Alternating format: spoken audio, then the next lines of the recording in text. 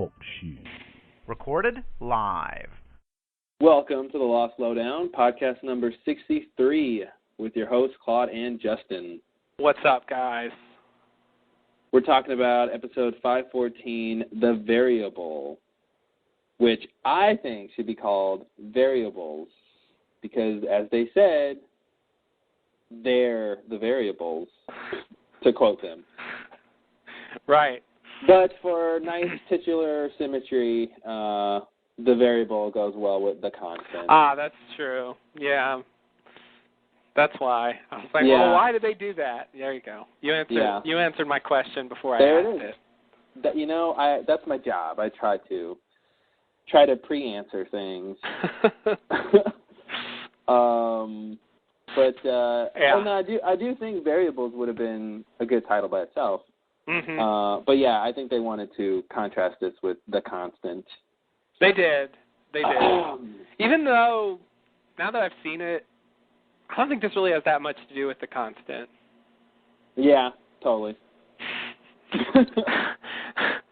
I guess, I mean, there's whatever. I think The Constant was its own thing. Yeah, it's weird. I don't really know what they're trying to say. I mean, Dan brings up, this idea of the equations that he's been studying, and there's constants and there's variables in them, and he realizes, and when he says constant, is it, is that just a metaphor for, or whatever, it just means like the past, because that was the idea of the things that can't be changed, they kind of link that, versus the constants being, like Penny is Desmond's constant kind of a thing, mm-hmm. The constant, kind of a constant. I'm interested in these equations he's got going on. And is it the Valenzetti equation? Like, is he using the numbers at all? Like, it was interesting when he sort of brought that up. Mm-hmm. Yeah. I don't know what they're trying to tell. I mean, because they did reference in this episode, Dan's experiments and all that stuff that we saw in The Constant. So it's like, I don't know what they're doing. Yeah. No, I mean, there's a tenuous connection there in that it covers some of the before and after of that little bit that we saw in that episode. Mm-hmm. But like story-wise, I feel like it's totally separate. Yeah. And just as I suspected, I mean, that concept of, when you're, I don't know, whatever happened to Desmond, when that happens, you have to find your constant so you can,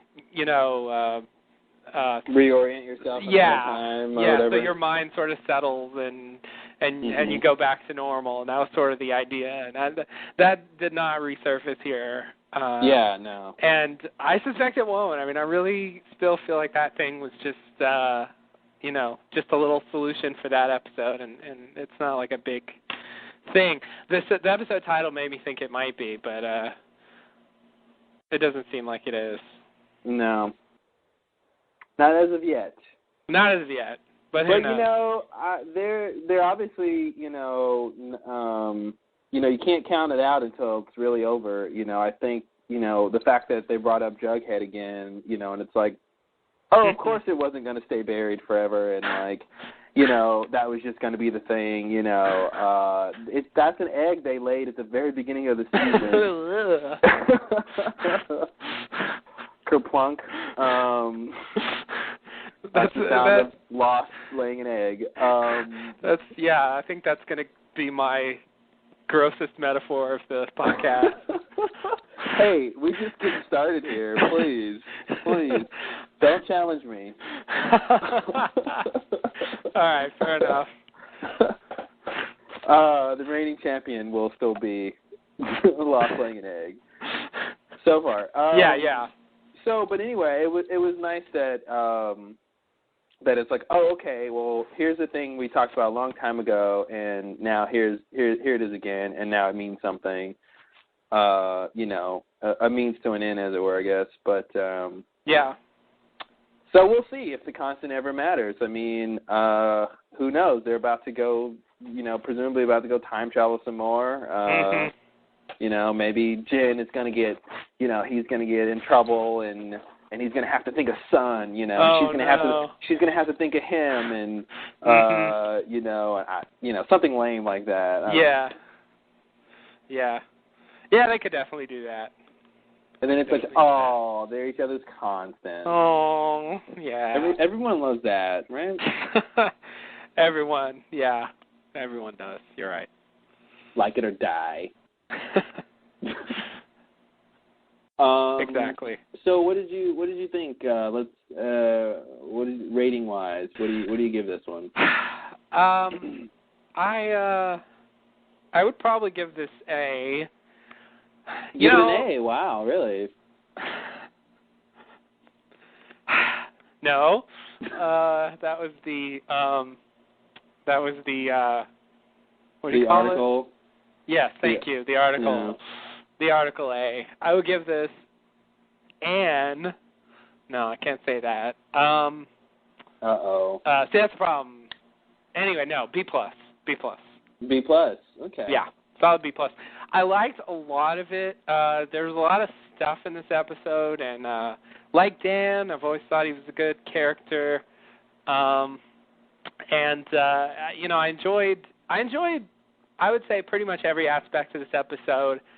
And the only thing really that I didn't like about it was... I think I can guess. The ending. Yeah, the ending. How many things have been ruined by the ending for you, Justin? A lot. Oh, so many. Yeah, no, it really is a problem for me. And I kind of like the ending. Like I like how it plays. I just sort of don't like what happens exactly. Yeah, I agree. I think they reached a very, after watching the episode the second time, they reached a very great they constructed a very great sequence of events that were, filled with emotion, and the mother having to send her son on this huge journey and really push him and sort of, distance herself from him so she could do this job that she has to do and, make him the man he's supposed to become and all of that stuff and then actually knowing that she's the one who ends up shooting him, presumably killing him, and all that. And so all of that works well, and I think it's really interesting and good, but it all sort of rests on that one moment when he storms into the other's camp and demands to see his mother and gets shot by her. Yeah. And I just think it was very sort of uncharacteristic the way that all played out. If Dan didn't go in there brandishing a gun, he would have not gotten shot by his mother, presumably. And it was very strange to me for that to be the way. It just came off very contrived. And then he did the whole countdown to Rich. If Eloise is away, what is counting down to 3 going to do to make, but then I reconcile that with the idea that hopefully Dan might eke out before he dies in the next episode.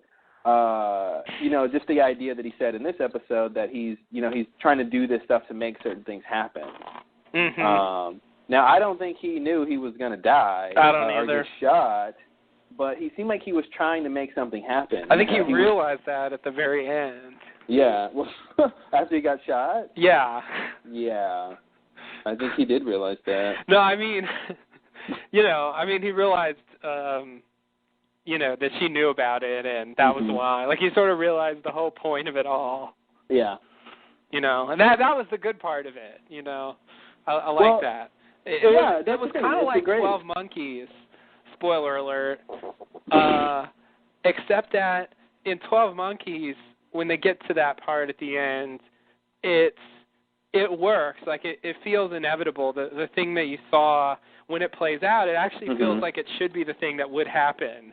Yeah. You follow the events up to that point, and blah blah blah happens, and it fits. You say, oh, of course, and those things you saw makes sense and it all comes together. And this is the same kind of thing as that, except that it just seems very contrived. It doesn't feel like any of those things had to happen. And because he goes in there with his gun and he points it at Richard and counts to 3, and even her shooting him, like, felt, I mean, even that, like, it makes sense because he's pointing the gun at Richard and counting to 3. Like, I guess she should shoot him, but even that felt like too much. It did feel like too much. Like, go behind him and hit him with the butt of your gun or something. Which is what they would ordinarily do anyway.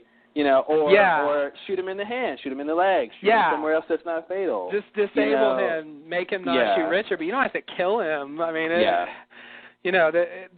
they're taking it this far because they have to, basically. I think they should have set up her shooting him. I think should have had a bit more finesse, a bit more of and even obviously she feels guilt for that, for realizing that. But I think if her decision to shoot him was predicated on something about her personality, or something to show us that, like, she made a decision that sort of made sense and not just like, oh, you had a gun, I'm going to shoot you. Mm-hmm.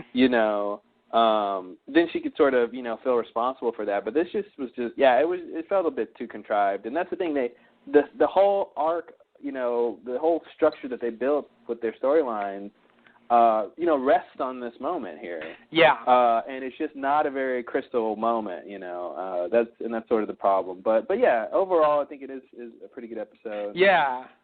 Yeah. You gave it a B+? I gave it a B+. That sounds pretty good to me. Yeah. I want to say A-, but I think B+ is probably what it really is. There's a lot of good moments. Definitely a lot of good moments. Yeah. And this is they have to ratchet it up. It's the end of the season. Oh, yeah. The action. And I think that's really when probably the most contrived stuff probably comes out, when they're like, you know what, we got to get from point A to point B really fast. Let's just have a shootout at the motor pool. That's pretty much what they do. So. Yeah. Yeah. All bets are off. It's kind of weird that you can do that. You can look at what episode number it is and guess how, like, serious the conflicts are going to get. Yeah, totally. Because, at this point now, they're just shooting at each other, huge gun battles, and people are dying, and this stuff wouldn't have happened 5 episodes ago. No, it wouldn't. 5 episodes ago, Rositzky would have said, hey, what are you doing? Dan would have, like, been able to talk him out of it, and then, like, or something, and it wouldn't have escalated to that. Yeah. Actually, what would have happened is they wouldn't have gotten caught. Right. Because I think, did it feel a little, like, weird to you that they actually got caught taking the gun? A little bit, yeah. Because it was like, hey, okay, they're going to get, because you think the drama's going to be, first going to the others. Yeah. But then it's like, hey, what? There's an obstacle here. Why is Rositzky showing up? And then it's like, conflict time. Yep. Yeah, that part was, but yeah, they had him come in, so then, then he could go and. It spirals and it takes down, Sawyer and Juliet. And, all bets are off. Hurley. I did love Hurley's line when the guys are walking through the camp with the guns, and he's like, "That's not good." Yeah. Rositzky and the armed guards are like on a mission with. Yeah, it's like no, that's not good. Hurley, the keen observer. Yes, indeed. You really nailed it home there, Hurley. Yeah, good one. But yeah, overall, I thought it was pretty good. I mean, it's a Dan episode. I don't know what it is about Jeremy Davies. First one. But he's a great actor. He does so much with that character. And everyone I know who watches the show loves Dan. And I think part of what I don't like about this episode is I don't think, like we just talked about, I don't think Dan got a really great death, Yeah. Poetically, it works. But in terms of what sort of really happened, to me, it just wasn't. It's no Charlie. Yeah, and that's the weird thing. Like I kind of liked it. They they made it a little better than they could have. Like his moment at the end was really good, but it definitely wasn't as good as Charlie's death, and that's just not, Charlie should not get a better death, and Dan. Yeah. And really, I think I was thinking about deaths on the show in general. I think for some reason, deaths that have occurred, I would say since season 4, just haven't had very much impact. They've just been like, oh, now they're dead. Yeah, I don't know, but yeah, a lot of those deaths, it was just kind of who cares? Who cares? He's dead. Yeah, I mean, and I just think that's weird. Like, and I mean, when Michael shot Anna, Lucia, and Libby, like that was really great, but it was a very simple death thing. I mean, that scene wasn't that crazy, but for some reason it was really effective in a way that this scene wasn't. Yeah. I don't really know what the magic was, but yeah, like Boone's death was good, and Charlie's death was good, and yeah, it just seems like they've lost their touch with good deaths. With good deaths, bring back the good deaths. Because if they're a good character, I feel like they deserve a good death. Yeah. You know who had a good death better than Dan? Who? Jay.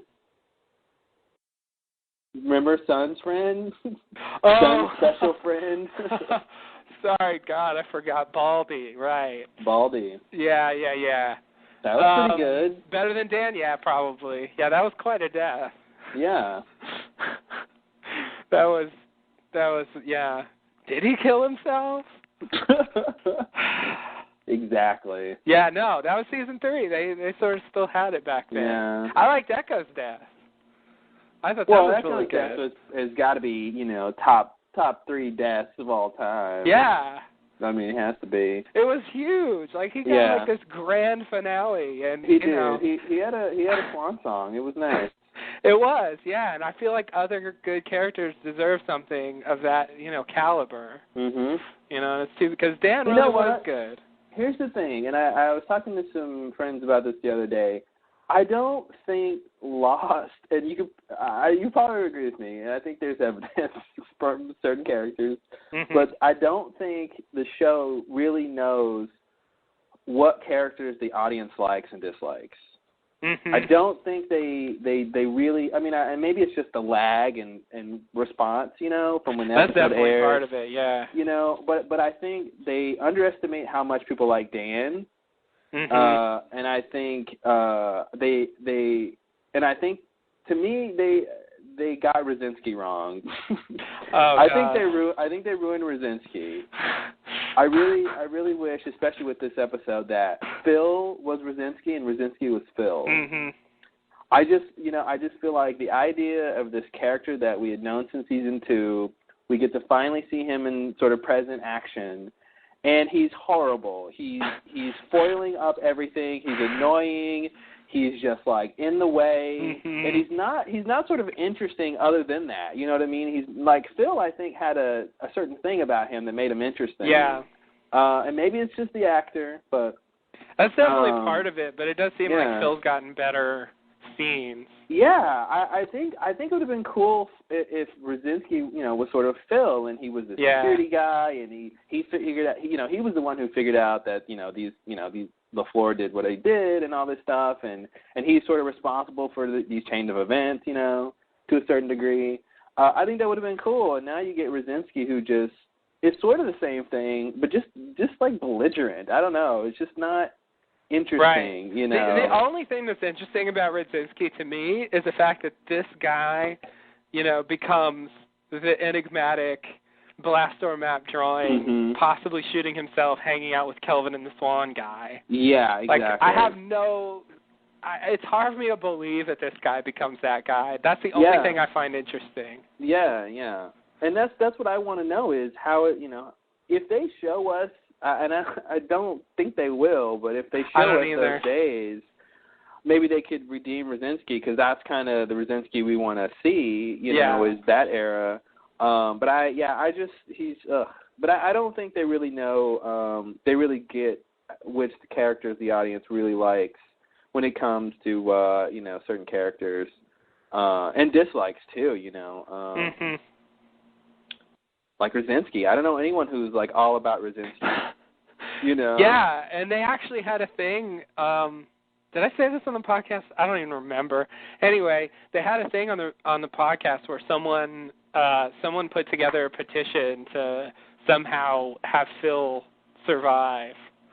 Really? Like there it is. They really liked Phil so much that they wanted him to live, and Damon and Carlton seemed pretty surprised. Yeah, because they, like I said, they have no idea of how I really feel like they need to have someone, maybe someone named Claude, I don't know, like work with them to watch the episodes in real time and to have a sort of direct connection with like what fans are thinking, and how they're reacting to this stuff. Because I mean, Nikki and Paolo is a classic example of them missing the mark and then trying to cover up the problem, literally trying to bury the problem. Wow. Yeah. I think I just realized what a double meaning that was. I don't think it's lost on them, and there's another double meaning. Wow. Yeah. Tyson 2 seconds. There it is. Nice. I'm not Chuck Woolery. I will not be back in 2 and 2. That's for you kids over a certain age.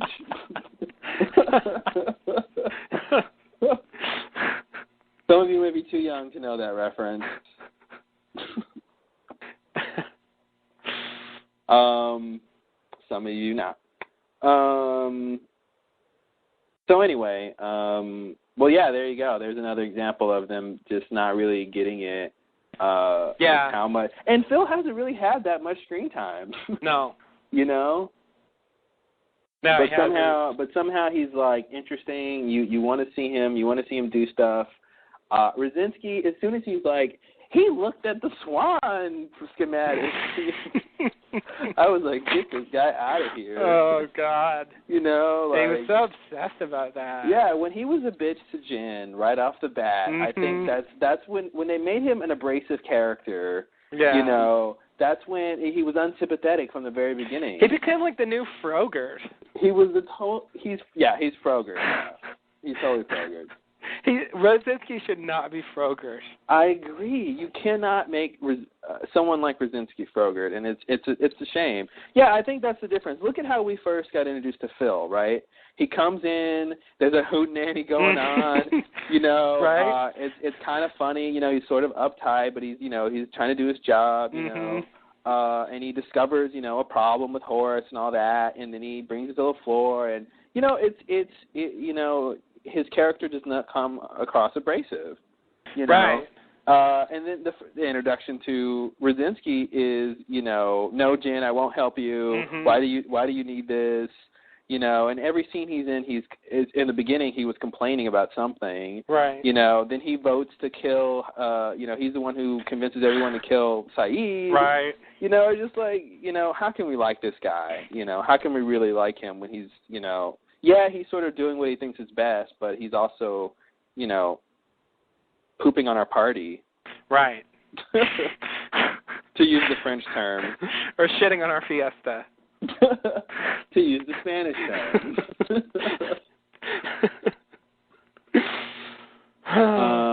We're international here, folks. That's right. We have an international audience. We gotta keep it up. Yeah, that was us being international. Yes. Hope you caught that. So, have we not even started talking about the episode yet? Not really. We've kind of just been doing a preamble. Wow, a preamble. I kind of wanted to put those comments up front because I didn't want to forget them by the time we got to the scenes they were about. Yeah. So, now that I've said it, how long have we been recording? 24 minutes. Okay, cool. Yeah. That's a good intro. Yeah. Yeah. Most podcasts would call that a podcast. That's yeah, we could so be done. All right, guys. See ya. See you next week. God, they have it so easy. That's all they have to do. That's all they have to do. God. we haven't really started yet. No, that was just a warm up. Yeah, we're just stretching our lungs. All right, so you ready to get into this? Yeah, I'm ready. Yeah, you got the wheel this time, so steer wisely. All right, I'll try. Okay, so we start off. We're off the island. We're in a hospital. Desmond's being wheeled through it. Penny is concerned. A nurse reassures her, and as Desmond is wheeled away for, operation because he was shot by Ben. And then we go to the waiting room. Penny's waiting in there, and Miss Hawking comes in and talks to Penny. She says it's her son's fault that Desmond got shot. Penny says, your son is Benjamin Linus? Hawking says, no, my son is Daniel Faraday. Awesome. 30 years earlier. Yeah. Oh, wait. They love that. I got to say, this is the season of, people being related to people. Oh, and, totally. and saying their names as a punchline. Yeah. I feel like this episode in particular had a lot of, good, punchy outros. Like, it's like you could end the episode here, and then you can end the episode here. Yeah, there was one point where I actually... Got news for you, Jack. She was wrong. Lost. Like... When he said, I'm going to detonate the bomb, totally. I actually thought that was the end of the episode. Totally. I was like, oh, shit, lost, here it is. And then there was more, and I was like, oh, that wasn't the end. Yeah, no, there was a lot of sort of big revelations, and how they sort of, wrote and structured everything there was a lot of those. Yeah. Yeah. Yeah, they like that. But I can make time if only you could. Lost. Yeah. So this scene here is kind of the bookend for the episode. We sort of go back to this at the very end. Yeah. And pick up right where we leave off here. It's kind of a strange thing they do here. It was. When I first saw this episode, I missed this scene. Oh. And so I started with the next scene thinking, okay, this is the beginning. It seemed appropriate. Mm-hmm. So when it came back around at the end with the hospital scene, I'm like, what's going on here? Why is she talking to her? And why didn't we see Desmond get wheeled in? And I'm like, this seems really out of place. What happened? And then I watched the episode again, and I'm like, oh, here's the setup. Yes. Wow. And so then I realized it was a bookmark, and I'm like, oh, nice, well done, guys. That's what happens when you skip a scene, kids. Yeah. I don't recommend it. Don't try that at home. Yeah, no, it was kind of, I feel like that's kind of an unusual structure for Lost. I think so. To start with a flashback, go to the present, then do other flashbacks, and then eventually go back to the first flashback. You know the thing here is, which I want to talk about at some point, is I think with the way they have to sort of, the different time periods that they're in, I mean, they've got the stuff that's going on in 77, they've got Dan's flashback stuff, and they've got this Penny, post Desmond being shot, pre-Flight 316 era, mm-hmm. And you got Widmore coming in and out of scenes. Right. I think that time period is sort of it seems easy to isolate this time period at the hospital. Oh yeah. So I think that's probably why it sort of works for a bookend rather than like if the second scene was somewhere else. And then of course the big revelation from Widmore, right. They wanted to stick that in the end, so. Yeah, they saved that. Yeah, but it definitely was like they haven't done this in a while, and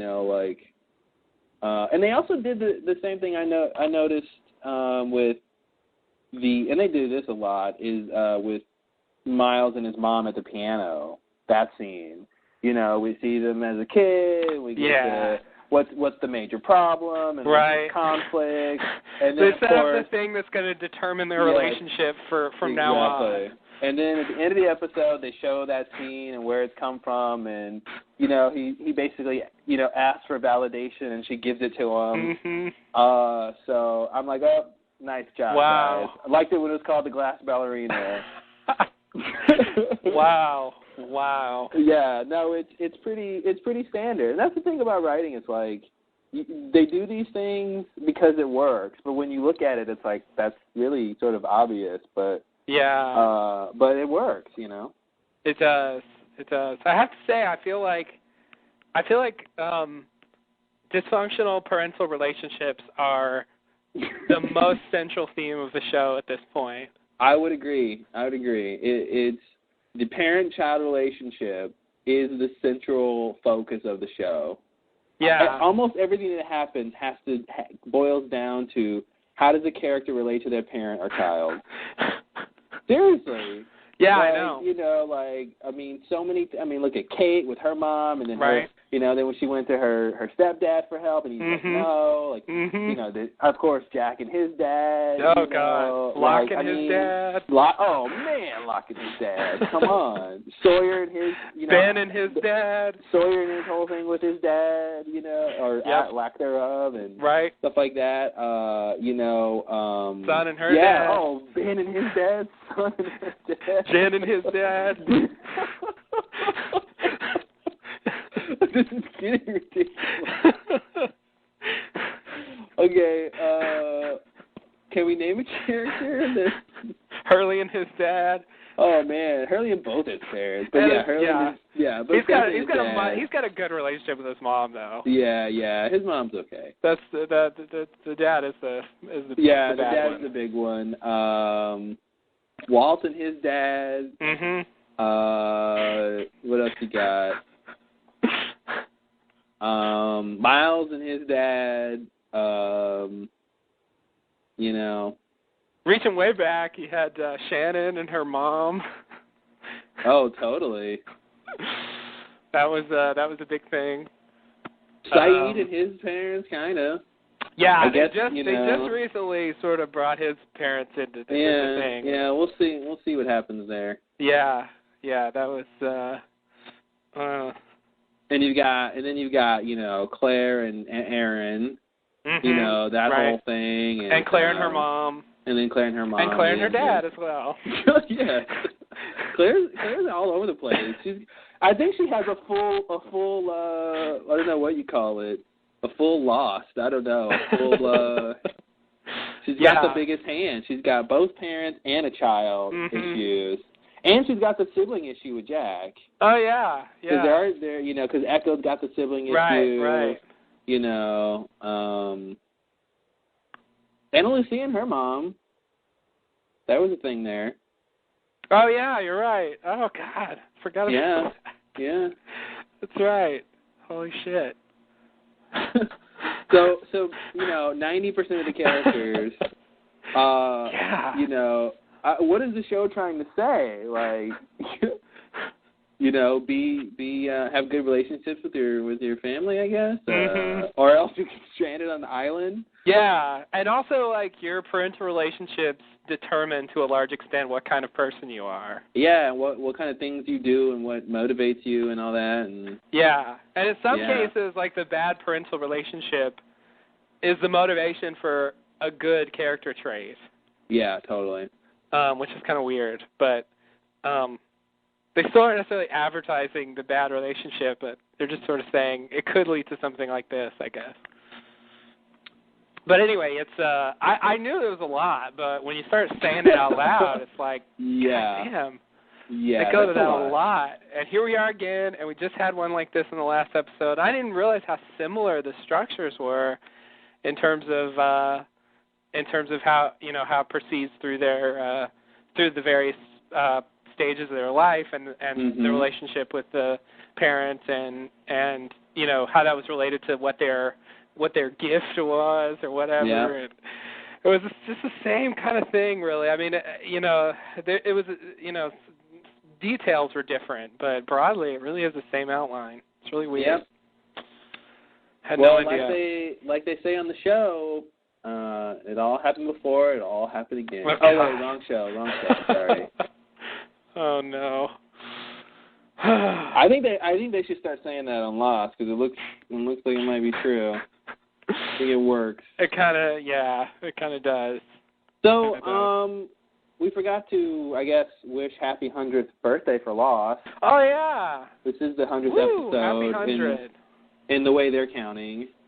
Right. 100 hours. I want to say 100 hours. 100 hours. But then my brain says no. 100 like 42-minute blocks. That's a little more specific. Good job, brain. That's what it really is.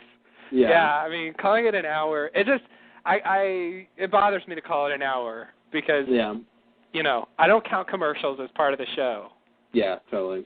So I want to call it 42 minutes, but then it's just irritating. So anyway, TV hours, 100 TV hours. There you go. So yeah, that's definitely a milestone. They're not going to get much beyond that. I mean, there isn't that much left. So. Way to shoot him down, Justin. Way to shoot him down. Sorry, guys, you won't hit 200. Ever the realist. Yeah, it's weird to know things like that. That's one of the things I like. I really think, once they set the end date and got a plan and started carrying it out, I really think the show's had, like, a lot more. Oh, it took off. It totally took off. Yeah, like, that's why I, wouldn't really complain about it, because I really, for whatever the differences or drawbacks are of what they do now, like, I really like, I feel like the positives of it outweigh that, I agree. Compared to the kind of aimless triviality of some of the early seasons. Season 3? Yeah, well, and even parts of 1 and 2, Yeah, you go back and look at that stuff, and it's like, what were they doing? Like, what do you mean when they were playing golf? Absolutely. Or when they were what was it? They were playing cards for fruit or something. Jack and Sawyer, and like, why are we? What's going on? Jack here? was playing poker for the gun. Yeah. Or no, for the medical supplies. For that time was the medical supplies. Yeah. Oh God, yeah. That's back when Sawyer didn't share. Right. Man, if you asked Sawyer for something now, he would totally give it to you. He would totally give it to you. Of course he would. He would totally give it to you. Yeah, that Sawyer doesn't exist anymore. No, he's gone. He's completely different now. He'd give it to you, and he'd like help you. He'd probably give you more than you want. Yeah, more than you need.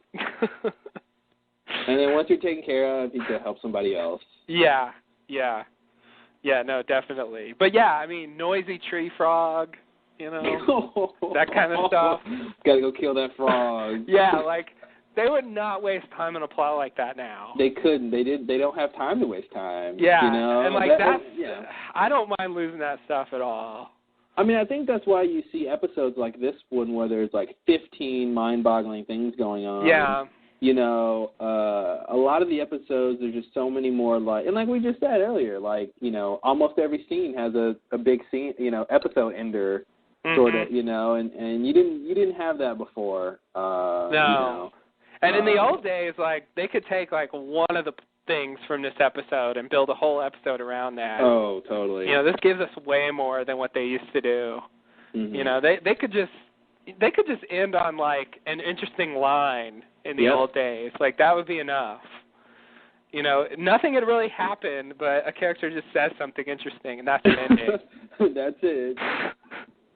Like, things happen now. There's always something going on now. I mean, it was, they secured the deal, and basically, starting with season 4, we got to flash forward, and and it just, that's when stuff started getting crazy, and it has not relented. No, since then. I thought the flash forwards couldn't get much crazier, but then they started time traveling. Exactly. They're like, instead of time traveling, like, with our episodes, we'll just have our characters time travel. Yeah. Yeah, well, that's gotten all kinds of crazy. It's been a long, wild ride with Lost, and I think, one more season. Yeah. It'll all be over. I think if anyone is still watching Lost now, I think you owe it to yourself just to continue on and watch next season. I really think they're going to make it worthwhile, I think, because it's a long time coming, especially for a show like this with so many characters, so much going on, so much backstory. You know, I don't think they're going to disappoint next season.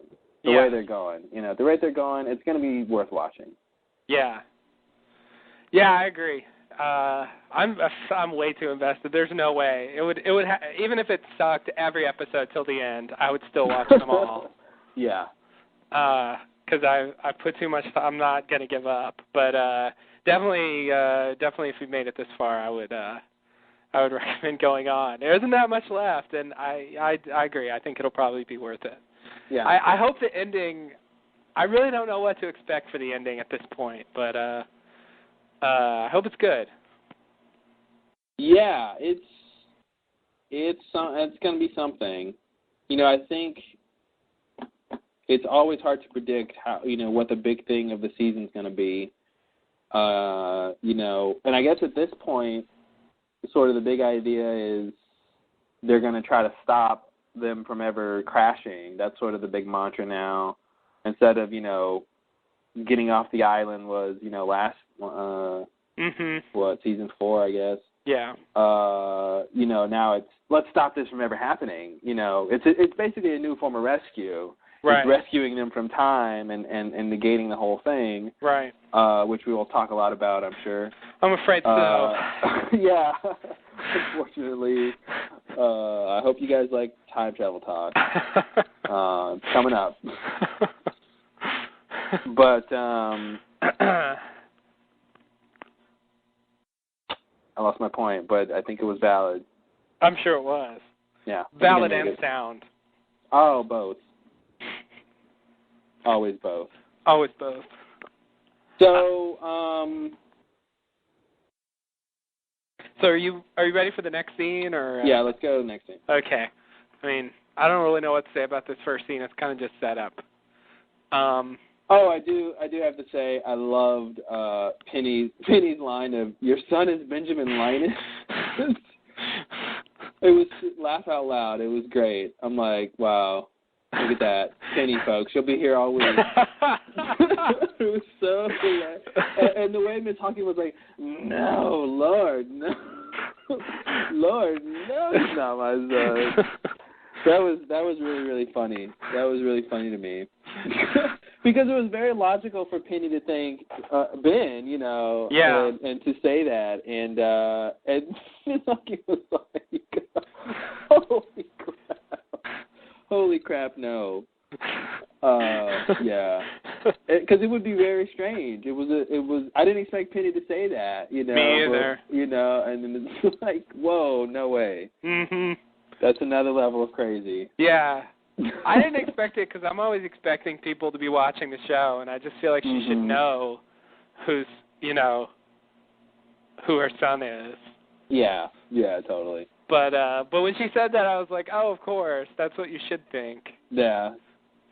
Well, the way Miss Hawking phrased the question was a little towards saying Ben. Yeah. She said, I'm sorry, it's my fault that Desmond. Blah, blah, blah. Not that he's been shot. That's really direct. But it works. It was funny. I loved it. Yeah. Good Lord, no, are you crazy? So yeah, I like that part. Next scene. Yeah. Okay. So in the next scene, we go 30 years earlier. Let's see. Dan gets off the sub, and we kind of replay the scene from Some Like It Hoth. And then we continue. Miles asks Dan why he came back, and Dan references the newly arrived Oceanic 6. Dan wants to be taken to Jack. So then we go over to Jack's house. Dan knocks on the door. Jack gets up and answers. Dan asks Jack how he got back. Jack is dazed, but eventually he tells Dan that they were on a plane, and Dan's mother told them that it was their destiny. Dan says, I have bad news. You don't belong here. She was wrong. All right. Lost. Yeah, exactly. Lost. like if they would have somehow played this scene at the end of the episode, it would totally work. Yeah, it would. It would. I want to talk about, what Dan is really doing and what he knows and thinks and what changes and doesn't, because, this whole thing about destiny is obviously relevant, not, only in general, but, it was Dan's whole thing with his mom, and like Jack says, she said it's our destiny, but then later Dan says, maybe you can change your destiny. Mm-hmm. But then, of course, when he gets shot, I'm just wondering, does he realize, oh wait, you can't? Or does he realize he's wrong, or does that factor into, his hypotheses, about what's going on and what's possible? I just, I wonder that. Right. Because he seems to think you can change it, but. Yeah, I mean, I wonder to what extent the others are going to take up his mission. Mm-hmm. I mean, it was his thing to go over and talk to her, and, he had a plan for what to do about the incident, and he was saying they could prevent the plane from crashing. And I don't know, Jack and Kate, I didn't get the sense they were necessarily gung-ho to just do it. So I wonder with him dead if any of that stuff's going to actually play out. Yeah, I saw the next week on Lost. Oh, did you? Spoiler alert. Yeah, the plot continues, ladies and gentlemen. Okay.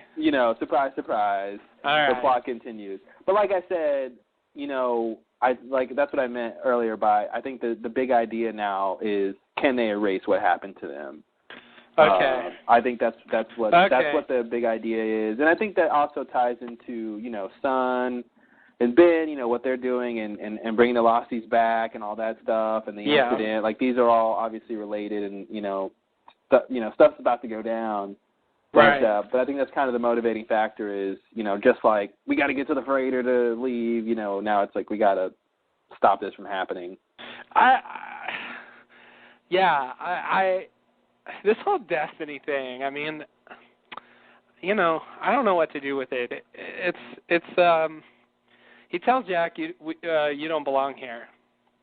But later he says that we can stop your plane from crashing. Mm-hmm. And should they do that? I mean, I think he's saying they should. It just seems weird if they go back and do that, and he's saying you don't belong. Like, which one was the destiny?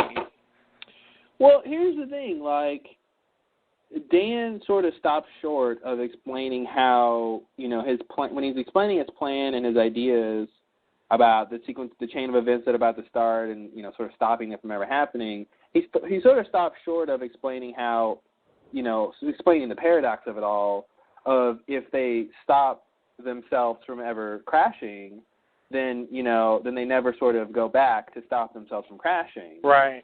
So there's, that's obviously the paradox of time travel when you sort of change things. That's an argument for whatever happened.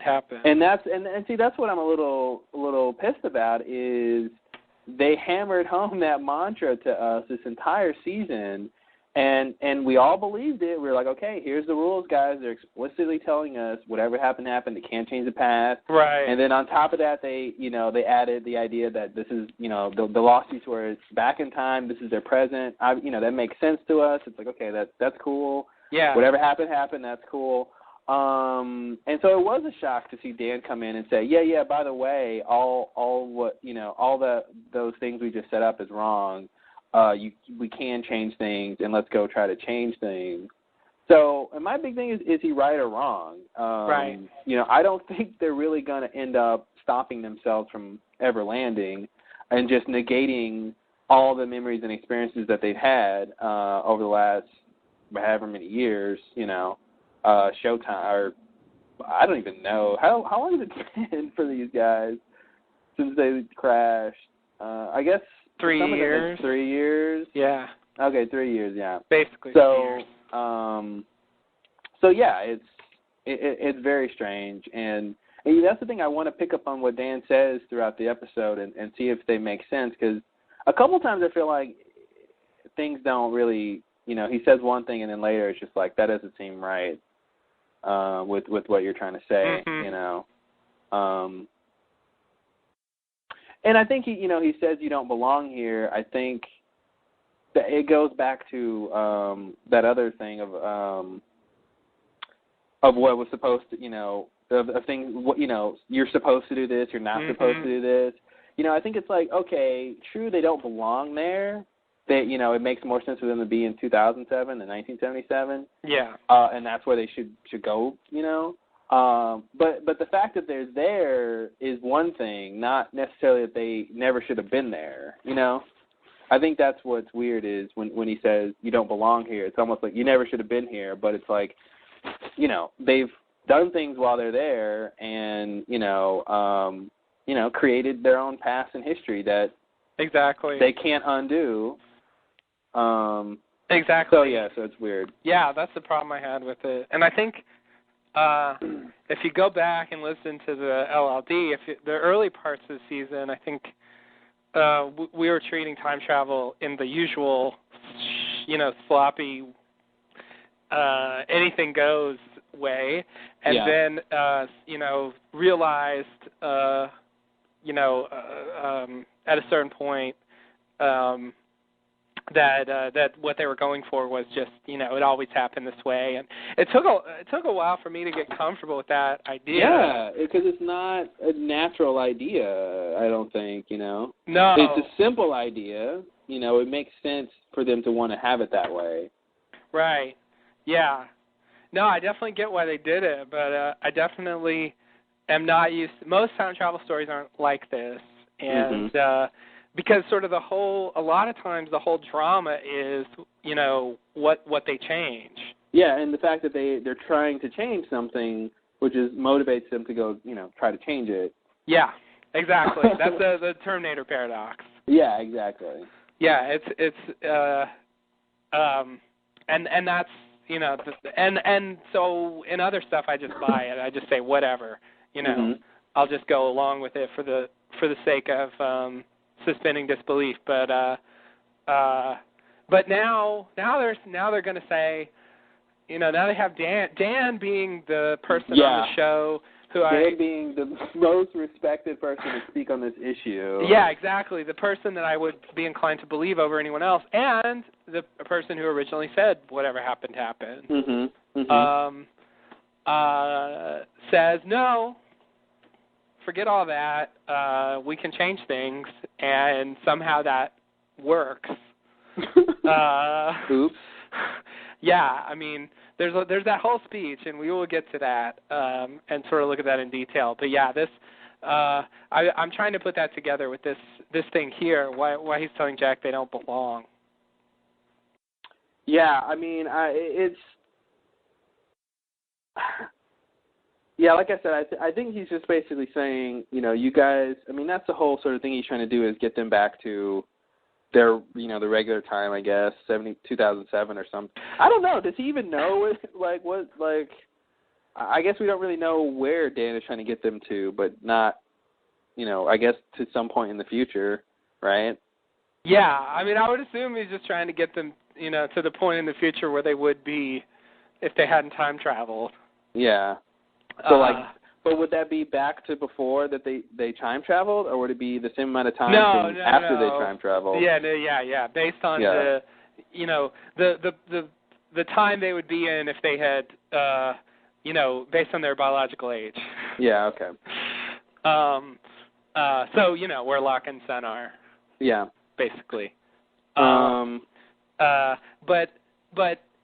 if he sees the picture with Hurley. And he hurries back, and he rushes to Jack's room, and he says, "You don't belong here." And did Sawyer and Juliet and Miles and himself and Jen belong there? Because he didn't seem particularly concerned about the fact that they were there. But when Jack and Hurley and Keisha, somehow that's an emergency. I just don't. It seems to me maybe you could explain it this way, Dan and Miles and Juliet and Sawyer, the original 1977ers or the 1970s-ers, come up with a better name later. They got there through they got there through the sort of, dare I say, regular means of the island of time shifting. I see. So the island can't. Yeah. See, the idea was, in terms of them not belonging, the idea really, and ideally, the Flight 316 would have taken Jack and Kate and Hurley to the island in the present, which if you want to say that's where they belong, is the island in 2007 where they were flying towards. Right. But because of what I think is the sort of, like Ms. Hawking said, the sort of randomness and not having the original flight be 100% replicated, it sent them back where they didn't belong, in the sense of that wasn't where they were supposed to be destination-wise, and it did sort of impact things, So I'm assuming that's what he means, that, that's not the time they were supposed to be going towards. That's not the time they belonged in that sense. But in the sense of that's where they went, then that's where they went. But but right. that wasn't where they were supposed to go. But, the rest of them, the island did it to Jack and Hurley and Kate as well. It put them there, They didn't make that happen. That's the thing, and I agree. Dan could be wrong. I don't really know. I feel like they are, these guys are operating under the assumption that Ms. Hawking sent them to 77. I think the fact that she was wrong, well, I don't think she really meant to send them here. She certainly didn't say that, yeah. She definitely didn't say that. And we all assumed they would get there in the, present or something. Yeah, I don't think that's what she intended. Yeah, so that's the thing. I think, he's saying she's wrong, Although, something about destiny. Uh-oh. The flip side of that, okay, no. I guess that doesn't really negate it. I was going to say the flip side of that is sort of the ending of this episode, but that's really about Dan, who was already there. So yeah, she sent him to go to the past. She knew that was going to happen, but I guess she didn't know. She didn't know that Jack and Kate were, just around the corner in the bushes. Yeah, when that pivotal event happens. Yeah, totally. So okay, never mind. I tried. Or maybe she might meet Jack and Kate. They're just sitting right there. Yeah, that's true. But, and that's the thing. She might know that they were going to get there at some point. But like she says, I guess we'll talk about it later too, but, she doesn't know what's going to happen anymore. So whatever sort of stuff she knew about the past and how that affected people's future, I guess that's all over now. This was the sort of moment of, it sort of cycled back on itself now that she sent Dan to go die, basically. Yeah. But what's weird to me, I think it's weird, is, the time period that it's like, okay, when Desmond got shot, that's before Ben gets on the plane, so that's before Flight 316. Yeah. And then Miss Hawkins at the hospital with Penny, and then she comes out and she's Whitmore, but then then we have the other time frames of them convincing Dan to go, which were before 316, obviously, before they even before all that time shifting stuff. Before the freighter. Before the freighter, before all that. But the way it was cut together, it seemed like when she has the conversation with Whitmore, it seems like she just had sent Dan to go, but it was like, no, that was a long time ago that she had already convinced Dan to go, and that he had already met Dan and convinced him to go, and all that stuff. Yeah. Yeah, you're right. So yeah, it was weird because the way it cuts together plays like that just happened. She just had that conversation with him at the piano, telling you, yes, I'll love you. Mommy will love you if you do this. Right. But it's like, wow, no, this was a while ago. Excellent reading of the subtext, by the way. Thank you. Mommy will love you if you go to the island. That's pretty much it. The variable or.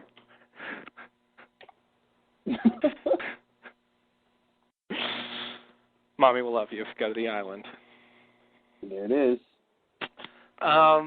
Okay, so are you ready for the next scene? Yeah, scene 2, go. Okay.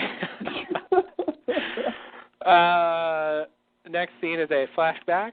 Lil Dan plays the piano with a metronome.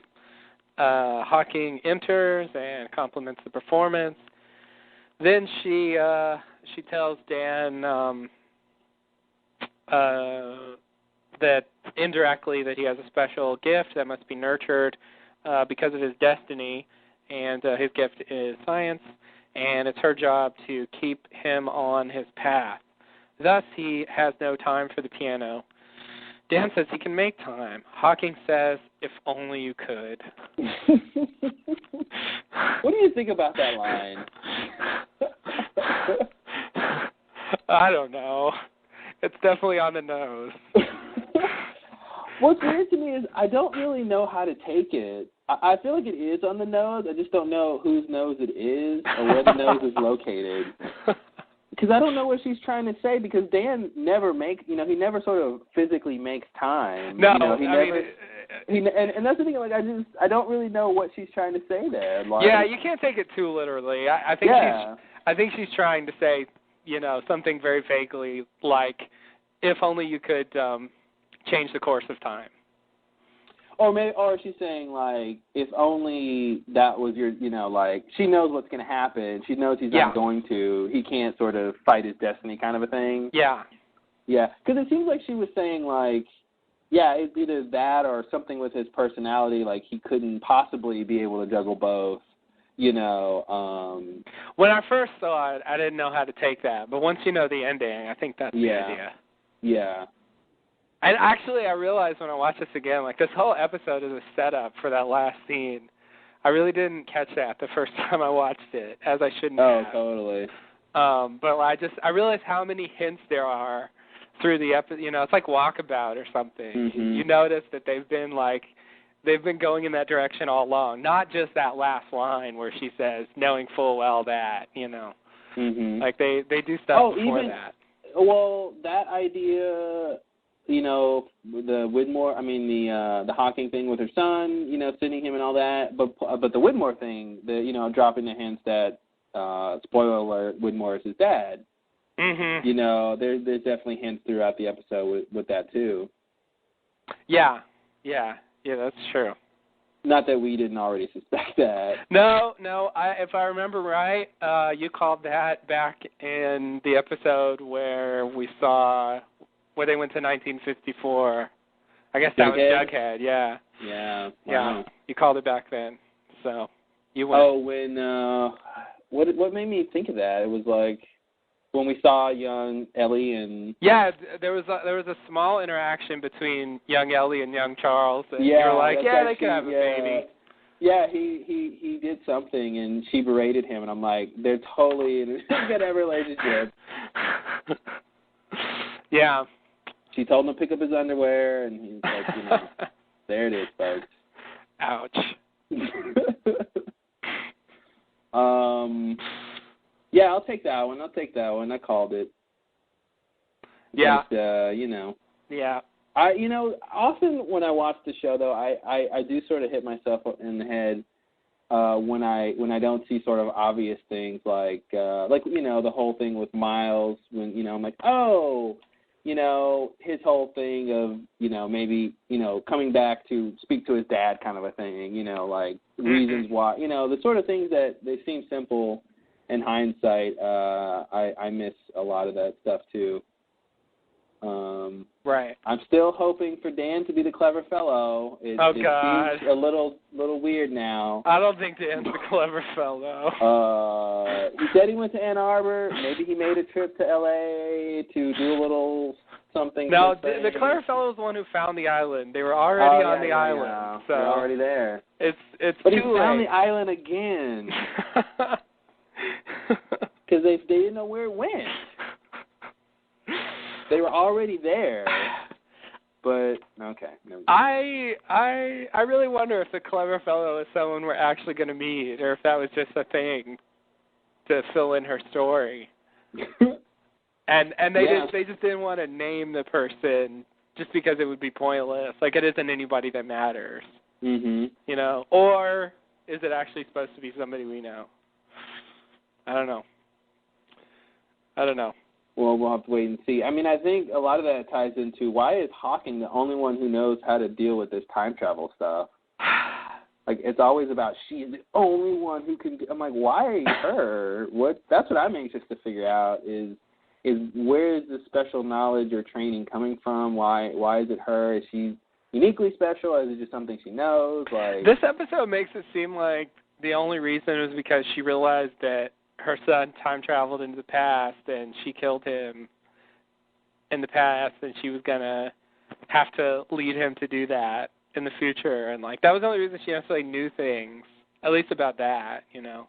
Yeah, but I mean, how does she know in terms of like, you know, like in this episode when he's like, I got to find my mother. She's the only one who can get us back to where we belong. Like, why? Like, how is he just going there to ask her a question or something, or is it like she knows, you know, it's almost like turning the, you know, how to get off the island, you know, knowing that you got to turn the wheel or something. Is it something that she knows, you know? Because even when the first time they went to her, you know, she says, you guys have to be on this plane. So, I mean, does that mean that she sort of just knew that they got on a plane at some point, and so she was the one who made them do it? And that's why she knew they had to get on the plane?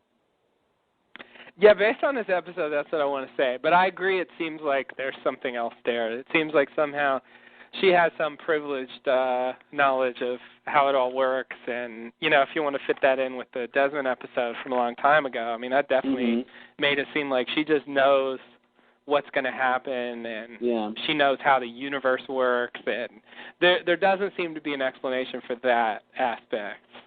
Yeah. As of yet. I mean, she was just an other, as far as I can tell. And there's a lot of others out there, and they don't necessarily know the secrets of the universe. I'd bet that.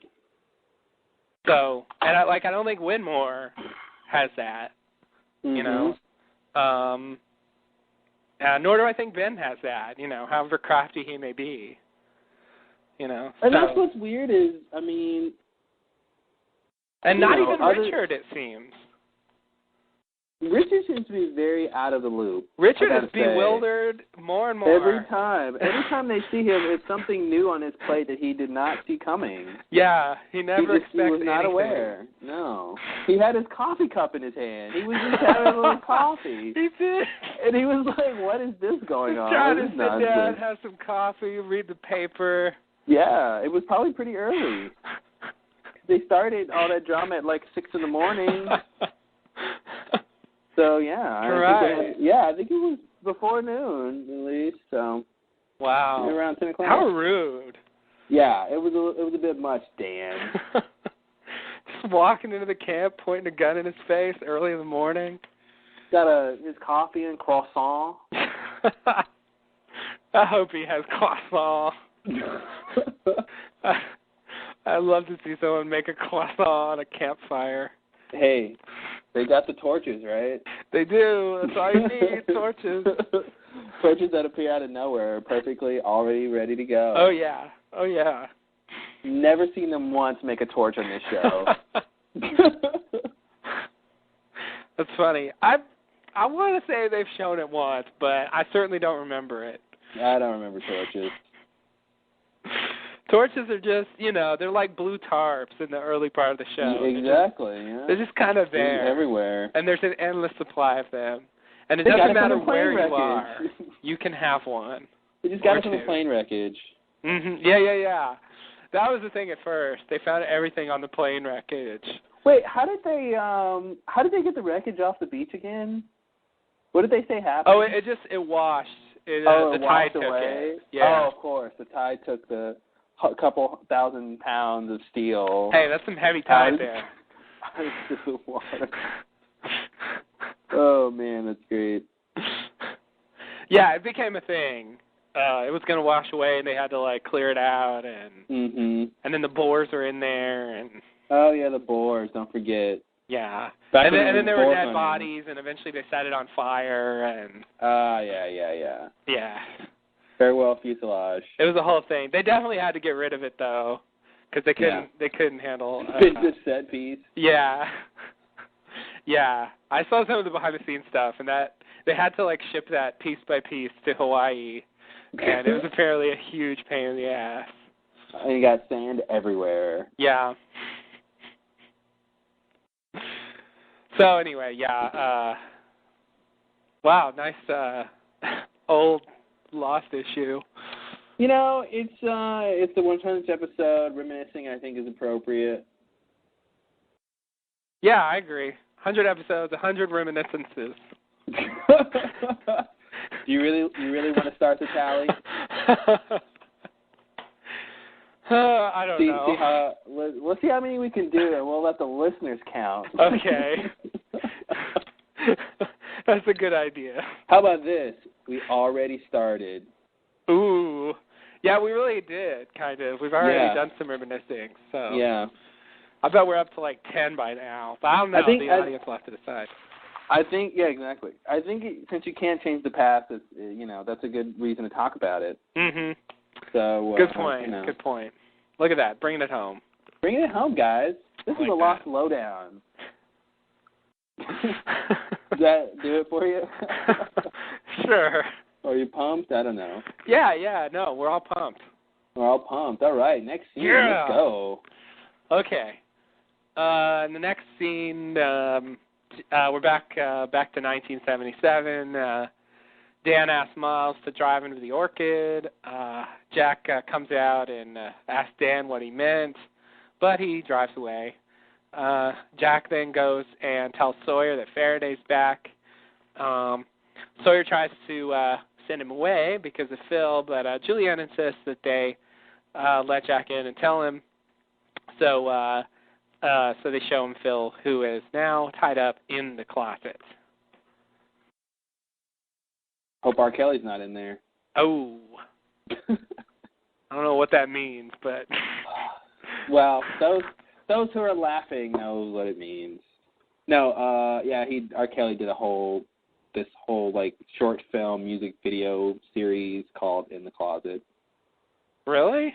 Yeah.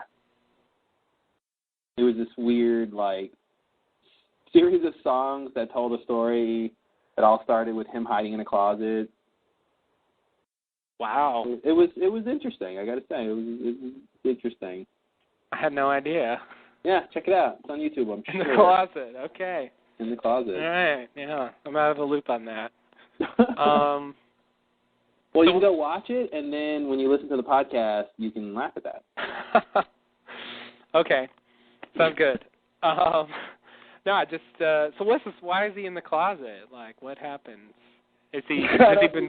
You gotta, that's part of the thing. Oh, you're not just going to tell me? Okay. Well, I can tell you. He's in it sort of starts with, I think... I just wanted a tiny hook. The hook, I think the hook is, he's with some girl, and I think her husband comes home, and so he's got to hide in the closet. There we go. There we go. And then some very interesting story unfolds from there. Okay. All right. Classic setup. We'll see where it goes from there. Hey, there it is. Okay. I by the way, don't endorse or condone R. Kelly in any way. I really don't like that guy. But the In the Closet thing was interesting. That's all I'll say. Felt the need to give that disclaimer. Fair enough. I really am not a fan. I can't really call myself a fan either. But I don't feel the need to disassociate myself. I guess I'll just remain neutral on the R. Kelly issue. Music is one thing. His personal stuff is another, and he loses me on the personal stuff. Yeah, okay. I forgot about that stuff. Okay, yeah. I just don't think he's a really good guy. Yeah. No, I'll go with disapproval on that as well. Yeah, that's why I'm distancing. I was just thinking about the music. Okay. No. I mean, I think that's what's strange is I'm not a big fan musically either, but I think he is good in terms of that stuff. But but you get the other crap too, so it's like I don't want any of it. Yeah, I see what you mean. Okay, well, I guess we shouldn't allow this to become an endorsement for R. Kelly, so... Well, let's just keep talking about it more. That'll help. You got me interested. I just had to find out. Okay. No worries. So, anything about this scene here? Kind of just...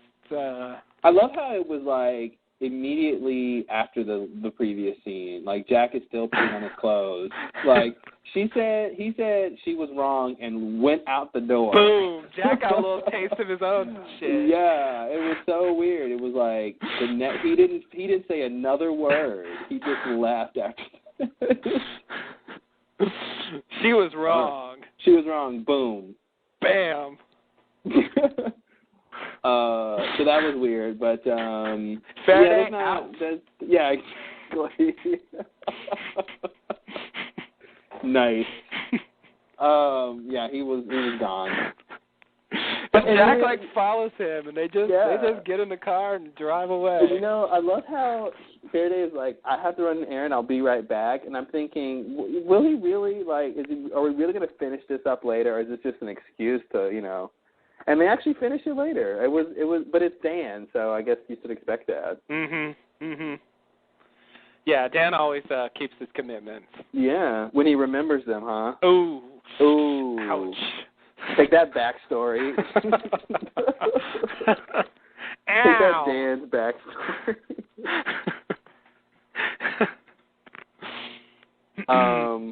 Yeah, you know. There's not much in this scene. Okay.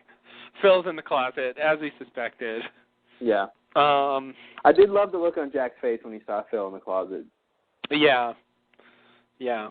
He's like, oh, crap. Yeah.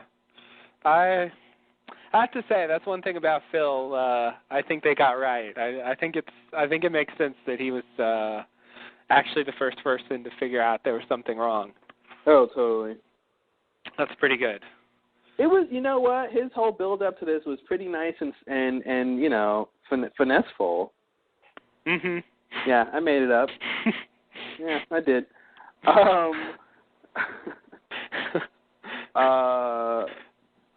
But yeah, it was a little thing here, a little thing there. You know, I mean, and like I said, at the beginning of it was, here's a guy who's going to do his job. That was the first scene with Phil. I mean, that's what they sort of teach you in terms of writing and character introductions. I mean, it's like the first scene sort of tells you who kind of person they are. And the first scene is he's not a guy who's going to be distracted by a hootenanny. You know? That's right. Really not.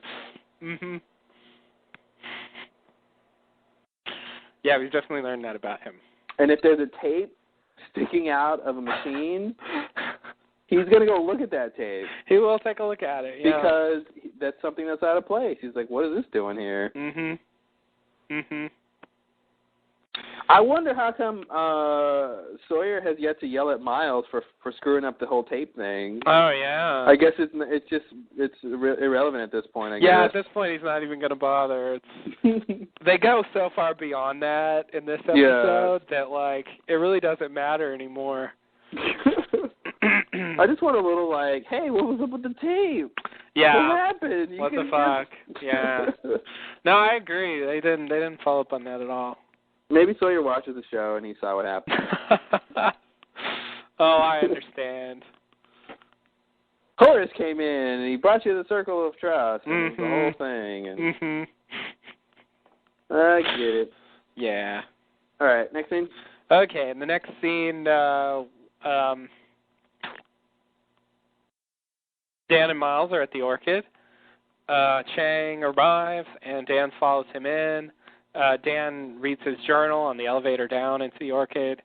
You know, the under construction Orchid. Then we get a replay of the scene, the first scene from episode 1 this season. Is that a reminiscence? I don't know. From Dan's point of view, from Dan's point of view. Sorry. Dan approached Chang. Wow, sorry, I didn't do this very well. Dan approaches Chang and introduces himself. He tells Chang to order the evacuation of the island. Then he tells him that their drilling will cause the incident in 6 hours. He doesn't call it that, but that's what he's talking about. Chang asks what qualifies him to make that prediction, and Dan says, dun, dun, dun, dun, I'm from the future. Lost. I mean, if that's not an episode ender, I don't know what is. I'm from the future. Yeah, we're good. Yeah. No, you're right. I didn't realize how packed this episode was with, like, punchy endings. Yeah, there's a lot of them. Yeah, that's definitely one right there. Yeah. All right, so this is a big scene. So we're back. We're back to where we started now. We finally see what the context of that scene was. Yeah. I was a little wrong, but I think you got it right. He went to Ann Arbor. They sent him there, and he was doing whatever the fuck for the last 3 years. He was apparently on the Swan, doing research A and B on the Swan team. Yeah, there you go. Well, he said he came with the Swan team, assuming he was doing research with the Swan team. Right. Which would make sense. Yeah, it would. Yeah, so replace whatever the fuck with what you just said. And then he comes to the island, and so that scene was actually, was actually in the future, whatever that means. It was a flash forward.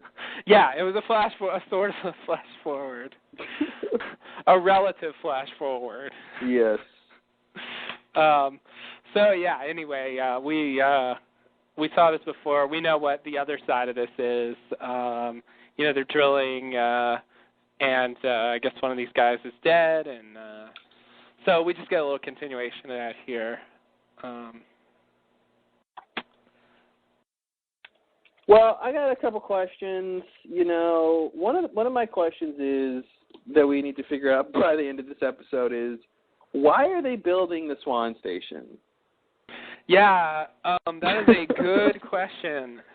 I wanted to bring that up in light of the speech that Dan gives later, where he basically says that if we do this, then the Swan won't get built, and so your plane won't crash.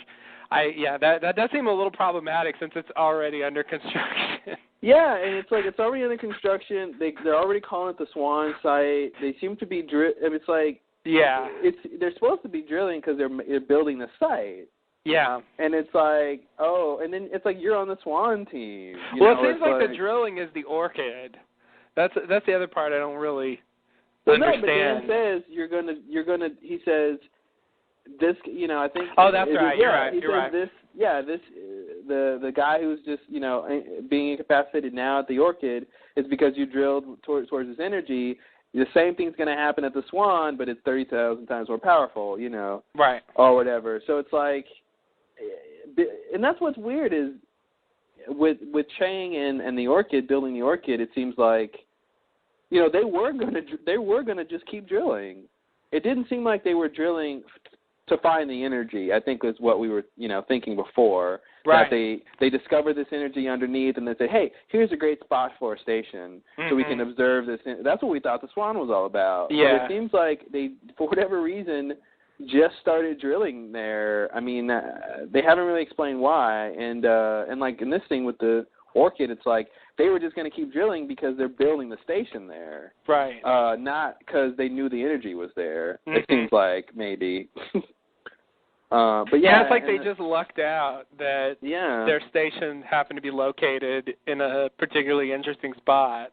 Yeah, and the Swan too. It's like why are they building it there if not because the energy is there? Yeah. And it's in like hostile territory, isn't it, or something? Yeah, they said or that. Or presumably. They said that. So they claim. Yeah, it's a little weird. I guess we'll pick back up on that some more. But another little thing I wanted to mention. When Faraday goes down there in the beginning and the guy tells him, you have to wear a hard hat down here, I'm thinking, if you have to tell him that, shouldn't you also wonder why he's down there? It's the kind of thing where, like, if you don't know you need a hard hat, you probably aren't supposed to be down there. Mm-hmm. You can't afford something if you have to ask how much it costs, kind of thing. Right. Mm-hmm. So I thought that was weird. The guy's like, hey, I haven't seen you before. But in this restricted area, you're supposed to wear a hard hat. I'm going to keep walking now. Yeah. Because I only had one line, and I'm still talking. Bye.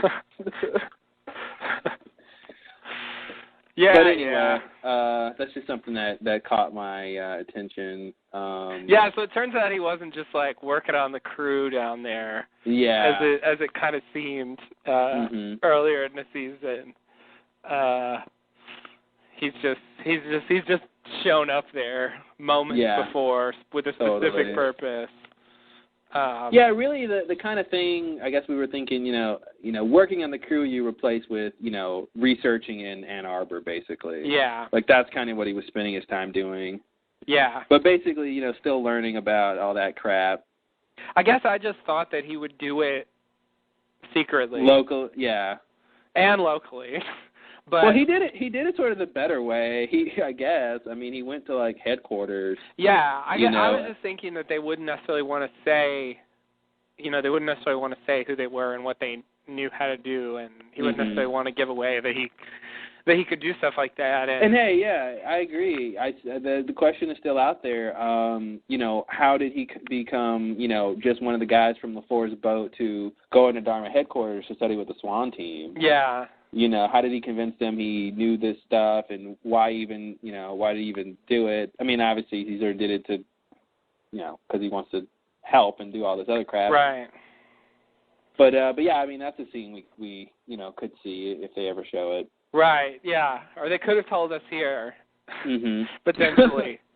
Deleted scene? Deleted scene, maybe. All right. Yeah, that, I don't know. Or maybe one day we'll get, like, a flashback with the clever fellow. Oh, and it'll be, like, at Ann Arbor, and, like, Dan will be there. Mm-hmm. And we'll get, like, how Dan got there and what and all that stuff. Yeah, yeah. I mean, I've kind of given up, especially now. I mean, it's sort of pointless to worry about, why did they trust it. I mean, plot-wise you should, but, like, at this point it doesn't matter anymore. Yeah, so totally. I've sort of given up on that. I was worried about that with Juliet as well, but, whatever. Everybody's shooting at everybody. But, yeah, it'd be nice. I don't know if that's something we're going to get or not, or if that's just going to be, left for the viewer to decide, a.k.a., nothing. All right. So this conversation he has with Chang, there's sort of more outside. Yeah, do you want to go to that scene? Maybe I could go through that. I don't know. Right. Seems like it's connected to this. Yeah. Because we cut to them, Dan and Chang outside the Orchid. Chang thinks that Dan is having fun with him because he overheard Chang talking about time travel. Dan asks Chang to look at his journal, which contains equations yet to be discovered. Miles runs over to stop Dan.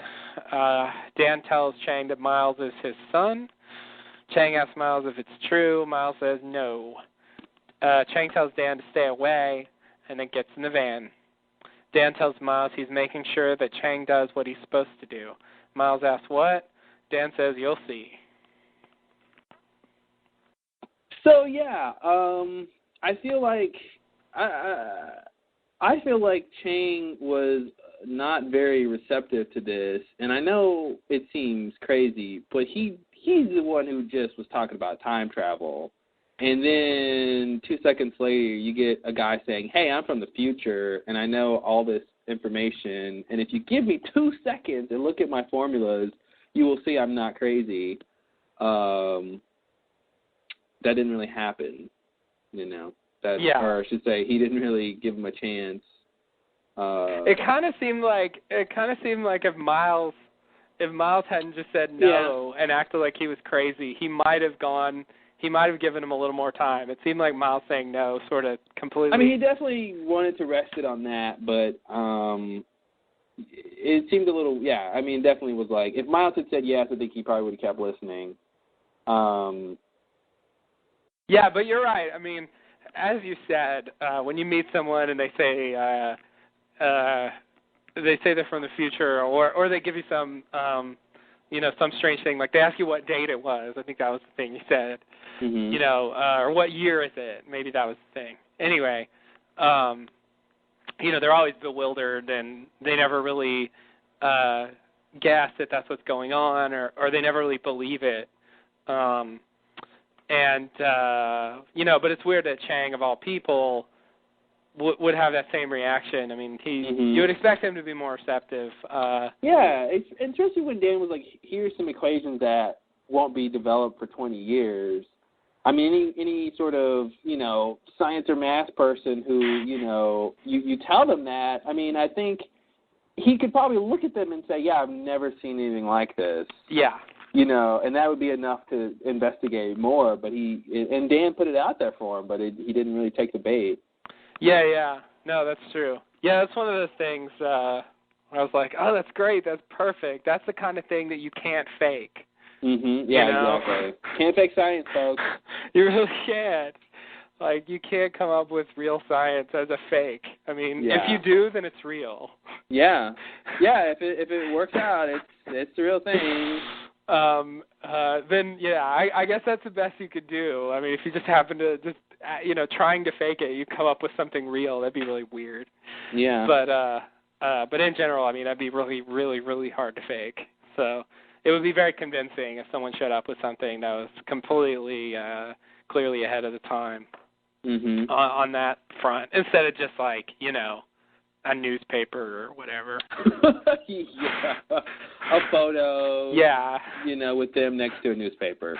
Right. From the future. Exactly.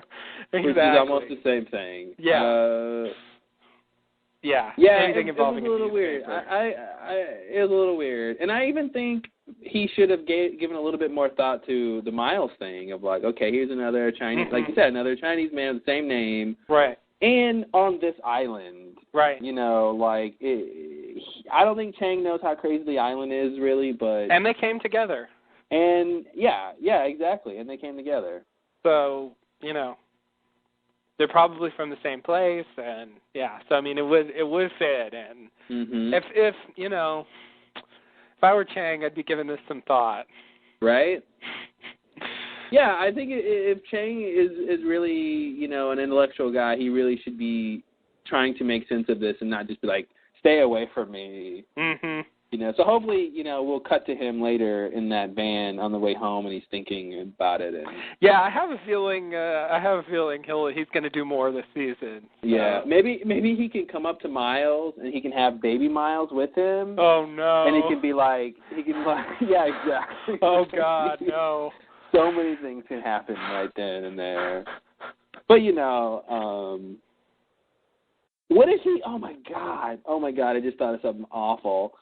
What if he not okay? Don't do this, guys. But what if he made some sort of lasting mark on the baby? I won't call it a scar. That implies pain. But would Miles would just instantly get a scar, right? No, though. Well, not if whatever happened. If whatever happened, he should already have it. Oh, that's right. He should already have it. But what if he's there before Chang does it? Oh, but then Chang's already done it. But Chang's already done it for him. Oh, I see.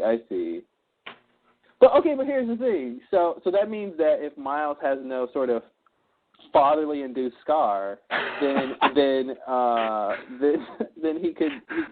Chang could never scar the baby, which is a good thing. Which is a good thing, yeah. You don't usually want to scar your baby. But you know what I mean. I will say that I do not endorse baby scarring. Baby scarring is really, it's worse than R. Kelly, and we do not recommend it. No, I hate to say that. Let's replace baby with a piece of paper and just say, that it was something written on this paper, and now Miles has it. Yeah. Chang can never add anything to that paper that was never already written on it. Then. Right. Yeah, which is weird. Yeah, it is weird. So what if Miles comes up to Chang and says, "Hey, I've got this piece of paper that you wrote." Mm-hmm. And here, there's the stationery you wrote it on your desk, and it's blank. you're going to write this thing. I need, write something new on it. Could he just physically not do that? Yeah, I mean, that's a weird thing. It's back to that could issue. Oh, the big C. It's sort of like he could, but he won't. Yeah, there it is. He could, but he won't. I think he can't, right? I think that's the weird answer. But he won't, somehow he it's possible, and yet he just will not. Yeah. I think that's the idea. He'd just be like, stay away from me. Yeah. I won't write that. Pretty much, yeah. I mean, he could say do this, but for whatever reason, he won't. Okay, there it is. So, yeah, that's... unless, Dan's new theory is correct. Oh, in which great. case all bets are off, and he could start scratching that baby all day. And... Yeah, and then it's Back to the Future where, it starts manifesting as soon as they do it in the past. Right. Yeah, exactly. Yeah. And Hurley was right. And Hurley was right. They'll start disappearing when they try to stop the incident. I have to say, it seems like maybe they're trying to tie in, the idea in this episode that you can change the whatever, the fact that Hurley stumped Miles and his explanation is still out there. They never sort of said. I mean, we know why Ben doesn't remember, but in terms of them explaining whatever happened, they kind of got to a stalemate. And then now we pick up on, well, not everything that happened. Right. So I wonder if this is just picking up on that idea of well, Hurley was kind of right, Mhm.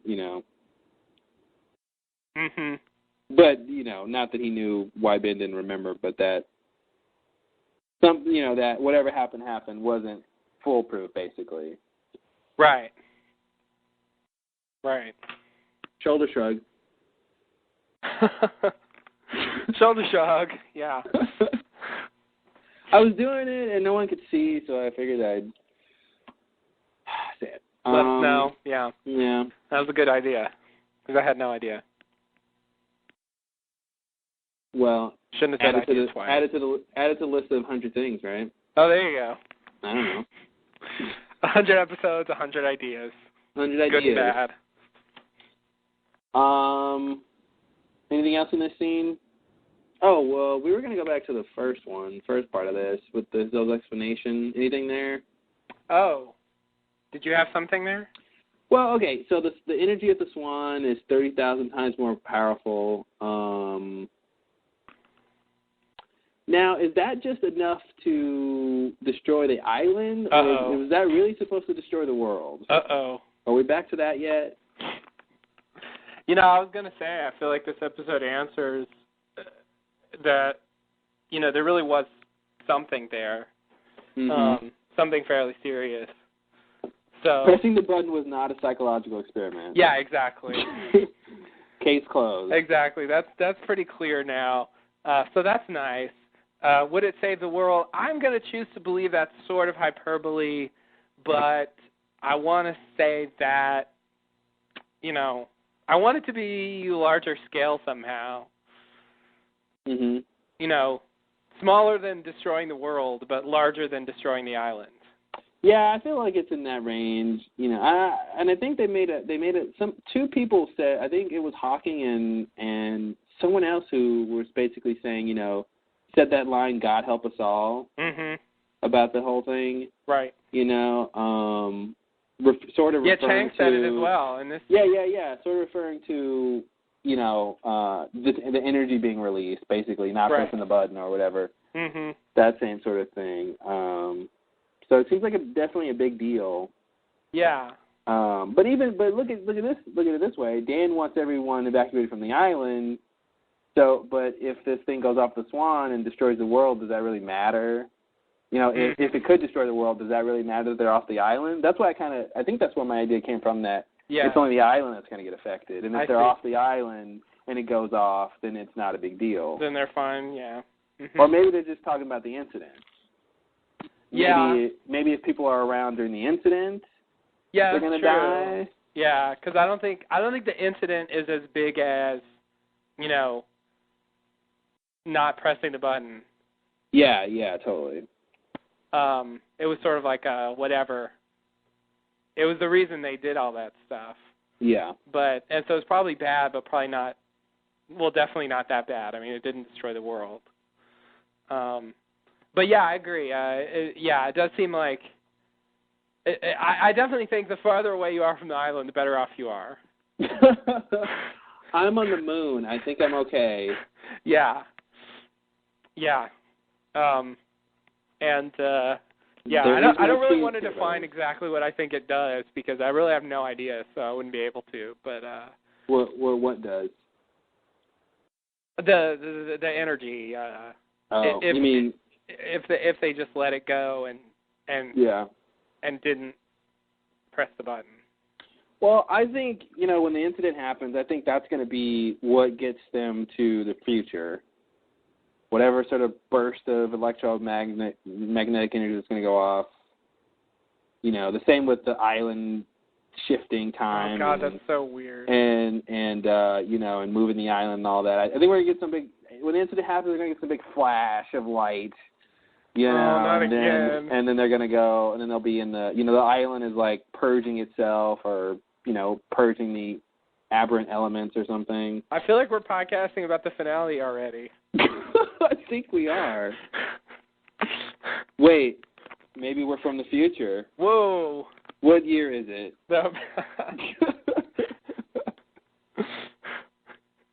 It's 2005. What year did you think it was? Oh, my God. I have to tell you about this thing called Facebook. It's not out yet. It's going to change everything. You're going to know what your friends are doing, even when you don't want to know what your friends are doing. Wow, that sounds great. What else is in the future? Wow. I wonder what would be relevant to say in 2005. I hope that's the most notable thing that's happened. I think, that wasn't my number one. I think number two is, I'd say stay away from Spider-Man 3. Not that good of a movie. Yeah. I would say in a couple of years, go ahead and pull out of real estate. That's really not going to go so well. I'd say ride real estate hard until like 2007, early 2008. Yeah. And then, I'd say get out. Definitely get out. I'd say,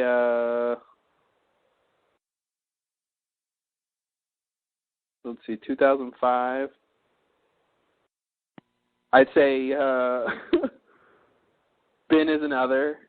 Oh, what? Or Henry Gale is another.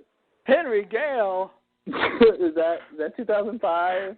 Yeah, that's 2005. Let me think. Is it? Yeah, it is. I would say it is.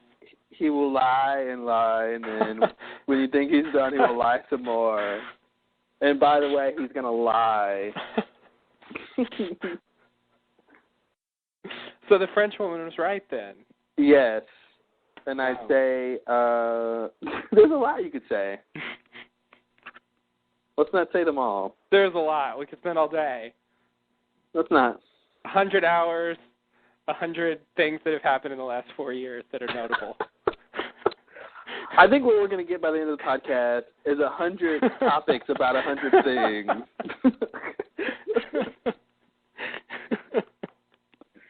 Yeah, it does seem to be that way. And that counts as a topic about 100 things. Ooh, ouch. Yes, folks. Meta. That's crazy. Okay, wow. That's gonna be tough to follow, especially with this flashback. Mm-hmm. Are you ready? Yeah. Okay. Dan has just graduated from Oxford. He's with Teresa. Hawking stands outside, and Dan and Teresa approach her. Hawking suggests that they celebrate with lunch. Dan says, we'd love to. But Hawking says, I was hoping it would just be the two of us. Teresa understands. Then we go over to lunch. I'm just going to continue here. Hawking tells Dan to focus on his work, not Teresa or any other woman. He doesn't have time for it, and they will only be hurt because work comes first. Dan says, only because you pushed me into that. He asks, when will it be enough? He tells her about a large research grant. He tells Hawking that it was given by an industrialist named Widmore. What? Hawking says... It's probably not the same Widmore. Calm down, guys. Oh, yeah, it's completely different. It's Barry Widmore. Charles Barry Widmore. Hawking says she didn't come to fight. She came to congratulate him. And she gives Dan a present, tells him good luck, and leaves. Dan opens the present, and it contains a journal. A note inside says, Daniel, no matter what, remember, I will always love you. Mother. Mother. Because I'm British.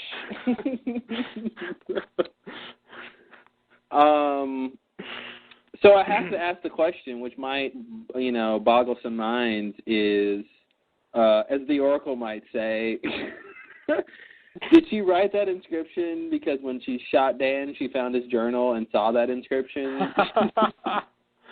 Yeah, I mean, that's certainly possible. I just have to wonder, this seems like a very significant moment. This journal seems important.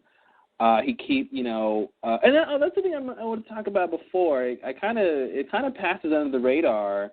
But when Dan is going down to the Orchid in the previous scene we were talking about, he's looking through his journal, and there's a couple passages of text, and it seems like what is he reading? Like, is he following some sort of then Chang did this, and Chang was here on this day, or I'm really curious what's in this journal that seems to be guiding him in this episode.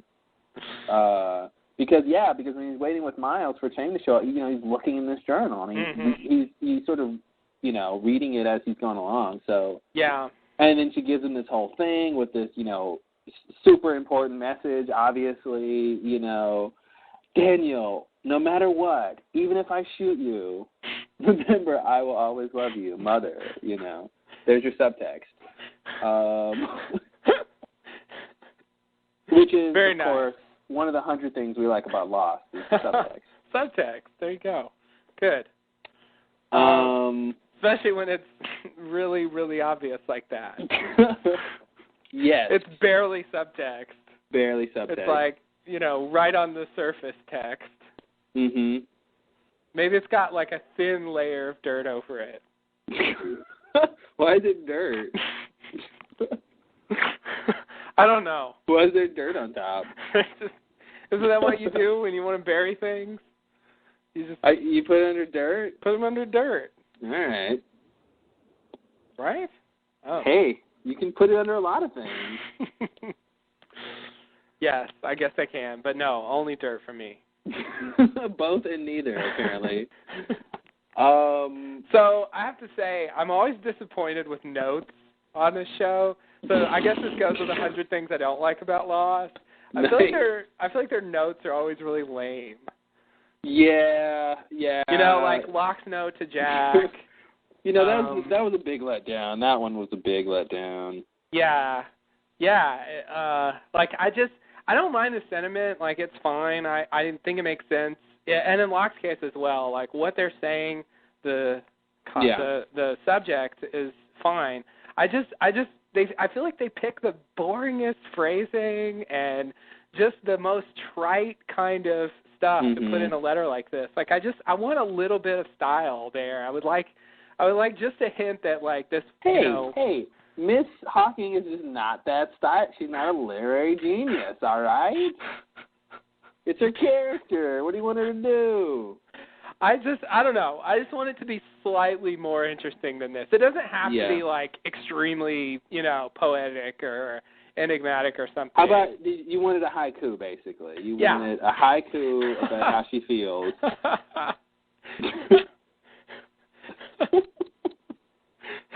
Dan will be like, what the fuck? Why did my mother write me a haiku? I wish I could do a haiku on the fly. I tried to do one in my head. I was forget. trying to do it as well. I do it? When you come to the island. Is that 7? It's too hard. You know what? We need a haiku machine. We do.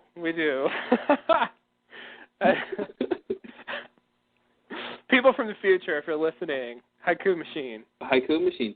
You know, I speaking of haiku machine, I googled haiku. I'm on a page that generates haikus right now. It took like 3 seconds. Nice.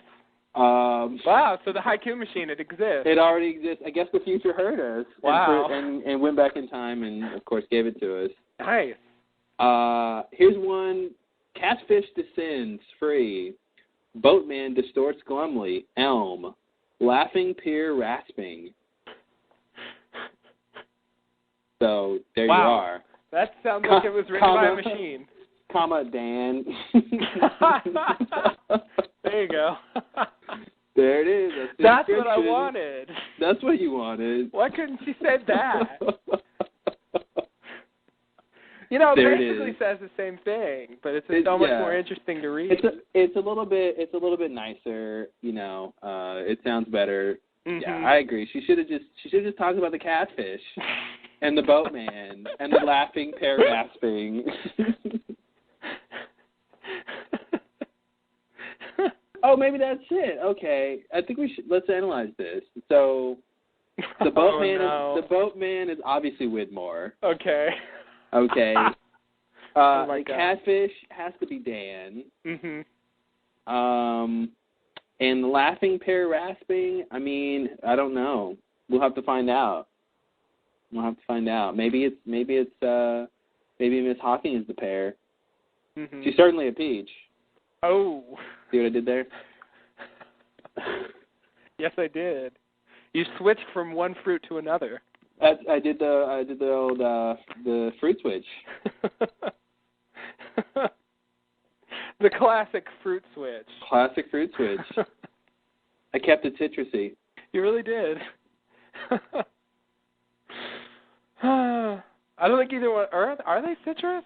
Nah, not really. Okay, good. I want to say no, but I didn't want to be wrong because I still think peanuts are nuts. And this will be the last podcast of the Lost Lowdown. How could you think peanuts are nuts? I'm sorry. Can't work like this. Does that make me unsuitable as a co-host? I gotta say, if you don't know your legumes from your nuts, then shame on you, sir. Shame on you. No, I'm sure you're well aware of the botanical nature of peanuts. I am all too aware, unfortunately. Mm-hmm. I want to think they're nuts. Yeah. Perhaps, Well, they say they're nuts. They really do. But they're crazy. They are crazy. See what I did there? I did. All right. Enough of the comedy show. Okay. We're losing our fan base here. Yeah. If I want laughs, I'll go to Lost Cat. See, there's another joke. All right. Oh, it really was. Wow. 100 episodes. 100 jokes. We might make the 100 joke one, by the way. That's a real one. Yeah, that's definitely a possibility. All right. So back to this. Yeah. What would you? I think I want to. Should I put it here? I don't know where I want to put this. I'm just going to say it. All right. About Hawking's character. She's kind of. It seems to me at this point that there are 3 Hawkings. There are fewer than 3 Eloises. You know what? Yeah, I agree with what you're saying, and I'm interested to hear your analysis of this because I have a very similar thought on it. So the first Hawking was the one that we originally met. Can we call it Hawking Zero? Sure. Hawking Zero was the one that we met in Season 3 in Flashes Before Your Eyes when Desmond turned the key and his life flashed before his eyes and he relived the moment in his past when he broke up with Penny and eventually got on the path that was going to lead him to getting in the solo race, which led him to the island. So during that time, he meets up with Hawking in the ring store, and she tells him that you're not supposed to buy the ring. While he's time traveling. right? He's time traveling during this portion. Yeah. These are during the flashes. Yeah, it's hard. It seems like flashes are different from time traveling. It seems like they're. Well, I mean, sort of from his perspective, he's time traveling. Yeah, but it's sort of like consciousness traveling. Because his body doesn't go. Yeah. But yeah, for him, it's time traveling. But that's the other thing. The old him isn't there. That's the other difference. He sort of takes over the old him. When they normal time traveling, if he went back to that year, there'd be two of him. Yeah. That's another difference. I don't know how to fit in. I mean, we could also talk about the two kinds of time travel, but I won't do that. So she meets him in the ring store and tells him you can't buy the ring because you have to go to the island because pushing that button is the only important thing you'll ever do. Her famous line. Mm-hmm. And she also, he's saying, no, I'm not going to do that. That was the wrong thing to do. It was a mistake. And she tells him that that he can try to do something else, but the universe will lead him that way no matter what he does. And that's sort of the message of the episode. Whatever happened, happened. Yeah, pretty much. Or really, whatever's gonna happen is gonna happen. Exactly. Yeah. There's a specific path that you're supposed to go down, and it's going to happen in some way, no matter what. And so you can't change things. So yeah, it's sort of whatever happened. It's slightly different from that, but not really much. And yeah, that was sort of the big realization of the episode where he tells Charlie that he's going to die. Mm-hmm. He can't stop it. So there was that Hawking. Can we dub her the enigmatic Hawking? Yeah. Okay. Yeah, the enigmatic Hawking. Definitely I would say the most interesting of the three. Yes. Pretty scary, actually. She was intense in that episode. When he went in there and she started yelling, that was a frightening moment. It's good stuff. Okay, so version number 2, school teacher Hawking. Yeah, English teacher, yep. was the one we met earlier in the season in the church, who they all went to Ben and Jack and Son all went to meet with her for her to tell them how to get back to the island. And she did so in a very, very, I don't know, didactic and yet blasé kind of way, with, no traces of the previous incarnation. Of the previous incarnation, yeah. I mean, we noted that at the time, that she just didn't even seem like the same character. She doesn't seem like she knows as much either. I mean, she seems to still, have some ideas about what people are supposed to do and all that, but it doesn't come across like she knows everything, like it does with Desmond, where she actually, there was the guy who was killed, and she, points him out and basically indicates that she knew he was about to be killed in front of them. And uses that just to illustrate her point that even if she had tried to stop, he would still have died anyway in some other way later. And so I definitely didn't get the impression that the Hawking they talked to at the lamppost could just call people about to die, like she did with Desmond. She seemed to know a bit about Desmond's situation, disproportionately to other things. Yeah.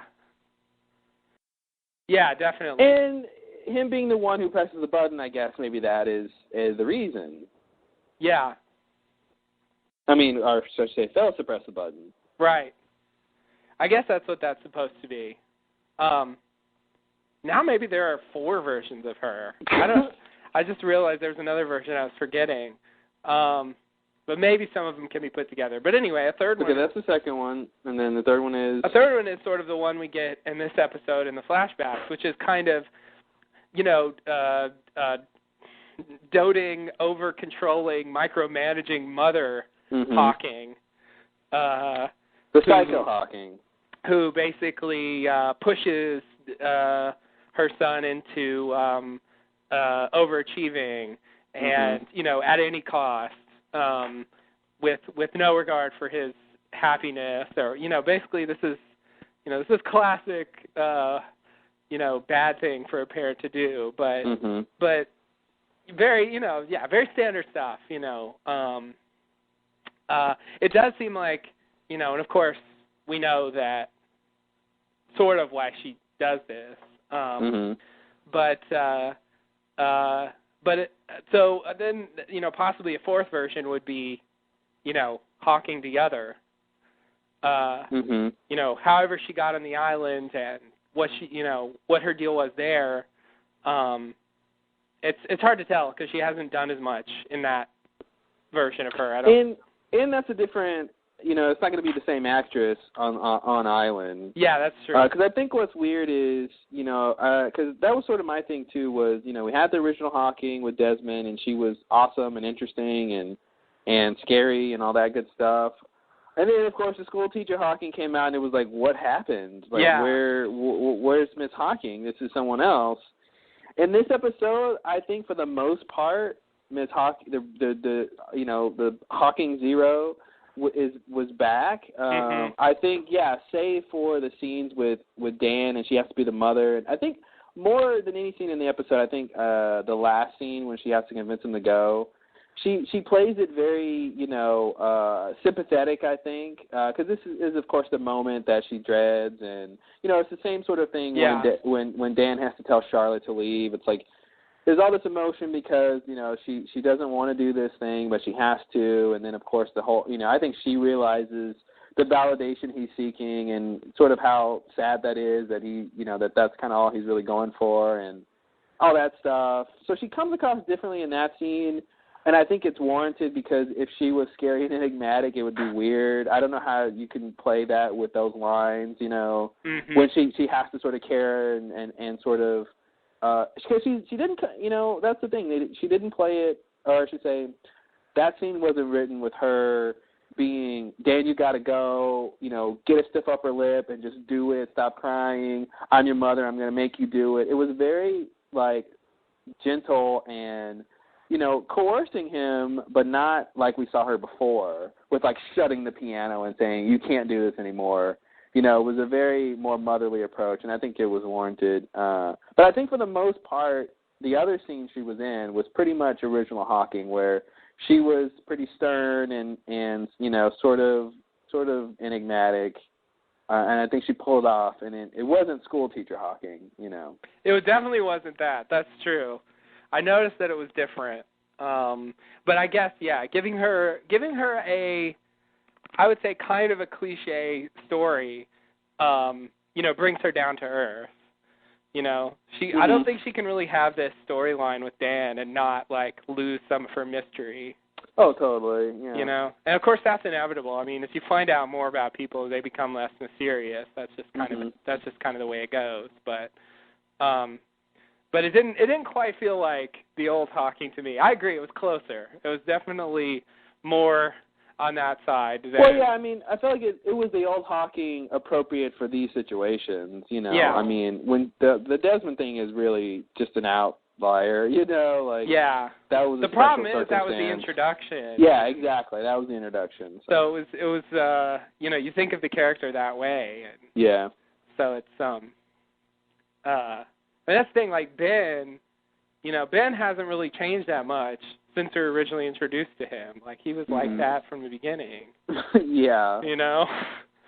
And so, it would be weird if he was like that when he was caught, and then, he gets let go, and he just becomes, an ordinary nice guy or something. Yeah, it'd be weird. And that's how I feel with Hawking. It feels like we're introduced to her one way, and she's never really that way again. It's almost like that wasn't her, Well, it was a weird situation. I mean, it was a special circumstance that we were introduced to her in. If we were introduced to her chronologically, we would have seen other sides of her first, but that was weirdness. Are we supposed to, I forget, was that stuff actually happening? That's actual, Desmond, Desmond remembers all that. Yeah. But that's actually happened, right? Yeah. I think so. There was some debate about that, but I think the final verdict was that actually happened. Yeah.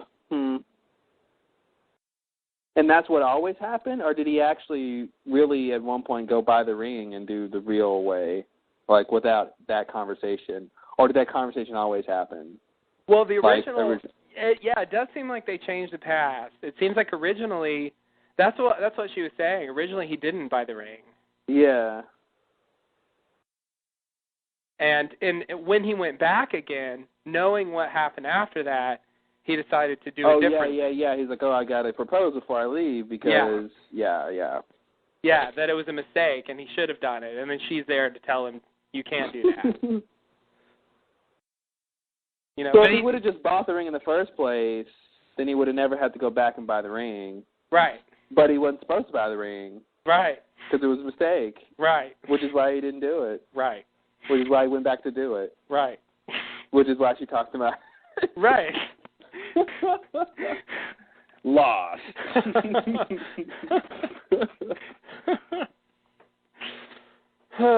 Yeah. Seems like we're just running in circles on this show. We are. But I guess we're getting exercise, so there it is. That's definitely one. There you go. That's a benefit. That counts for something. Yeah. I don't know how well that earlier stuff really fits in with what they're doing now. That's part of why I want to say there's sort of different versions, sort of like the others. Like I kind of feel like the idea of her has changed somewhat from the beginning, and I also don't know what to make of Desmond's flashes. Where he kept seeing Charlie die. I don't know how that. I'm waiting for Claire to get on the helicopter. Fits in. Yeah, then there's Claire getting on the helicopter. But, what he saw and then, prevented, I don't know how to deal with that. I don't really know how that goes together with what they're doing now, with whatever happened, stuff like that. Well, I guess you'll just have to keep watching. They got you. Yeah, I don't necessarily think we're going to get an explanation for any of those things, but I will keep watching anyway. All right, well, as long as you're watching. I'm watching. That's all the advertisers care about. Don't worry. Yeah, I know. Well. Next scene? Yeah. No, anything else did I want to say anything about this scene? Oh, can I just say, did Hawking lie about, that she made reservations or whatever? Because it was just like an Indian place. It didn't seem that busy. It didn't seem like it was a big, ordeal. Hey, Hawking strikes me as someone who would probably plan ahead, and maybe she made reservations even though they didn't need to. All right. I'll buy that. Because it was just such an important lunch that she wanted to make sure it went right. Exactly. I'll buy that because she bought the present. And it was just weird, though, because I just expected, a very, very a different kind of fancy place. kind of place, yeah. And it was just they're just around the corner. Yeah. Like she said. Right. Nice restaurant nearby. Yeah, I only noticed the second time I watched it that it was an Indian restaurant. Mm-hmm. And I wanted to see what they got. But totally. What would you if Hawking and Dan ate at an Indian restaurant, what would they get? Oh man. Oh jeez. I don't know that much about Indian food. Ms. Hawking strikes me as a some sort of paneer, and maybe Dan goes for some sort of tofu curry. Okay. Something like that. I don't know. Okay. I think naan and samosas for all. Oh, definitely. Yeah, that's a must. 100 foods we like on Lost. add the food drop. Don't forget about the food drop. Oh God, I want to forget about the food drop. Hurley's peanut butter. Oh God. Or was it mayonnaise? No, it was peanut butter. It was peanut butter. They also had like a thing of ranch dressing. Ranch dressing. A bucket of ranch dressing. Was it cereal? It was disgusting. Actually, my least favorite food moment on Lost so far, let me see if I'm right about this. Let me make sure. Yeah.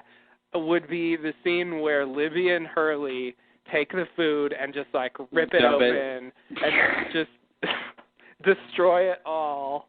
Yeah. That scene still bothers me. There's a lot of food on the show. Yeah, that's true. I'm thinking of like when Hurley passed out all the food. Oh yeah. That was a big thing. Ben's chicken in the refrigerator. Mhm. Locke killing rabbits and random stuff. The oatmeal. The oatmeal. Yeah, there's a lot. The Apollo bars. Mhm. The many sandwiches we've been treated to. The recently. many sandwiches, with and without toothpicks. Some mangoes. Mhm. The best Locke has ever tasted. Early on, there was boar. There was boar. They ran to that. Which was a boar. Oh. A lot of fruit. Yeah, definitely a lot of fruit. Yeah. Going around to get fruit. Yeah, a lot of stuff. A lot of food. Mhm. They're always eating. Oh wait, no, they're not. Hurley's garlic mayo from the last episode. Oh, the waffles Hurley made. The waffles. Did he make waffles that were supposed to be great? With the syrup and the ham. Yeah, exactly. Yes. These will forget you're in 1977. These will make you forget. They're so good. I cooked them. I cooked them future style.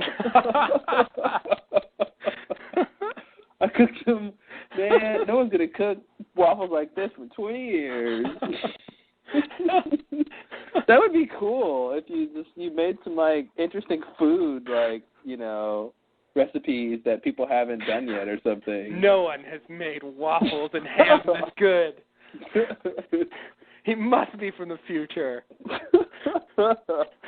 Wait a minute. I can really taste this ham. What's going on here? I think it's the syrup. That was Chang. Oh, okay. Oh my God. His scientific mind was activated. He's like, what's going on here? What is this magical flavor that has invaded my mouth? This is like ham plus. What is this equation? I know the constants. What are the variables here? I liked ham. I liked syrup, but I never knew that together.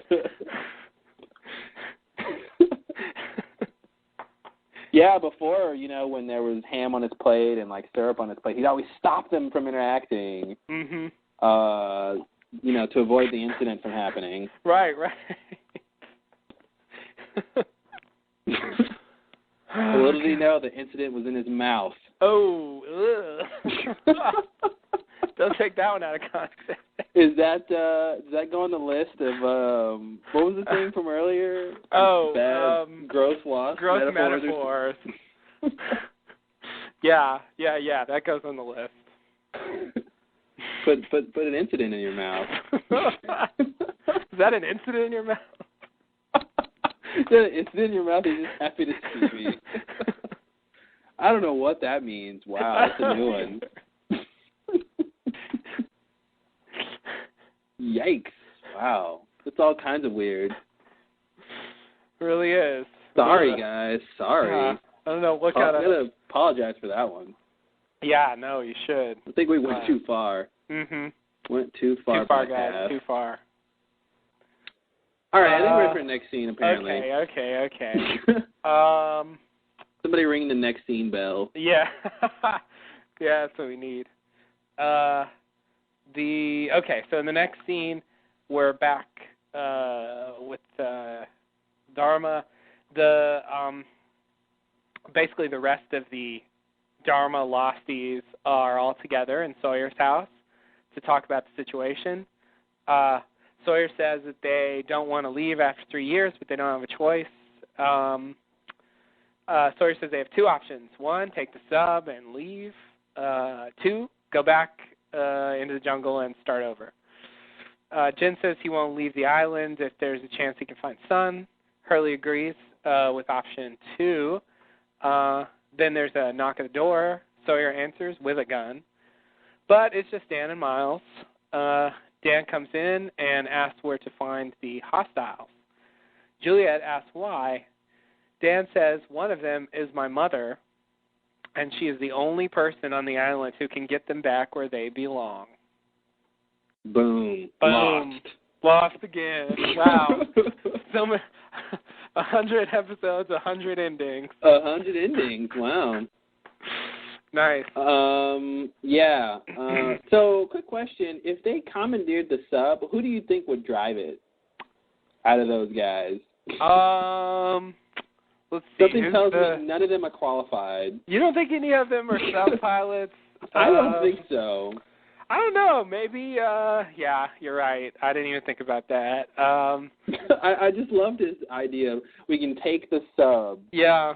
As if I don't, I'm not a submarine captain. But oh, really?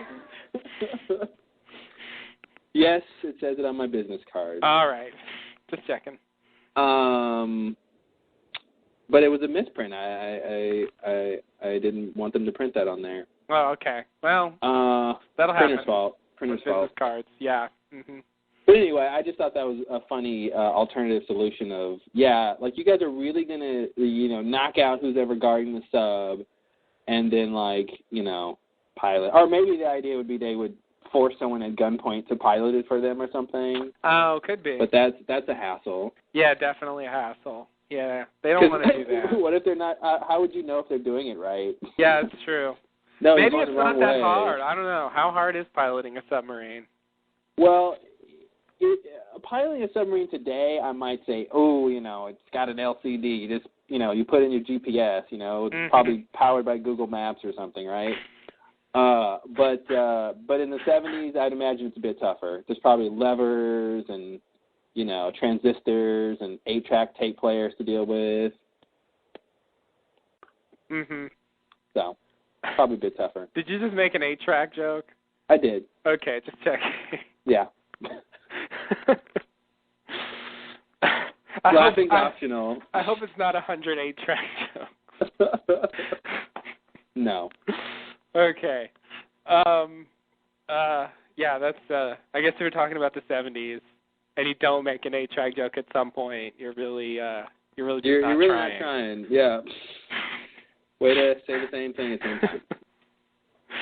Yeah. Well, it was right, I guess. Yeah. I didn't worry about that. Maybe because they're really not going to do that. Oh, look at that. Yeah, totally. That sort of helps. But I guess they wanted to have some kind of alternative plan on the table. Yeah. So, let's see. Anything else about... Oh, yeah, here's Dan saying that thing you were talking about. She's the only person on this island who can get them back to where they belong. Mm-hmm. And what does he mean by that? Yeah, and why does he think that? Yeah.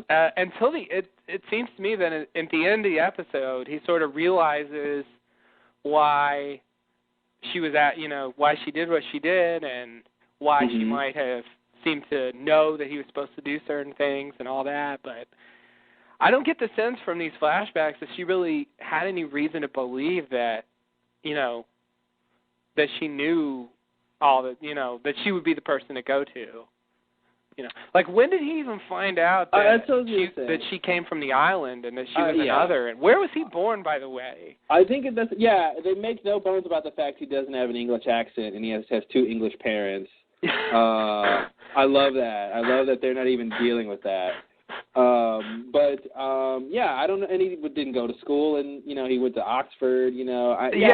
Some of his background is obviously he's all set up to have an English accent, but he doesn't. He just doesn't. I didn't think about that. Oh, it's because the actor does it, maybe, and that part's weird. I do want to know when he found out his mom was another. I feel like working over in Ann Arbor, he figured that out. It's somehow. Okay.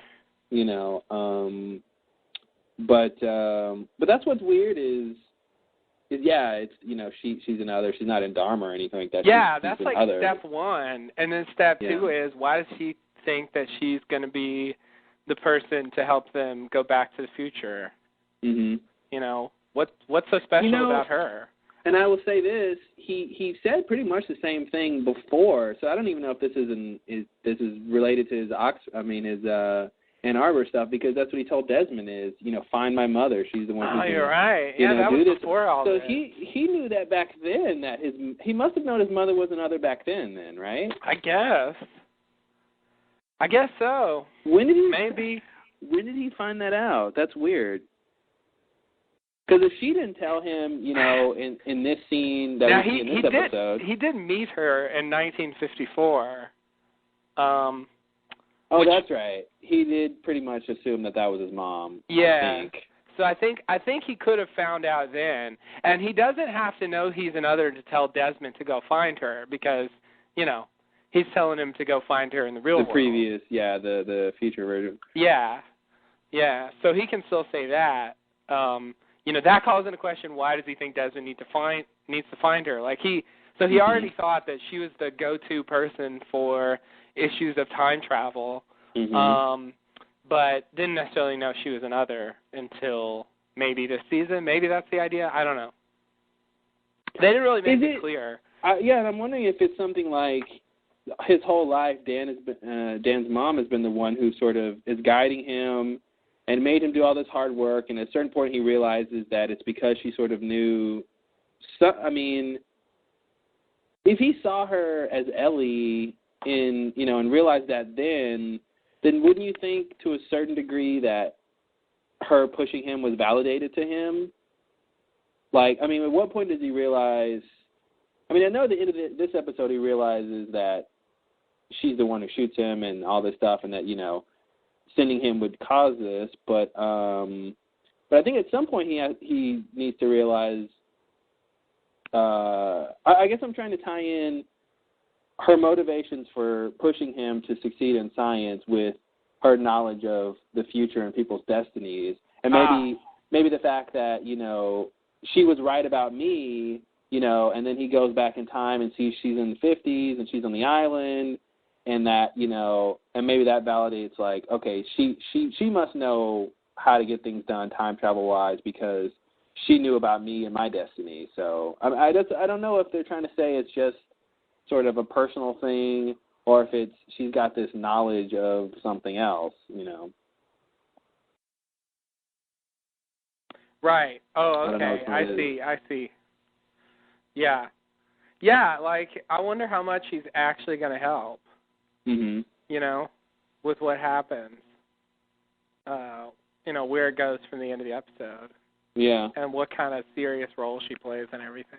So, yeah. I want to know what's in his journal. I want to know the stuff he's writing down, and that seems really important. Yeah, the journal's a thing. We've seen it a couple times. There was that one time where, well, in the constant, if anything goes wrong, Desmond Hume will be my constant. He just kind of wrote that in there. And then there was another time where he at the end of season 4, when they overhear the fact that Kimi and his men are going to the Orchid, he freaks out and he goes and grabs his journal and opens it up, and there's just like a little drawing of the Orchid logo. Ah, yes. It explains it all. The Orchid. He said the Orchid. This says the Orchid. The end. Yeah. I'm on the Lostpedia page about Dan's journal, and it says it contains everything he's ever learned about the Dharma Initiative. Oh, really? So, he said that at a certain point. I forgot about that. Because you left, I guess, is when he said that. Yeah. So, but I would imagine the bulk of what he's learned was just recently in Ann Arbor, right? Well, apparently not. Apparently not, right? So, when was he doing research about the Dharma Initiative then? Yeah, it's a good question. The flashbacks don't seem to leave any time for him to do that. No. Because it seems like he went from, like, when would he even have known about the Dharma I feel like the journal is weird because it seems like he wrote stuff in it before he wrote stuff in it. Yeah. You know, because it feels like he's using it like a roadmap. Like, you know, yes, he's the one who wrote this stuff, but, you know, the present Dan doesn't know what's in it for some reason. And it's weird. I don't really know how we're supposed to take that. Yeah, that's weird. I mean, based on the flashbacks, it marks out his time pretty clearly that he, you know, he grew up, he graduated from Oxford, he got the grant from Widmore, he started doing the time travel research that we saw in the Constant, and then he experimented on himself, and he developed memory problems, and then he experimented on Teresa, and she went into a coma, and so he was dismissed, and then he sort of became like a what do you call it, shut-in, I guess, just kind of sat in his house, and he was taken care of and inert for some amount of time until Widmore shows up to recruit him for the boat, and then he gets on the boat, and, like, when did he make that journal during that time period? I don't think he made. I mean, that's what's weird. The journal sort of goes a little chronologically too, because you know, it's got his data on the stuff with Eloise, the rat, and all that, and then, you know, the whole thing with Desmond, the Constant thing, and then it has the thing about the orchid. I don't know when he's supposed to have written all that stuff and done this research on Dharma. I'm trying. Let's see what he says real quick about this. I'm curious about the context here.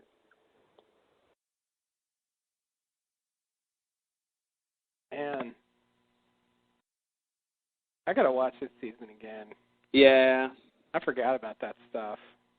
He says, okay, so Sawyer is asking him, this isn't because he left, and Sawyer says, how do you know so much about this? This is when he says, you can't change anything. Even if you do, it wouldn't work. And Sawyer says, why not? And he explains, whatever happened, happened. Yeah, there it is.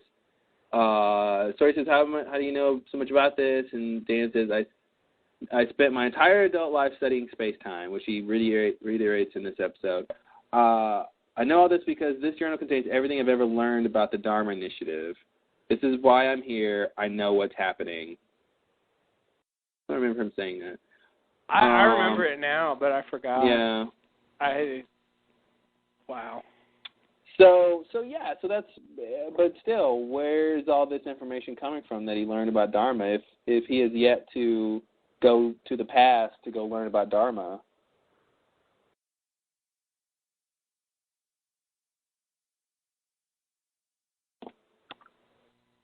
Yeah. Oh, God. I mean, does time travel explain any of this? Is somehow this is a journal from the something future, maybe past? I don't know what. I mean, it seemed new when she gave it to him. Seemed like it was blank. Yeah, I mean, definitely. But I'm saying the one that she gave him. This is that one, but the one he's using is from a different time period. But when, like, say for instance, you know, she gives him the journal and he goes and does all his Oxford stuff, right? And then he takes that and goes back in time with it, learns about Dharma in the 70s, and then somehow his future self finds that journal that he wrote stuff about the past in. I see. And so his future self would maybe see two journals, one that's blank or not really complete, no Dharma info, and then one that's from himself, you know, in years before that has written this stuff, and that's the one he's using, maybe? Ugh. Okay. I mean, that should be possible, right? It's possible, but it's ugh. Yeah. Wow. Yeah, I mean, there would have to be a point in a pretty small time frame where he found that. And it's kind of weird that he would say, "This is everything I've ever." What did he say? Everything I've ever known? No, learned. I've ever learned about the Dharma Initiative. I've ever learned about the Dharma Initiative. If he just like found the journal. But he knows. But doesn't think he knows he wrote it. So it is everything he ever learned. He just. To me, it would explain why he's always looking at it. Especially since his memory problems should be fixed. Like he just always. Right. Oh, let me look at my journal. Let me go back to my journal. So I don't know what we're supposed to do. I mean, I could see if they really, if that's sort of the case, which it's a little far flung, but I could see someone giving him Widmore or something, giving him this might be of use to you, Daniel. And he gives him this journal that he somehow found. When I don't know, Widmore was on the island at some point or something. I don't know, something stupid. But I can see it making, thematic sense, Yeah, I guess I just feel like if that's true, they should tell us. Yeah, well, I think they're not done yet. Okay. Yeah, but I kind of feel like they are done. That's. Well, you didn't see the next on Lost. Oh God, you're right. I didn't. So let's just say I don't think they're done, and let's see what happens. Oh no. Oh no! Spoiler alert! No spoiler alert. I'm just saying, let's see what happens. Oh God! All right, we'll have to talk about that more later. Okay, so I don't know. Are you ready for the next scene? Probably. Did you want to say anything about this scene we just talked about, or anything here? I really wonder if there was pound cake in the kitchen. Why? Probably not, though. Well, because Sawyer says, there's pound cake in the kitchen. Help yourself to the punch. And I'm assuming he's just kidding. But they were kind of hanging out. So I'm like, well, maybe somebody made some food. I don't know. As you can see, I'm worried about the big picture. Yeah. Interesting. I hadn't thought about that. That's a good catch. And I do love that Hurley wants to stay on the island just so he won't seem wishy-washy. Mhm. Like, hey, I'm going to stick to my guns here. I just let her to get back, Score one for non-wishy-washiness. There it is. Yeah, it's a very. We still don't know why Hurley went back, but once he goes back, he's staying back. Yeah, once he's done it, he's done it. He's not going to change his mind. So, all right, Hurley. What would people think? Yeah. I don't know. I guess that was good enough for. Are we going to find out? I don't know. You saw the next on Lost.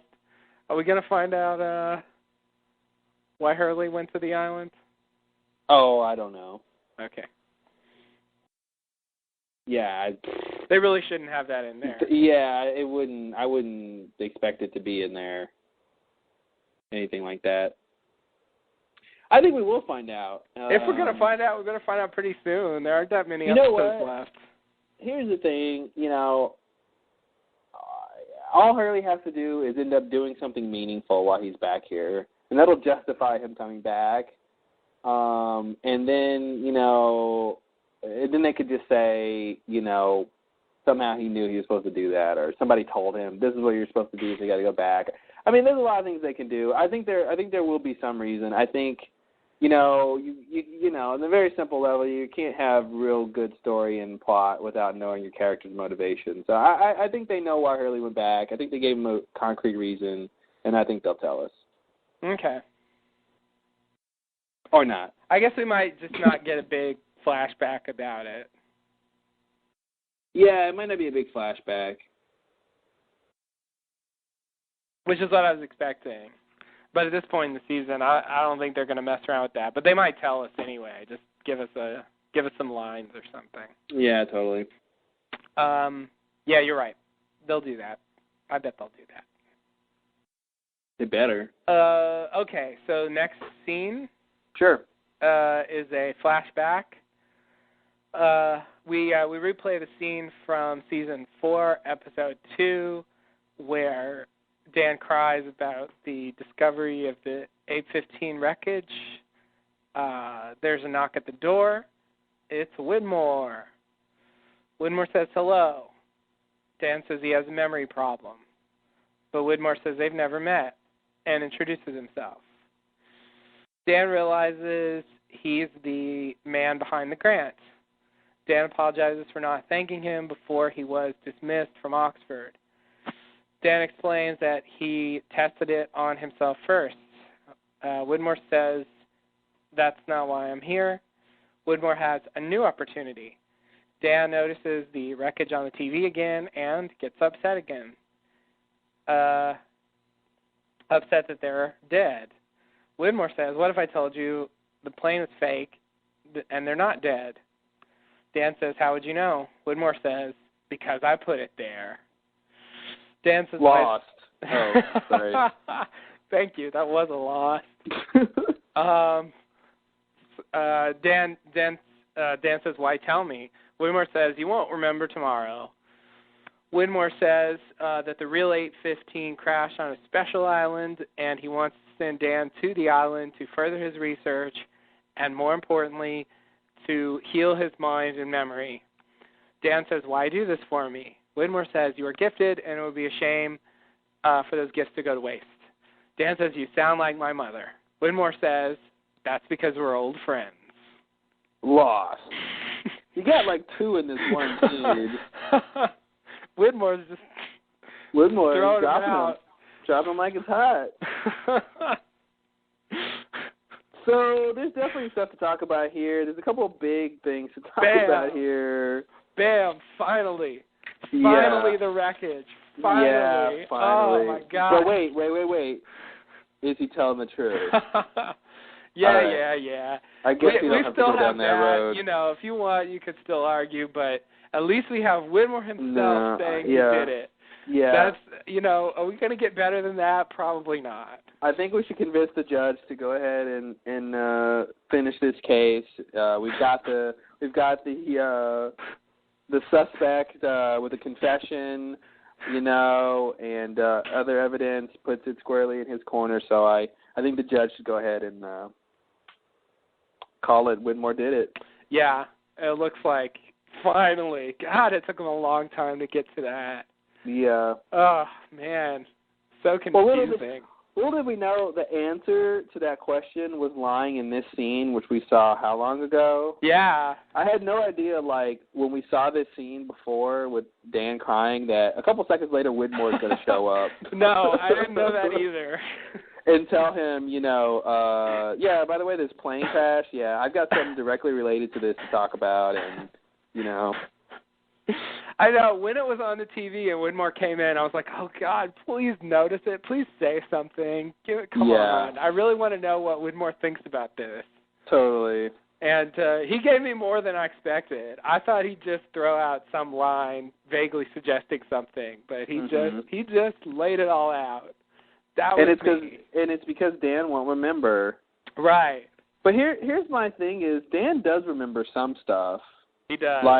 When his mom is that job offer you got. He remembers Widmore and the job offer. He doesn't forget that. Mm-hmm. It's weird. His memory's weird. It's okay, Widmore says he won't remember this tomorrow, but yet later he remembers, the whole thing about the job. I mean, unless that's supposed to be the same day or something. Maybe it's just a short-term memory thing. It's like Memento. Well, that's what I'm saying. If nothing ever gets into your long-term memory, then, how does he end up, knowing he's supposed to do this job for an extended amount of time, Ah, okay. Unless, why does he forget that he's got this job to go do? I see. Sorry, I forgot. Yeah, good point. I don't know. Whoops. Deleted scene. I can remember job offers just fine. Yeah, so the memory thing, I think, is basically explaining that little scene in season 4 where him and Charlotte sit there and he tries to remember what the cards are. That was one of the things I kicked myself about of not figuring out that, it's like, okay, we see Dan testing his memory. Okay, maybe he has a memory problem. Okay, if he has a memory problem, maybe, does that tie into him a reason why he would come to the island? Mm-hmm. Well, the island heals your memory. And, oh, wait, he got the cards right. Yeah. I feel like that's a logical line of thought that I did not have as, sort of guessing that Dan had a memory problem. No, I had no clue what that meant. Yeah. It just seemed crazy to me at the time. Like, mm-hmm. I actually thought it meant that he was losing his memory. Yeah, it seemed like they're testing to see if there's any memory damage, and it was like, nope, memory's fine. No, I actually thought the point was that his memory wasn't fine, and that being on the island was somehow taking away his memory, because he gets 2 out of 3, and he seems. Oh, that's right. He seems disappointed, and Charlotte's like, 2 out of 3, that's pretty good, but he doesn't seem reassured by that. I got the impression like this was a problem that was developing. Yeah, good and worse and not better. Yeah, exactly. But I think it's the opposite. I think he just wasn't, it wasn't good enough for him. But 2 out of 3 actually was good. Mhm. So, like now that I know what the real story is, it was really, he just wasn't all the way cured yet. Yeah. I think that was the point. But at the time, I had no idea, and I didn't know what that was supposed to mean. That he was having memory problems. It's interesting, I think, he's able to do all the crazy stuff that he does when he gets to the island because of the island healing him. It's just weird that, I guess Hawking didn't really know he was going to have the memory problem. I guess she didn't really know that. Oh. I'm still wondering, what's the big thing Dan was supposed to do? He hasn't really done it yet, right? Like this whole idea of he's got to become this great man of science and blah blah blah, and then so he can go back to the island because she knows she's going to shoot him and he's going to be there. But what does he actually do that is sort of the result of all this training and focus on science? I mean, of course he helped Desmond with the constant thing, but besides that, like, it seems like it was all leading up to him coming back to the island at this point, in the 70s, but it just led up to him. He did work with shot. Dharma for 3 years, if that had any impact. Yeah. Not that they've told us anything that came of that, but does she know that he worked with Dharma? Well, I don't know. I don't know. It does seem like the only reason she did it is so she could shoot him. Yeah, but it seems like the point was not you need to get to the island so I can shoot you, but you need to be a master of science so you can do X, Y, Z, which will do something. I haven't seen the result of his skills yet. And maybe it's all in the journal. Yeah. But it was weird that it seemed like it was leading up to him doing something, and he didn't really sort of do one specific thing.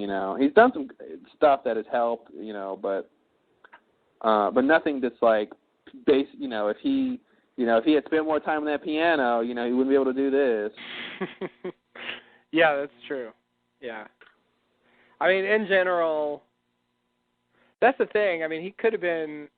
It was Widmore, that sent him to the island. Like he could have been picked to go to the island, no matter who he was. Yeah, I mean, what did Widmore say here? Why is Widmore even sending him again? Oh God. Well, there's my version of it, and then there's the transcript. Probably look at the transcript. Let's see.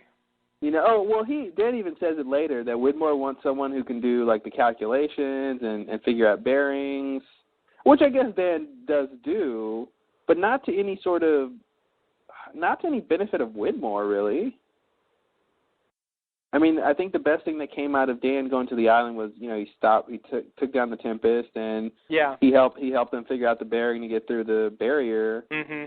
But none of that was specifically like pro Widmore's agenda, right? I mean, as if like Widmore knew that was going to happen or wanted that to happen. Aside from maybe the Tempest, if he told him to do that.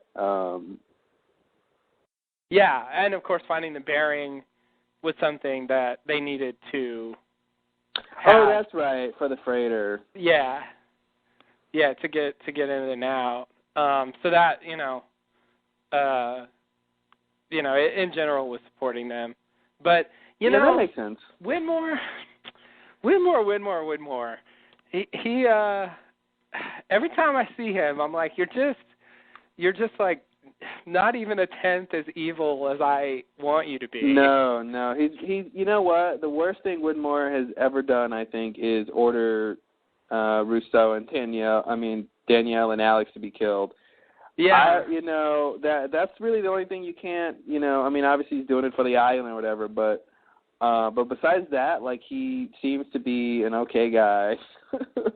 Yeah, and when he snapped that guy's neck in 1954,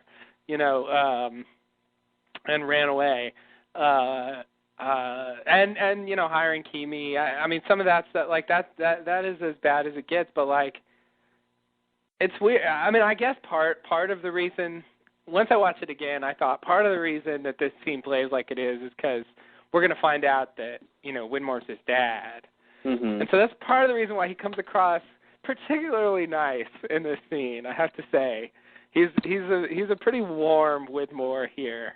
And his first time meeting his son or something. It kind of freaked me out the first time I saw this. I was like, God damn, is he nice? Why is he always so nice? But then I realized, he did have a personal reason for acting that way in the scene, so that's a little different. But it is hard now that I know more about him. It is I don't really know. Ben is bad too. I mean, no question. Ben is the worst person on the show. Ben's done bad stuff, and the stuff we know that he's been involved with. I would say in sheer numbers and volume outweighs what we know about Widmore. Totally. So, although since I know Ben better, I'm inclined to sympathize with him more. It's getting hard for me to see Widmore as sort of the big villain, as sort of worse than Ben. He's just not. To me, the idea of Widmore being the villain of the show is totally done. That's been done for a while. Ben is just hands down the sort of most morally reprehensible character on the show. We sympathize with him, but Widmore didn't kill Locke. I think when Ben killed Locke, no matter what his explanation was, I think as a viewer, you just you can't ignore that. Yeah, you can't ignore that, and Widmore's done some bad stuff. But overall, it really pales in comparison to Ben's incessant lying and manipulation, and the best thing Ben's ever done is save Alex. That's pretty much the only sort of good thing, I guess. I mean, maybe there's a couple other smaller things, but you maybe could point out. But I really think Ben's the bad guy. He really is. Now, like I said, it's all going to come down to, if the justification for him is I'm doing this because, for the island, and hey, don't blame me, blame the island, then it comes down to, what people are going to think about the island and his choices and how good or bad the island is at the end of all this. Because, as we talked about before, the island's done some seemingly bad things too, and selfish things and, all that kind of stuff. But I think Widmore is just really not. I mean, the reason we thought Widmore was a bad guy because Ben told us he was. Yeah. I think it kind of goes back to that is, oh no, he's the worst person ever. But it's like, well, we got to think about where the information's coming from. Yeah. And it's really not the way Ben portrayed it. Yeah. I mean, he's not a saint. He's there. You know. Yeah, he's not a saint. He's worse than some people on the show, but like it's clearly, if we're gonna have a war between the two of them, I mean, it's not exactly clear who the right side is. To me, like I wanted to say Ben was right, but yeah, you're right. Ben killed Locke, and he was planning to kill him again. Like, there's just, yeah, and like 5 seconds later, he's planning to kill him again. Yeah, like there's just no. You're never going to be able to trust Ben with anything. No. Trust and Benjamin Linus do not go together anymore. I mean, since season 2, right? But right. I mean, yeah. Yeah, exactly. And so it's just weird to have a big war with presumably 2 sides, and both sides are kind of, have ambiguous elements to them. Like, I can't quite, because even if, like, Widmore isn't as bad, I don't necessarily, like, root for him. It still seems like I can't, like I'm in the middle of this thing, and I don't really have a position on who's supposed to win this. Yeah, I think the show kind of knows that. I feel like part of it is we don't really know what anyone's ultimate goal is, in any sort of concrete sense. Yeah, I mean, that's true. what Ben wants to be in control of the island, and Widmore does too. Maybe that's it. But I think there's more specific goals, that they have planned for these guys. And then, of course, there's potentially a third party that might be the good guys. Maybe they're the good guys, and Ben's the bad guy, and Widmore is the not-so-great guy. I see. Maybe, Bram and Alana and those guys. Maybe they're the cavalry. Maybe they come in and we can root for them, and because they're not evil and they have a sort of pure agenda or something. I don't know. Mm-hmm. I see. Yeah. Yeah, that'll be interesting. That's the thing. I mean, if they're not independent, that's back to that thing. Because I don't want to put them with Ben, and I definitely don't want to put them with Widmore. So that makes them independent, and I don't know. As portrayed so far, I don't know what to think of them. I mean, they certainly might be good. It's possible. But of course, we don't really know anything about them. So you're right. That's definitely a possibility if they want to give us someone to root for. Yeah. But it's strange that it's the new characters and not the people we've known for a long time. That's the thing. Even if we're supposed to root for them, I don't know if they're the ones who are going to win. I'm not sure what's going on there, but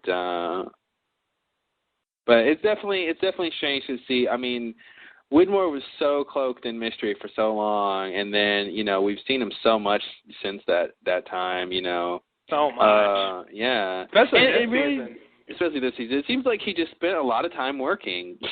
Yeah. A little trying to find the island here, a little trying to find the island there, but he's been working a lot, and can't blame a guy for working, so. No. He's a busy man. He's got a lot going on. He does. He's having meetings, and people walk up to him on the street and threaten him, and then he retaliates by locking him in an airport room. No good can come from that. Not at all. Oh, that plot. Wow. And I loved when at the end of this scene, Widmore's like, Faraday's like, you sound like my mother, and Widmore says, that's because we're old friends, and I'm thinking, ... in bed. Nice. Yeah, I like to be classy. Yeah, that was Wow. That was a subtext. Yeah, thank you. Mr. Subtext. You're really delivering the subtext today. I like to think about that and look at the smile on his face when he says that. I'm thinking, yeah, I'm sure you and Ellie had some good times. Yeah, I'd say I find that to be weird. It's as we're getting late in the game here, it's really strange how all these bits are coming together.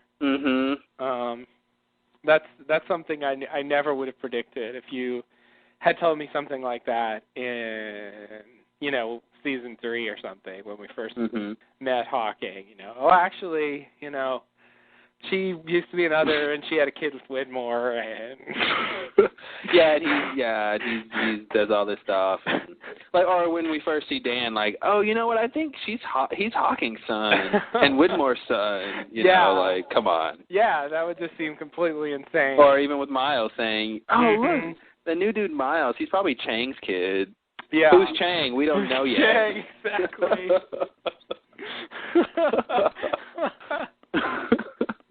I don't know who he is, but I think he's Chang's kid.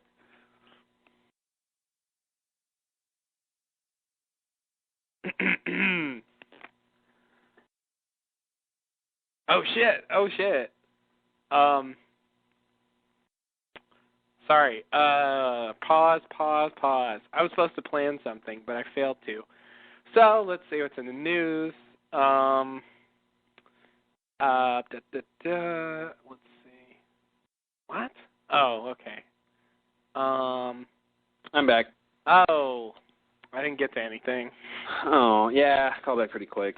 I think my phone was laughing and decided to hang up the call. It really seems like you're getting faster.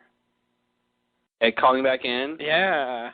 I don't know what happened. It did seem like before when the call would drop, you could get a whole segment in. Mm-hmm. And now, it took me 2 seconds I can to call barely back start in. looking for stories, and last time I got the headline out and you were back. So this time I didn't get anywhere. So I don't know what that is, but it seemed like I used to get a minute or minute and a half or something. Yeah, well, that's weird. I was thinking that when I called back in, I'm like, I was going to type in and talk to you that I'm calling in. And by the time I typed calling, I had to enter the number to get in this thing. And I'm like, okay, well. Yeah. So, I don't know, mystery. 100 lost mysteries. Oh, God. There's definitely 100 of those. Mm-hmm. You can go look at the list. Yes, you can. It's really long. So let's see. Let's talk about Dan and why he's crying. Oh God. I mean, I don't know why. The first Dan mystery. Yeah, the OG mystery. Yeah, the answer appears to be he was just sad. 'Cause they're dead. And he was sad. All right. Yeah, it kind of just seems like he's following what happened. He's kind of had an emotional breakdown, and he's just not. He's responding to things hypersensitively, and so he's just he just had that reaction for that reason. So it's nothing particular about 8:15 or that flight, or I don't think so. Maybe that's what we're supposed to believe. He senses some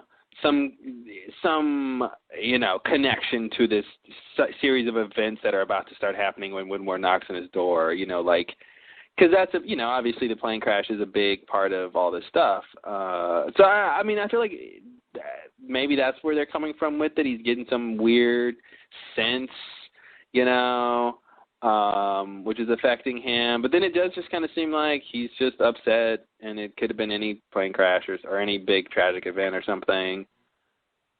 Yeah. Yeah.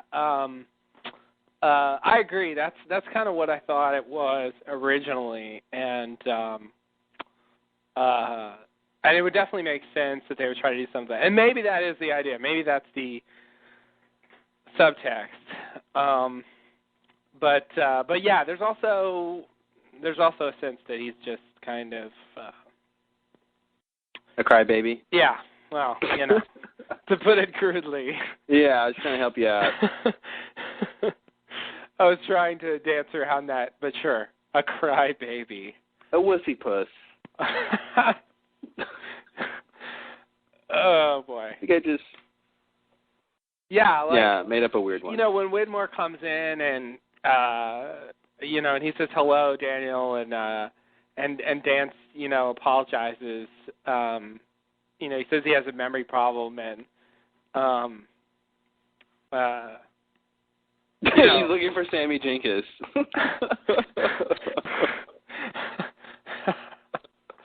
Yeah. Oh, that'd be awesome. I got this tattoo, and I'm trying to track this guy down. Nice. Yeah, that's such a. That's so a Memento thing. I'm sorry. Did I tell you about my condition? Yeah, it is. Guy Pearce, man. What happened to that guy? I don't know. Where did he go? I think Christian Bale took all of his good parts. Ooh. Yeah. Yeah, he kind of did. Something happened, and Christian Bale took them all. Mhm. I'll take that. Thank you. I'll take that one too. No. I want to be Batman.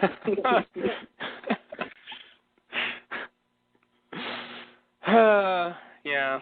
That's weird. I guess he won. But yeah, I kind of noticed the acting that Jeremy Davies was doing in this scene. And later, in the big monologue, or soliloquy, or I don't know. I guess it's a monologue. Or a soliloquy. I don't know. Anyway, there's a difference, and I don't remember what it is. But, one's more boring than the other. Thank you. Okay, so it's the less boring one. Every time I went to soliloquy, it was boring. Thank you, Shakespeare. No, kidding. Yeah, monologue then. Soliloquy, I think, means alone. Yeah. Anyway, I was reading the transcript while he was saying it, and sort of reading it a little bit ahead of him saying it, and I realized that if I were to read it, as I will later, I would not say it like that. You know? I noticed the exact same thing. I think there was a couple scenes, even the scene with Dan and his mom and Teresa. He's a good actor. If you just look at what he does when he's not even speaking, he's doing stuff, Yeah. Like when Miss Hawking invites him tells about the lunch, they cut to him and he looks at Teresa and he makes this face and sort of considering it and looking, sort of telepathically talking to her and should we go? It's weird. I'm like, wow, you're doing all this stuff and someone else is the focus. So, he's really, and I was thinking the same thing, too, during that, when I'm thinking, you're not saying a lot of crazy stuff, but the way you're saying it and what you're doing when you're saying it is really good. He's bringing a lot to the table. Yeah, he really is. He's doing a lot of stuff there, and I just, having an episode that focused on him really made that stand out to me. Yeah. He's really doing a lot there, and he's really good. I was amazed at how many little things he was adding, beyond just what the words say. And choosing to say them in a particular way, also. The way he says things is pretty crazy. Some of the stuff he'll just he'll whisper a part of it, or it'll barely eke out, or something. It was definitely a time to sit back and enjoy some Dan moments, and I was just thinking, the idea of this weird, disheveled, brilliant genius guy is just such an interesting character. But Dan also proves that genius is not glamorous, because he's just not a very together guy, but it works, Yeah. Because he's so brainy and he's always doing stuff. Yeah, Sawyer calls him twitchy. Twitchy, yeah. Just twitching around. Just twitching around, yeah. Look at you, twitching around the island. Yeah, no, you're right. They definitely don't, and they sort of suggest that, he's gotten as far as he has at cost, to his personal life. So it's sort of he pushed himself too hard to get there. And it's definitely,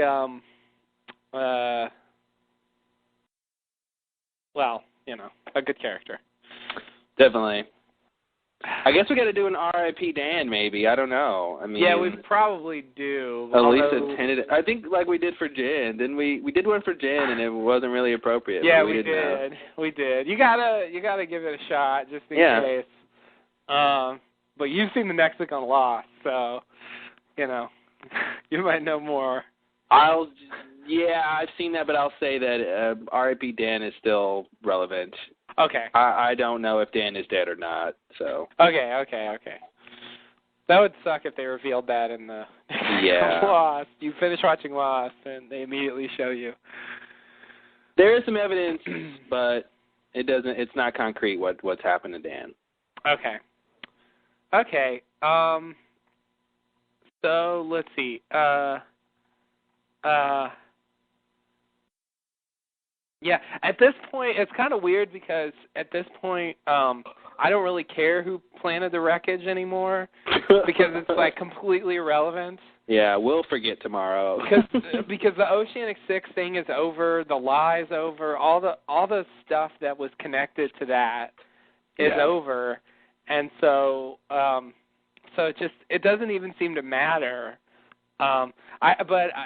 Despite that, I am glad they clear. It would have frustrated me if they had gone to the end of the show and just left it as it was, with this, vague suggestions of who it was.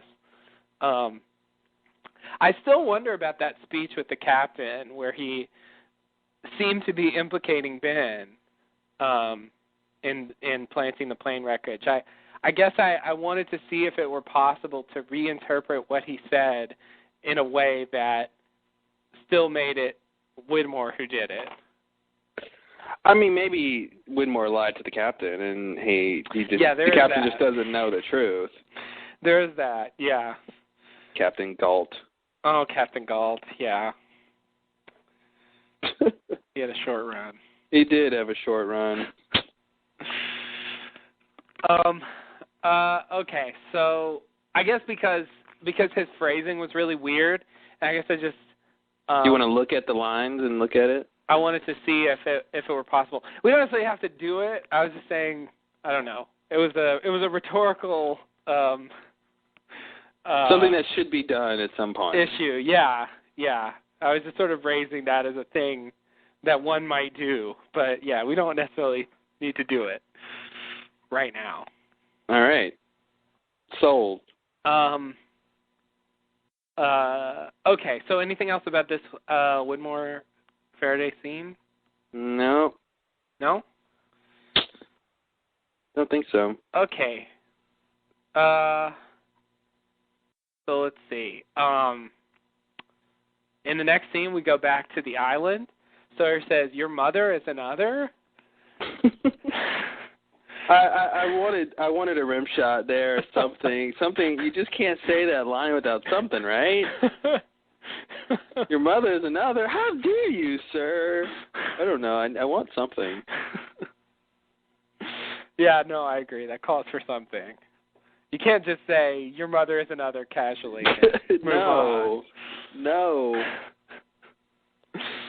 What they do. Dan says you met her in 1954. Juliet asks why again. Sawyer says, tell us more. Jack says, we don't belong here and they need to get back in any case. Sawyer says, before you shoot up, we belong here just fine, Doc. Jack asks where the hostiles are.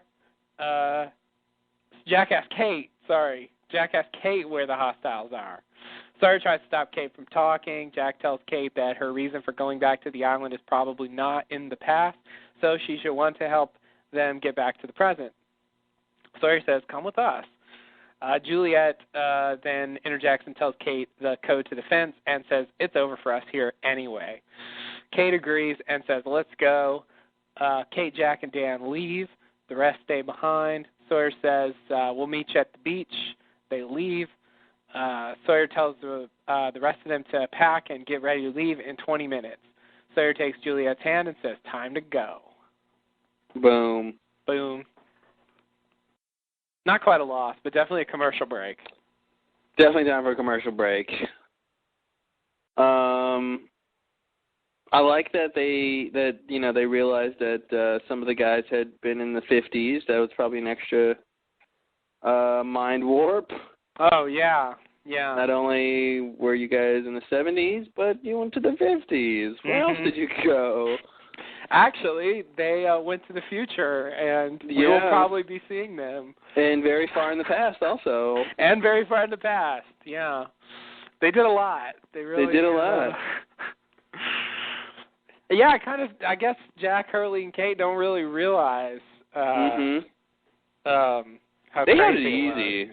They had, relatively easy. Yeah. You know, the 3 year, all that time. Right. They weren't time shifting with the headaches and the impending death. Right. Yeah, you can't beat the lack of impending death. Yeah, it's a big one. It's really a good thing to not have. It was weird to me that Sawyer didn't want to let, he sort of blocks Dan from going to the others to talk to his mom, who, it's when they've already validated that Miss Hawking is valuable because that got Jack and them there, but it's like, hey, let's go seek her knowledge again, and it's like, no. All right, well, so much for the trend. But then, of course, they get there anyway. But it was weird that Sawyer was sort of just, and I don't know why I don't know why he was against it. I guess he didn't want to wait for, Dan didn't want to have to sit and explain why, I guess, and Sawyer didn't want to tell him until he explained. Sawyer wanted more explanation. That seemed to be his thing. He just wanted a better understanding. You know what? I do too. So yeah, I'll buy that. I can sympathize with him on that. And he didn't force them not to go or anything. He was just saying, I don't think you should, and he tried to persuade people not to go, but but they he let him go, and he said they would meet him later, and so I don't know. I mean, it was a mild sort of attempt to block the thing. They really don't seem to, these group of people in the room here don't really seem to think that, any of them are going to die or anything as a result of going to see the others, because, there's no sort of goodbye, Kate, no sort of big moment of we're separating, we're going to be heading to the beach, and he even says, we'll meet you at the beach. When you realize you made a mistake, we'll meet you at the beach. Right. But what's weird to me is they're going to go, rewrite history or whatever. They're presumably, they're going to go get them out of the 70s, and it's like, well, if you guys are at the beach, don't you want to be on this train?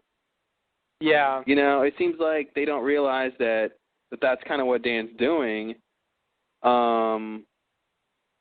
Yeah, it's weird to me. That part's weird, but I like the sort of setup, and I loved when Sawyer told Kate not to say anything and asked her to come with him, and then you get that look from Juliet, like, no, he didn't call her Freckles. And then she immediately says the code and says, this is all over anyway. I love that scene, that part of the scene. Yeah. I didn't notice the Freckles thing the first time. Yeah. That was there's a lot of characters to keep an eye on in the scene, and I was just distracted. There's a lot going on.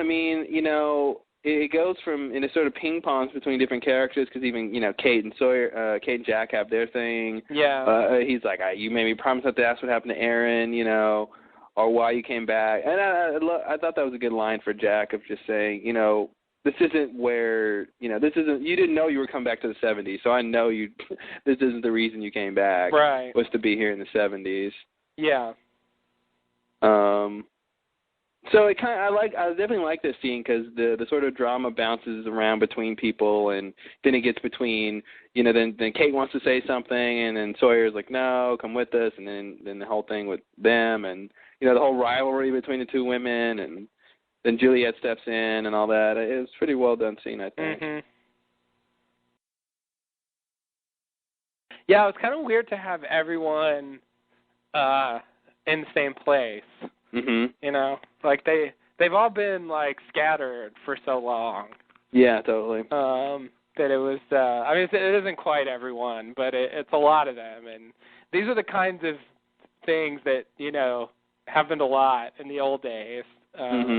So yeah, it was good to have a scene like that. Yeah, they would. In the old days, they would all gather before a big thing to go do, and it was they could go do that because they're all at the beach or something. Yeah, exactly. But they've all been leading completely separate, kind of lives for a long time now, and so we haven't had stuff like that for a while.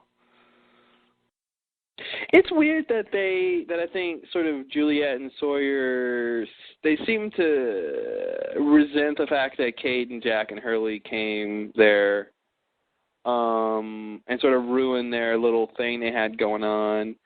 But did they really think that was going to last forever, or even want that to last forever? It seems weird to me. They definitely shouldn't have thought that would last forever. I mean, I do think they knew about the purge, and so they knew that their only option would be to like join the others if they actually want to live forever. Yeah. At some point. I mean, that is a ways down the road, but yeah, I mean, I definitely think they knew that wasn't a forever option. It is weird, but. Yeah, Because, he says we were fitting in just fine till you came, but it's like you guys were biding your time till Locke came back, really. Yeah, that was the overall idea. Yeah. Yeah, but it was like, I know you guys were comfortable, but it's like, you should have known that was temporary, and Juliet called it, and that was the whole point, where she was like, yeah, it's over now. Yeah.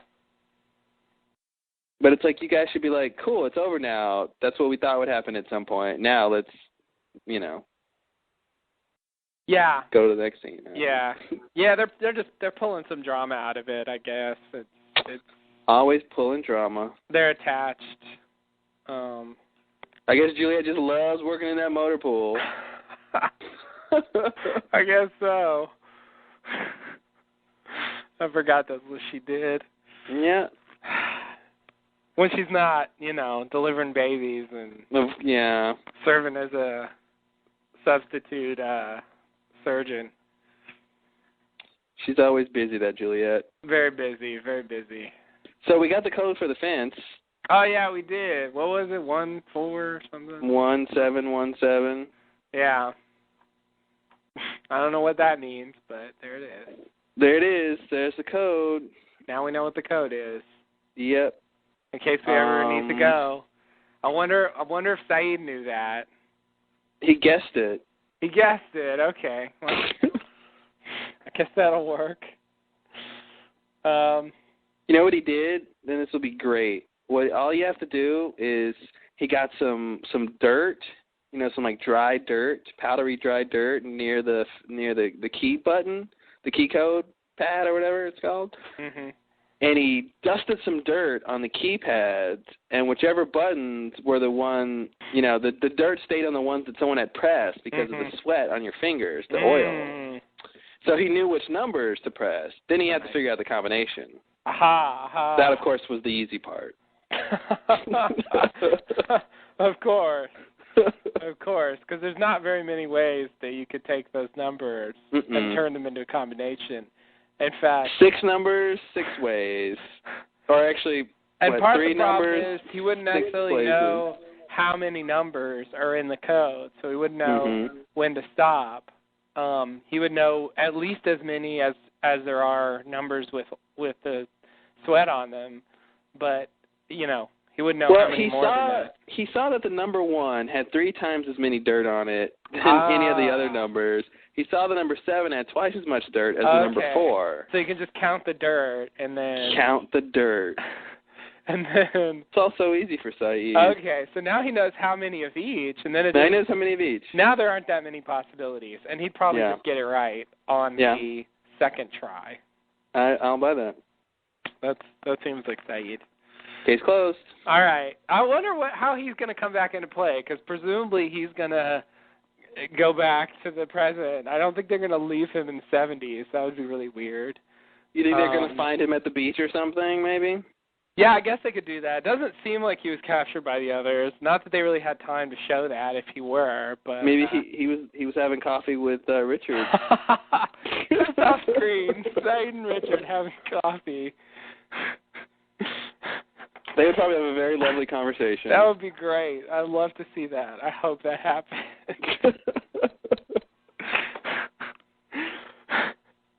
Coffee talk with Richard and Saeed. There it is. Let's see what those guys are up to. Nice. Wow. Okay. So, anything else about this little group scene here? I guess that's it. I guess. I guess we can say, and this comes into play later, but Sawyer didn't really have a long-term plan to deal with Phil. No, he really didn't. I'm going to punch him and stuff him in the closet, and I'm done. And that's all I got. What do you want from me? What do you want? No, that's pretty much it. Stuff him in a closet and then wait. Scram. Mm-hmm. So somebody tells me they should have put him in the back room. Mm-hmm. Not in the main hall closet. Yeah, that might have been a good idea. Oops. Considering what happens later, yeah. But Julia didn't want him to bleed all over her blouses. Oh, I hope that's a deleted scene. No. We can't put him in there. I've got too many Dharma blouses in there.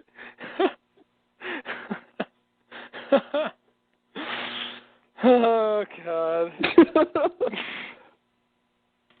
The flaw in the plan. Yeah. I don't think they have washing machines, do they? They would have gotten away with it if Juliet wasn't so attached to her blouses. She needed her blouses. Clean, blood-free blouses. That should be the advertising slogan for some blouse company. Clean, blood-free blouses. I think everyone would line up to buy those. I would. Who would? These are double clean and blood-free. Great. Those are all three good things. Because it basically implies other blouses might not be as clean or blood-free. It does. Yeah, I think everyone's questioning how blood-free their blouses are. Why now. would they need to point that out if there weren't other blouses out there? Exactly. Yeah, that's good. We should get into marketing after we're done with this podcast. 100 marketing ideas from Lost.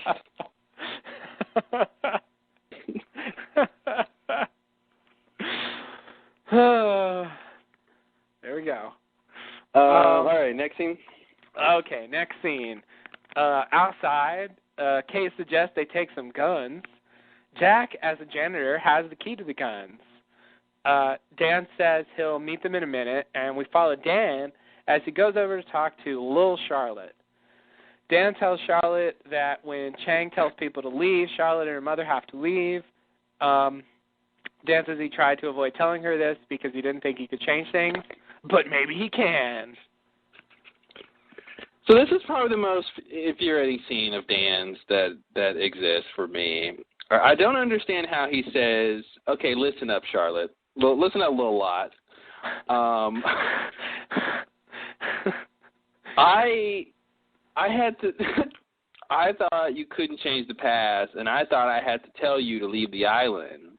But what I came here to do is to tell you to leave the island because I think I don't have to. How does that... I don't understand how the logic works in this scene at all. Yeah, it seems like to prove that you don't have to tell her, you shouldn't tell her. Mm-hmm. Not like I'm going to tell her, but tell her I can not tell her. What? Mm-hmm. He says, I tried avoid telling you this. I didn't think I could change things, which means that he had to tell her, right? Yeah. Like he avoided doing what he thought he had to do. So that's the problem. I think part of the problem is that he I want to say his original motivation, but I guess like, you know, this is his original motivation. Mm-hmm. But like, I wanted to say that. Well, that doesn't even make sense. All right, so say it anyway. I wanted to say that when we originally heard that he told her that, it kind of seemed like he told her that so that she so that she wouldn't die. You know, so that she wouldn't come back to the island and die in the future. Mhm. Mhm. You know, it kind of seemed like that was the point. And it, you know, it turned out that didn't work. Or so it seemed. And I thought he was saying, I'm not going to tell her because he realized that in some sense what he told her led to what happened. Yeah. You know, and so by not telling her, that would change things. Mm-hmm. And yet, in this scene, he's sort of saying, I thought I couldn't change things, so I didn't tell you. Here's something that's kind of, hearing you talk about that, maybe there's a difference between what he's saying to her, because maybe the idea is, because here he's telling her to leave. Like, he doesn't actually tell her, like, not to come back. He just says, there's going to be a problem, Chang's going to ask people to leave, and you need to leave. So it seems like maybe he did avoid telling her the original thing, which was not to come back to the island. Now, of course, that's not how it seems like what's going on, but maybe that's what's going on. I see. You see what I'm saying? Yeah, so what did he originally, let's see.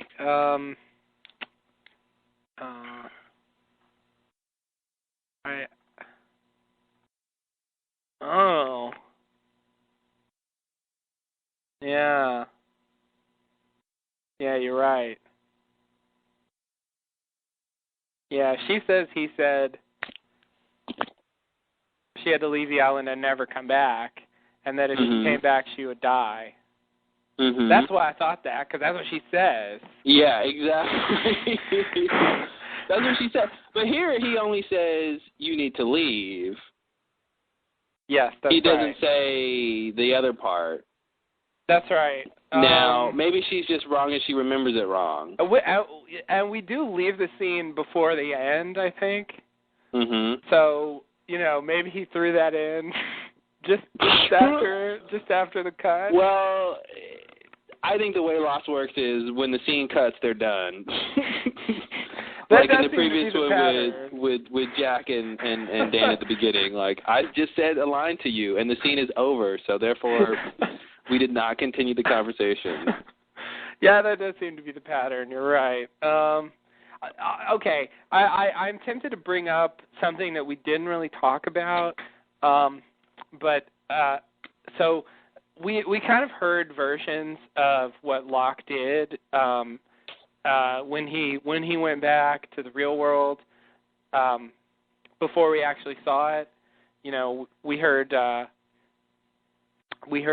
versions of that at the end of season 4. You know, Jack when Jack's talking to Ben in the funeral home, you know, he says some stuff about what Locke told him, and then when it gets around to actually seeing the scene, Locke doesn't exactly say what Jack says he said. There's a mismatch there, and I didn't really think it was a big deal because I don't know, I was just like, you know, whatever. Yeah. You know, it didn't really matter to me for whatever reason, but I want to say this is a little bit like that in that, you know, they actually get around to showing the scene, and by that time it's kind of it's sort of about something else. And so they don't exactly do the thing that they said they were going to do, and yet it's still sort of true. Yeah, I don't know. I don't really know what Dan is saying here, because it's like, it seems like he didn't have to tell her. It seems like he could have just went on with Jack and Kate and avoided telling her this at this moment. And then presumably he would have just gone and gotten shot by his mom and never told her. I mean, right? Yeah. But I guess the idea is here's the thing. Is he proving his point or is he not? That's what I want to know. Which point? The point about we can change things? Yeah. Well, his point is we can change things, but the original idea is you can't change things. So I just don't know which one he's proving, because he's doing both. Like, I agree there's the discrepancy, but I want to say the fact that he told Charlotte something approximating what she said, means he's not changing things, at least not here. But does he know that? Does he know that? Does he know that? Possibly here's the thing. Not. It's like I think I can change things. I don't have to tell I don't have to tell Charlotte this thing. Mm-hmm. But he goes and tells her this. But doesn't he realize that this is the thing he thinks he doesn't have to tell her? He should, but apparently not, because now he thinks he can change things. Yeah.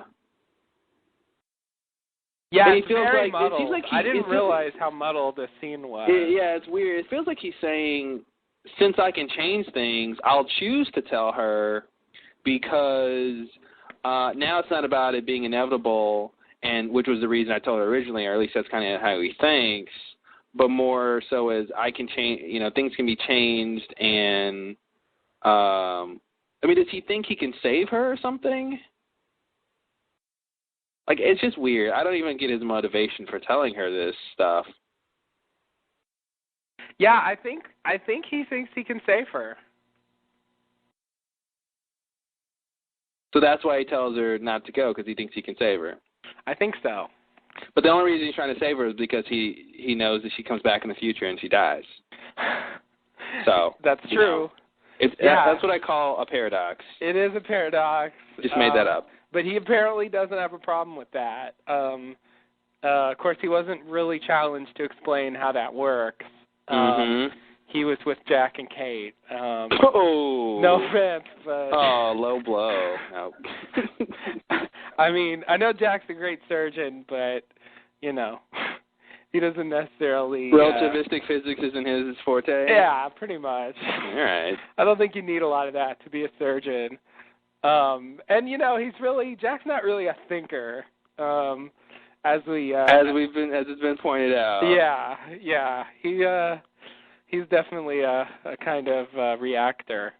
Mm-hmm. And Kate, well, Oh. she's along for the ride. She was just born to run, bless her heart. Yeah. I mean, to her credit, she does express skepticism. I guess that's the best I can say. But she didn't ask him, which I think would have been better than asking Jack. Yeah. Oh, well. I guess we'll never know. But, yeah, it definitely seems paradoxical. I want to write it off. I want to say he's just crazy. And, there's he's just wrong. Yeah, I really wonder if that's going to be the case of, sorry, Dan, you're just wrong. Like, here's the thing, even if there's variables in the equation, excuse my math here, but even if there's variables in the equation, I feel like it doesn't mean the equation isn't already written. You know what I mean? Like, that the variables haven't already been plugged in, which would sort of mean you can't change things, Mm-hmm. So it's like, yeah, you guys are the variables, but what you're going to do is what you always did. So you might as well be a constant in the sense of, the perspective of it all. So I don't know. It seems like he just might be wrong. I mean, that would be the simplest thing if he's wrong. If he's right and they can change things, then it's, it's all up in the air. Mm-hmm. It is. I guess I'm just, worried about that. Yeah. But I'll probably say more about that later when we actually get to that scene. As for this one, I concur. It really didn't bother me the first time. It was definitely obligatory, but I didn't realize how confusing it is, what's going on here. Yeah. And I have to say, now that I've devoted some thought to it, I really don't know. I really don't know how to interpret this. I guess I'm going to go, since he's saying he can change things, I guess my final verdict is going to be he's doing what he always did so that he can change things. Yeah, I feel like there's something weird with, like, he thought the reason he's going to tell her is sort of just because he has to tell her, because he saw her die, he doesn't want her to die, so when he sees his little girl, he's going to try to warn her about this. But in reality, the warning comes from, the motivation of the warning comes from his excitement about the fact that he can change things. Yeah. Not that he feels like he has to tell her because he's just locked into this path of telling her, but that, oh, by the way, it seems like he thinks he's outside of the cycle of things, but he really is just part of this. This is what he told her before. He just didn't know that. Right. He thought it was, he kind of had to, and it was based on one thing, but it's really, you told her not to come, to leave because you realized that you could change things, and you were going to try, and blah blah blah, and right. And he just doesn't know that yet. Yeah. Earlier, he just hadn't developed the reason to tell her yet. Yeah. And so he was thinking, I just won't tell her, but he hadn't got to the point where he had the reason to tell her, so he wasn't just going to tell her for no reason. And that's the thing. If he goes one step further, he should put together the fact that, like, first is I thought I have to tell her what happened, always happened, I have to tell her. Then the second thing is, oh, by the way, I don't have to, I can change things. But then if he goes one step further, he'll realize he fulfilled the first thing, which is that he tells her, which should negate the second thing. Yeah, that way weird. you actually can't change things because really you just did it. Yeah, like now that I know I can change things, I'll do what I always did. Yeah. It's that's. It's like if you think about like Jack's situation of helping little Ben when he got shot. Like Jack could be like, no, I'm not going to do it. And he's like, and then he thinks, this is what I always did. And then if he decides, oh, I'm going to go do it, then it's just like, well, yeah, you feel like you made a decision, but this is what you always did anyway. Mhm. Yeah, it's definitely weird. It was a weird scene, and a little girl's like, I'm not allowed to have chocolate before dinner. I'm like, man, you're a bad little girl, Charlotte. Just swinging away, eating a whole bar of chocolate. Jeez, where's your parents? There's like no kids around. Like, shouldn't you be in school or something? Like, just hanging out, letting strange men talk to her. It's really weird. Oh, yeah. Crazy old man. Yeah, yeah, they really don't show the kids. They showed the classroom again, but the kids are out of nowhere. Yeah, I love how Dan freaks her out. He's like, okay, he's going to tell a bunch of people to get on the submarine, and when he does, you and your mommy, you're going to have to leave. And if that doesn't work, you can't be here. You have to leave. Like, yeah, that's scary, telling some kid they have to leave their home and, like, just like, okay, what are you doing, Dan? Jeez. It's weird because it comes across all nice and sweet, but it upsets her, obviously. Yeah. And it's a memory that she carries till she dies later in that same man's arms. Oh, wow. Thank you, Lost. Thank you. 100 episodes, 100 contrivances. 100 happy moments. 100, cyclical events. All right. So... yeah, that chocolate before dinner thing, that was from her death scene. That was from her what scene? From her death scene. Oh, did she mention that? Yeah, they have her say that right before she dies. That she was eating chocolate? She says I'm not supposed to have chocolate before dinner. Oh, yeah, I remember that. Oh, okay. When she, but was that when she was... So I guess that was just more of a memory than her time shifting. Yeah. Or is that what that's supposed to be now? I guess so. It was weird. A little she bit of seemed to like both. revert to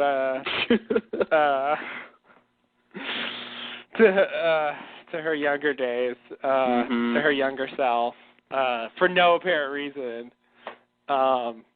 Somehow that time shifting brought that on. Yeah. But yeah, I don't think that was time shifting. Although it kind of plays that way. Yeah, it's weird. More like the Desmond version. Yeah, totally.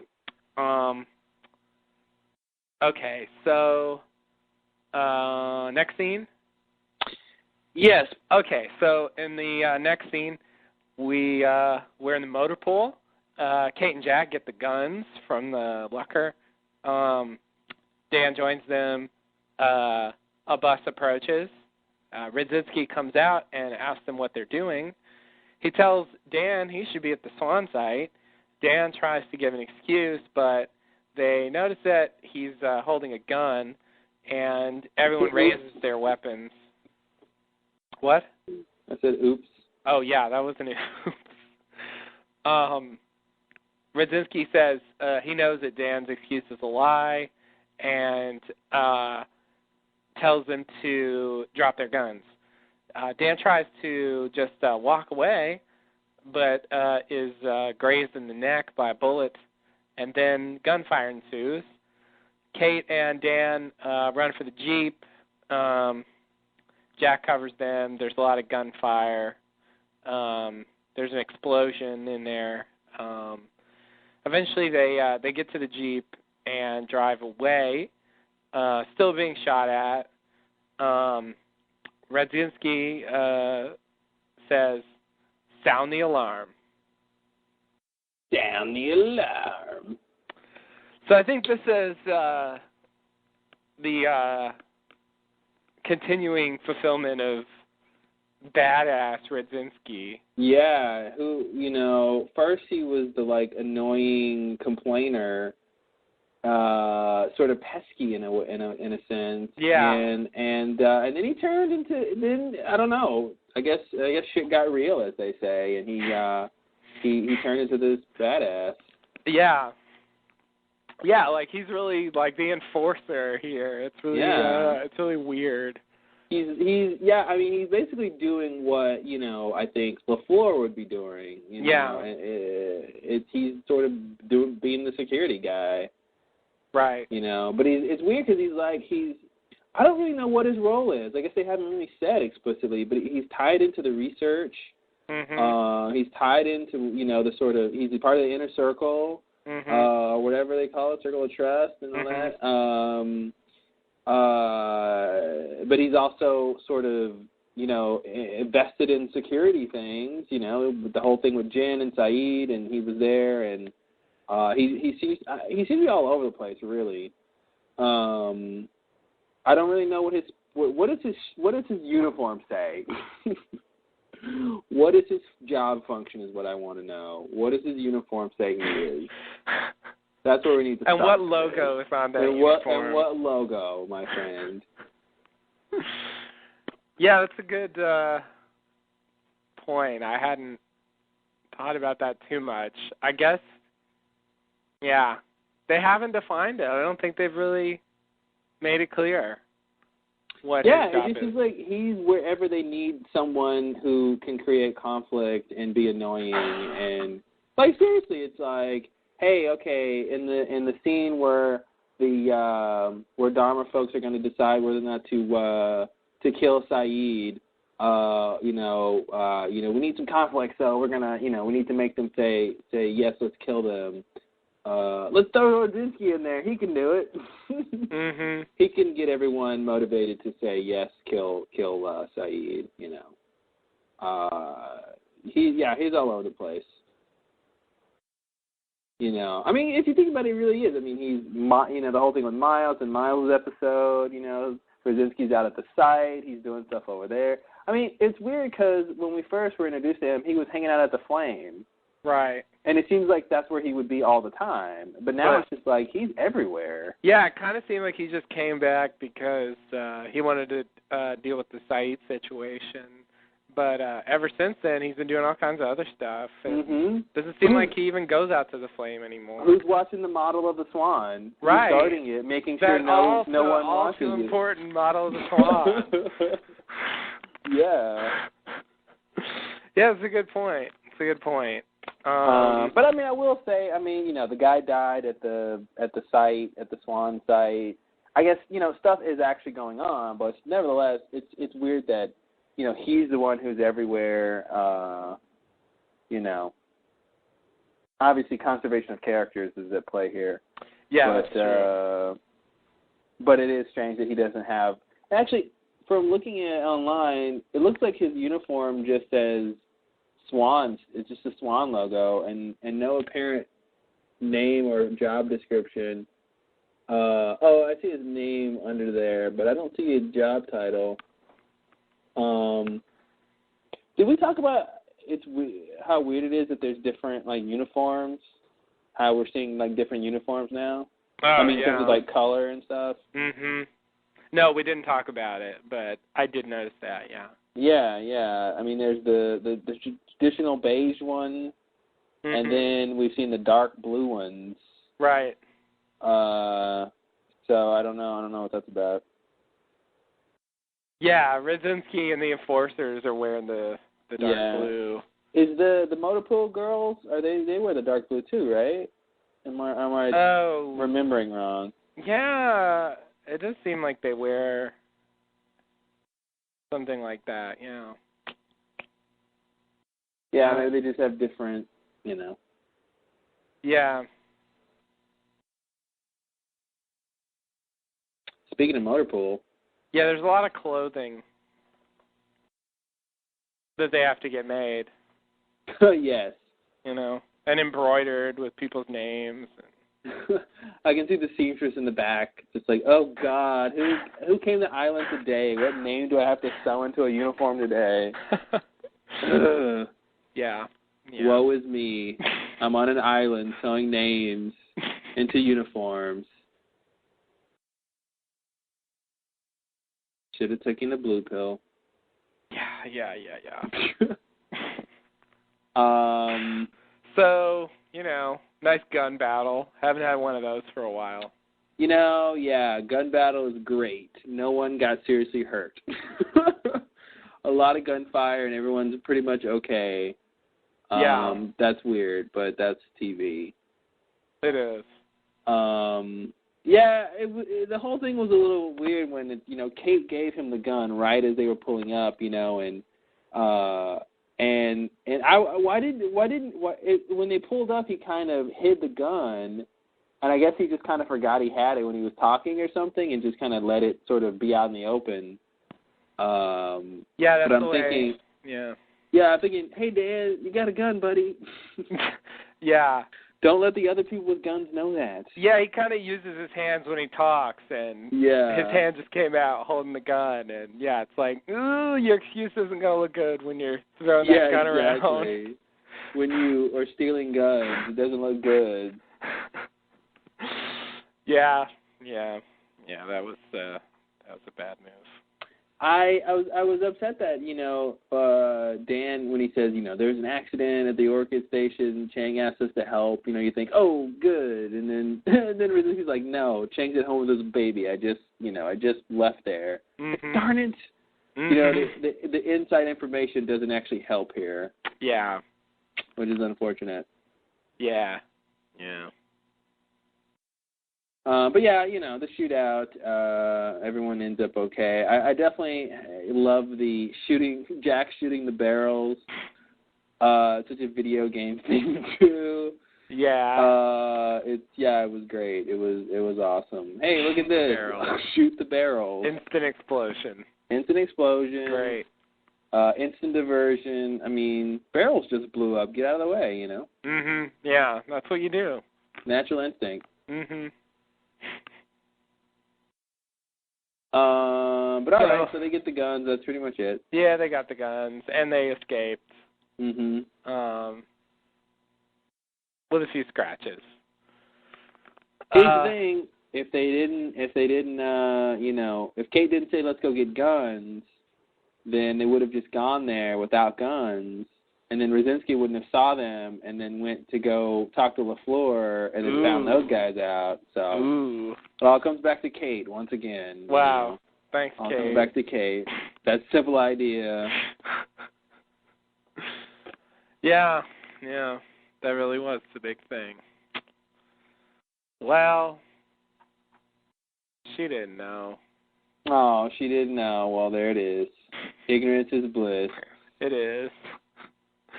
So, you ready for the next scene here? Yeah, let's do it. Next scene is a flashback. Dan, who's older Dan, plays the piano. Hawking enters the room. Dan stops playing. She tells Dan that it's very important that he say yes to Widmore. Dan says he can't. Hawking tells him that the island could make him better. Dan says, will it make her proud if he goes? She says, yes, it will. And Dan says, then I'll do it. Has a little bit of emotional impact. Yeah. I may have changed the tone a little bit. Will it make you proud of me? Yes.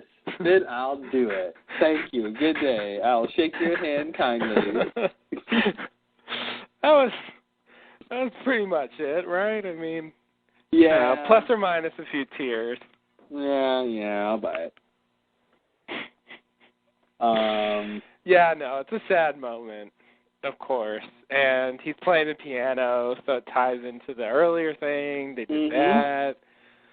And of course, he couldn't remember the piece he was playing, and it's like, oh no, and it's almost like, I think there's something there for Dan at least, of his one passion sort of destroying the other, and like now he has neither, Yeah. I love the line when Hawking says, I hear you've been offered a job, and Dan says, how do you know that? And she says, well, it's my business to know.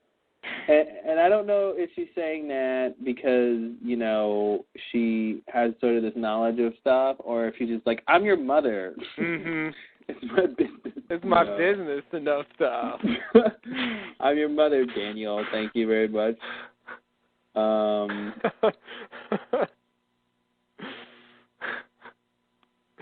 Yeah. So he joined the Widmore thing to make his mommy proud. Make your mommy proud. That's adorable and sad. Oh, it's both. Yeah. Yeah, here's the thing again, she says, think of all you could accomplish. And it's just, again, with the idea I was talking about before of just, like, what is this big thing he's supposed to go do? Or is she just saying this? She's just, trying to guide him towards this fate, Yeah, I kind of want to say she's just saying that. Yeah. You're so mean. Because I think, so getting loving. shot by her is the only great thing he'll ever do. Oh, why didn't we get that line? Because it seems like it's the only significant thing. But what does it actually accomplish, though? I mean, so far it hasn't accomplished anything. It accomplishes getting him to go to the island. But, yeah, you're right. It's just kind of a circular thing. Yeah. He did it, and therefore he goes back so he can do it again every time. And that's it. Yeah. It's just a closed loop. Unless you can change things. Unless you can change things. I mean, couldn't she just go like time shift to before she kills him and tells herself not to kill him? That's the show I want to see. I guess if you want to go with the we can change things theory. You mean the new Faraday theory? Yeah, the new Faraday theory. Faraday theorem number 2. It's totally negated theorem number 1. Forget about theorem number 1. Yeah. Theorem number 2 is basically theorem number 1 was wrong. Yeah.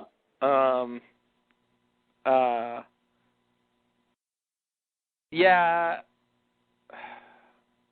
Yeah, they make it seem like he's supposed to do stuff. I mean, he does do stuff, but it doesn't seem like he does any particular thing that's, really great or important. Yeah. Seems like he did a lot of little things, Yeah, he did a lot of little things. And that was it, and that's good, I guess. But it is kind of weird, since the show normally, emphasizes what the point is. Yeah. They didn't really do that. It kind of seems like he really was just supposed to go get shot, and somehow, that was his destiny, and that's it. Yeah, it's weird. It is weird. Well, hopefully there's more to this that we'll find out with what happens because he went back and died, Mhm. What's the repercussions of all this, so. Yeah. Okay, so next scene. Oh yeah. So Jack back in the future, of course, or past or whatever. Anyway, Jack, Kate, and Dan drive the Jeep up to the fence. What? That's funny. It's like who even knows when we are anymore? Yeah. It doesn't even matter. In the future, whose future? In the past, which past? All right, well. I'm just going to start talking about Jack, Kate, and Dan, and you figure out when they are. You figure out when they are. They drive the Jeep up to the fence. Kate enters the code. Jack says that Dan's wound is just a graze, and he treats it. Dan reminds Jack that they can die. Kate tells him that the fence is off. And then they get out of the Jeep and walk into the jungle to find the hostiles. Bum, bum, ba-dum. I was just thinking about, I got to thinking about Rosinski for some reason. That he grazed Dan, and I'm thinking, Dan, Rosinski could have been the one who killed Dan. Or something, if the bullet had hit him, right? But I was just thinking, then it got me thinking about Rosinski and the Swan and pressing the button and and how much he really does know about, what Dharma's doing in the Blastor map, and telling Kelvin that there was the whole reason for the quarantine and everything. So it seems like. Maybe we've said this before, but it just dawned on me that maybe they had the purge with the toxic gas, which is the need for the quarantine, and that's why he maybe Rosinski tells Kelvin you can't go out there without the mask because there's deadly toxic gas, but of course it does dissipate at some point. Mm-hmm. And Kelvin realizes that, but he still tells Desmond that that's out there or whatever. Is that what's going to happen?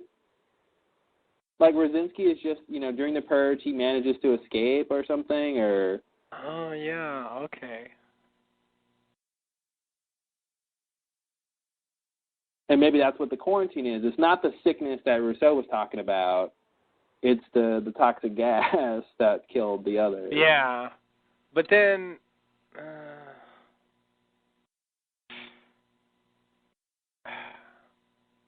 Yeah, okay. All right, maybe so. That's not a bad idea. Yeah? That had never occurred to me. Yeah, okay. Yeah, because I was just thinking of, this is the guy who's going to go and labor over the Blastor map and then eventually shoot himself. And I'm just thinking, why would he even go down there? Why would he even? And I'm thinking, and then I thought about the quarantine thing. I'm like, oh, I can see, I can see that happening where, and plus he's going to know about the incident. He's going to know the need to press the button. And if this, this happens after the purge or something, I could see him, being the one to be like, someone's got to press this button, and then, blah blah blah. Right. Yeah. Yeah. Yeah. Weird. That's weird though, because I guess that means they had like shots for the gas.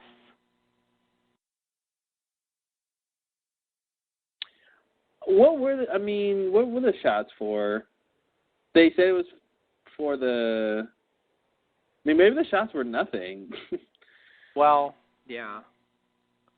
There's that. I mean, don't forget Claire gave her and the baby the shots, and we never heard another word about that. Oh God, yeah.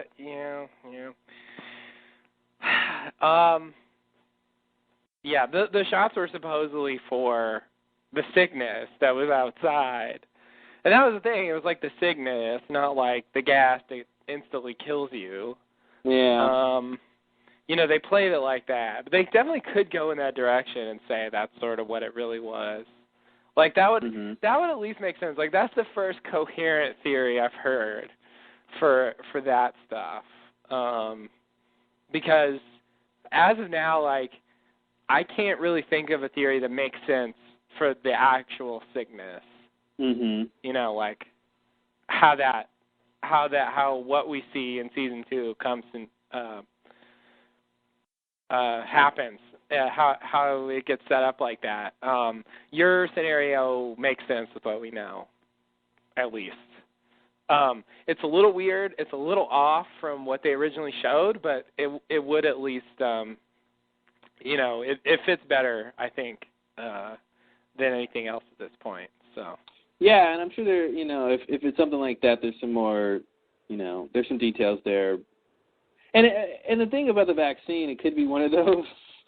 When they decide to go in a different direction thing, like it made it, it was cool to have Desmond be taking this, but he stopped taking them at some point, obviously, and nothing like happened. Yeah. So that was the weird thing about the vaccine. I mean, no one needed it. Yeah, no one needed it. But I guess I assumed that. Well, I mean, it was shrouded in mystery. I wondered if there ever was a sickness, if there was ever a need to take the vaccine, or if it was all fake from the beginning, or if it was real for a while and then they just kept it up, or. Well, see, and that's the thing. I think seeing Rousseau's backstory, we know okay, the sickness that you would be quarantined from in terms of the swan isn't the same thing she's talking about when she says the sickness. Right. So that was a new piece of information. Yeah, exactly. So I think, it makes those two things kind of separate. Yeah, it doesn't seem like whatever Rousseau's sickness was is something that's just floating in the air. Yeah, no. That you can just, that you can get just by breathing in the jungle. So... Yeah, that's a problem. I mean, maybe going forward they're gonna just separate those things, even though they seem to be connected. Yeah. At the time, It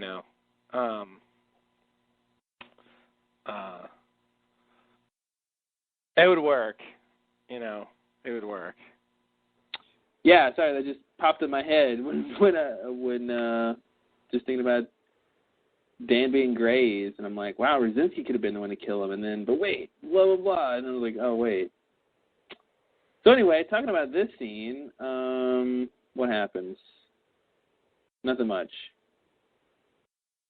No, it's just, continuing the journey to the hostiles. The fence, they go through the fence. A little more with the fence. So if Saeed was waiting, he can go now. He can go now. There it is. Finally. He's like, oh, jeez. About bloody time. Okay, so next scene. Next scene. Juliet and Sawyer pack. The alarm sounds. Outside, Hurley and Jen have already packed, and they see Radzinski and some men with guns going to LaFleur's. For a couple drinks? Yeah, I think so. Feels like a bar. Yeah, it does. Going to LaFleur. LaFleur, hey, You going to the floors? Yeah, I'll see you there. Yeah. Happy hour, man. Happy hour on the floors. The floors! Add it to the list of 100 things. Yeah. The floors. Okay, so I felt the need to say LaFleur's because, anyway. And for them, that's where they're going. Yeah, that's the point. That was the point. Radzinski goes into Sawyer's house and asks him where he's been. Radzinski says they've been infiltrated. Then he hears Phil in the closet. After he goes over and actually sees that it's Phil in there, he pulls his gun on Sawyer and Juliet and tells them to get on the ground, and they comply. All right. Yeah. I'll give you $100 if you tell me the reference of "Take It Easy, Stu." What? So when Radzinski comes in and says, "Before, where have you been?" Sawyer says, "Whoa, whoa, whoa, take it easy, Stu." That's a reference? I don't know. I'll give you $100 if you tell me what that's from. Why he calls him Stu? Isn't his name Stuart? Oh, is it? Stuart Radzinski? Oh, okay. Well, then you get the $100. Nice. Simple game. I forgot we knew his first name. I'm not sure if that's right, but that's what I'm inclined to say. Now you say it. I just thought it was a Sawyer nickname or a reference, and I'm like, take it easy, Stu. Yeah, I'm like, take it easy, Stu. What yeah, is that according from? to Wikipedia, that is his first name. All right. Yeah. Take it easy, Stu. That's a good phrase. Like even though it's not a reference, it should be. Yeah, it just, sounded like a thing. I think we should all go out and try to use that in our daily lives. Because I'm like, he busted in there like Stu did, or, like, right, Stu would right. do. Hey. Take it easy, Stu. Yeah. No, sorry. It's not that crazy. But it should be. Maybe when someone excitedly asks you where you've been, you could say, "Take it easy, Stu." Mhm. Yeah. There you go. That's the usage. Yeah, that's a good I'll try to work that in. Next time somebody does that. So, what do you I don't know, do you have any speculation about what's going to happen with this bit? Well, I think Sawyer's going to wrestle the gun away from Radzinski and shoot him and kill him. Oh, wait. Probably not. Okay. I think, let me see. Let me put the brain to the test here. What do we got? Where's Miles? That's the question. That's my first question. Oh, God. Miles is with Hurley. Miles is with Hurley, yeah. They're going to the beach. I think Miles and Hurley are going to help rescue Sawyer and Juliet. Maybe those two guys with Radzinski will get shot. Something like that. Yeah, I think Miles and Hurley will help them out. Okay. I mean, I could see Sawyer and Juliet taking those guys on their own, but they're at a disadvantage, definitely. Yeah. Yeah, it's a tough position. Horace hasn't been around, has he? No. I mean, Nor guess has Ben's dad. We saw Horace in the? Was he? He was in the last episode. Was it the last one? Yeah, Circle of Trust and all that. That was the last one. Oh yeah, wow. That was in 5 episodes ago. No, it's been 2 weeks, so. Oh, that's right. It feels like it wasn't the last one. Yeah, it feels like it was a while ago. Yeah. But I think he's due to show up at some point. So maybe he'll show up as a distraction and be like, whoa, what's going on here?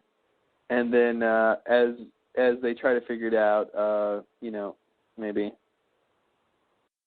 Jen, not Jen, but Jen's around too. Where's Jen? Yeah, Jen. Jen's presumably packing or something. Yeah, Jen. Yeah, Jen, Miles, and Hurley. They help out. I think that's what's going to happen. Okay. Yeah, I'll buy that. They gotta get out of there somehow.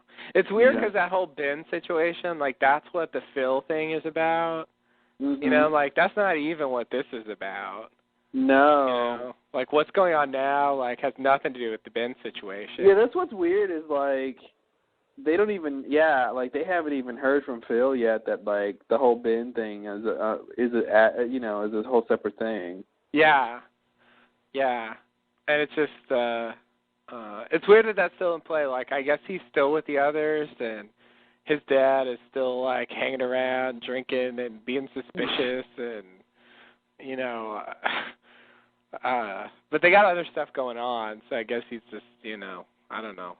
Jack pacified him or something. I guess that's the idea. But it's strange that you know, that's still going on. Like he hasn't come back. There's no resolution to that, you know. He may, in fact. Maybe. Oh my God! Don't tell me that Jack and Kate are going to get Ben and bring him back to Dharma. Ugh. Oh man. Oh no. Oh man. No. Seems likely in my book at this point. Yeah. You know, maybe not, but that seems like something that could happen. Yeah. A way to make up for what she did. She gets to bring him back, and and he's all better now. Oh. Yeah. Yeah, I hate it when you guess things. Yeah, unfortunately, sometimes I guess things that make sense, and it's all lame. Yeah. Oh, well. I don't know. We'll see. We'll see. It's just a bit of a dangling thread. And Saeed, of course, is still out there. That whole thing, it just never really got resolved. No. And they just moved on to other things. They get busy. Yeah, they did. They're very busy. Okay, so yeah, I agree. I think they'll probably rescue them. I wish I could say more, but I mean, I have no idea. I really don't know what they're going to do or how this is going to work out. So, all right, you'll have to turn in your neon sign that says "Insights Here." Yes, I will. I don't know why I have this thing. I don't know either, but I'm sure it sounded like a great idea when you ordered it. It did. Okay, so you ready for the next scene? Oh, yeah. Oh, this is a biggie. So in the next scene, Jack, Kay, and Dan take a rest in the jungle. Jack asks Dan why we don't belong here, and Dan tells him, "Sit down, kids. This is going to be a long one." In about 4 hours, the Dharma folks at the Swan worksite, they're going to drill into the ground and accidentally tap into a massive pocket of energy. The result of the release of this energy would be catastrophic. So, in order to contain it, they're going to have to cement the entire area in, like Chernobyl. And this containment, this place they built over it, I believe you called it the hatch, the Swan Hatch. Because of this one accident, these people are going to spend the next 20 years keeping that energy at bay by pressing a button that your friend Desmond will one day fail to push, and that will cause your plane, Oceanic A-15, to crash on this island. And because your plane crashed, a freighter will be sent to this island, a freighter I was on, and Charlotte was on, and so forth. This entire chain of events is going to start happening this afternoon, but we can change that. I studied relativistic physics my entire life. One thing emerged over and over. Can't change the past. Can't do it. Whatever happened, happened. All right? But then I finally realized I had been spending so much time focused on the constants, I forgot about the variables. Do you know what the variables in these equations are, Jack? Jack No. says no. Thank you. Faraday, us. We're the variables. People. We think, we reason, we make choices, we have free will, we can change our destiny. I think I can negate that energy under the swan. I think I can destroy it. If I can, then that hatch will never be built, and your plane will land just like it's supposed to in Los Angeles. And just how exactly do you plan on destroying this energy?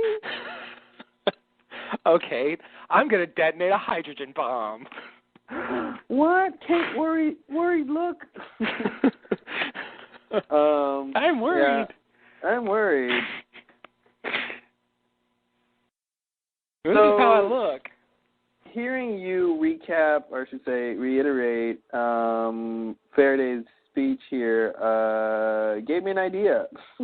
Okay. I know I hate how I guess things, but I'm going to attempt to guess something. Hey, that's what we do. It's good. I really loved the explanation, and then Dan says, the result of this energy, the release of it will be catastrophic. So they're going to, in order to contain, they're going to cement the area in, and that just seems like that never made sense to me. How that was a fix. We'll just put cement over it. Mm-hmm. But then he goes like Chernobyl, and you think, oh, here's a World War reference. Okay, great. Here's an example. It works for that. And I'm thinking, okay, well, Chernobyl was like, covering nuclear radiation, right? Mm-hmm. And I'm thinking nuclear radiation. I'm thinking hydrogen bomb, and I'm thinking maybe the place that they buried Jughead is the work site of the Swan.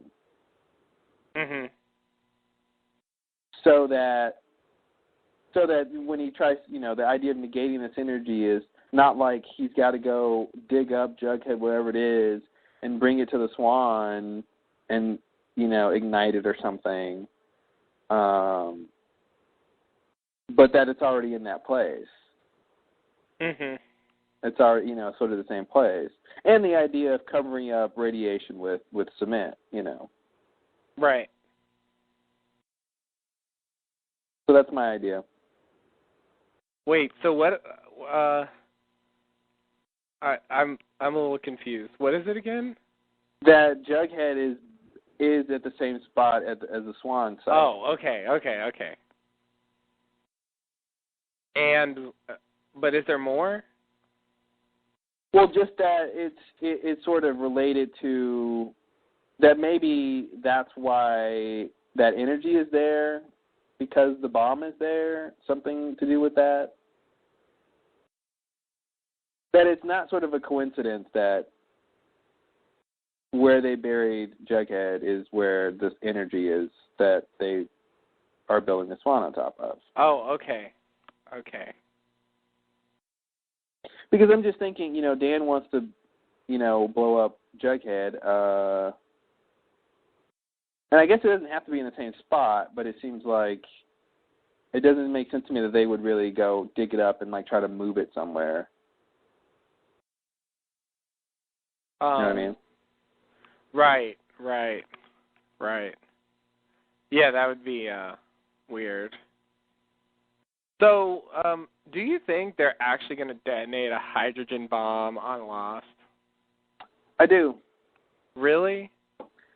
I think there's no other reason for Jughead to be around if it's not going to go off. As they say, hydrogen bomb at the beginning of the season goes off at the end of the season.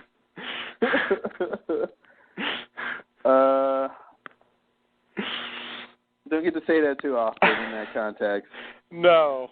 That was a nice one. Yeah, that's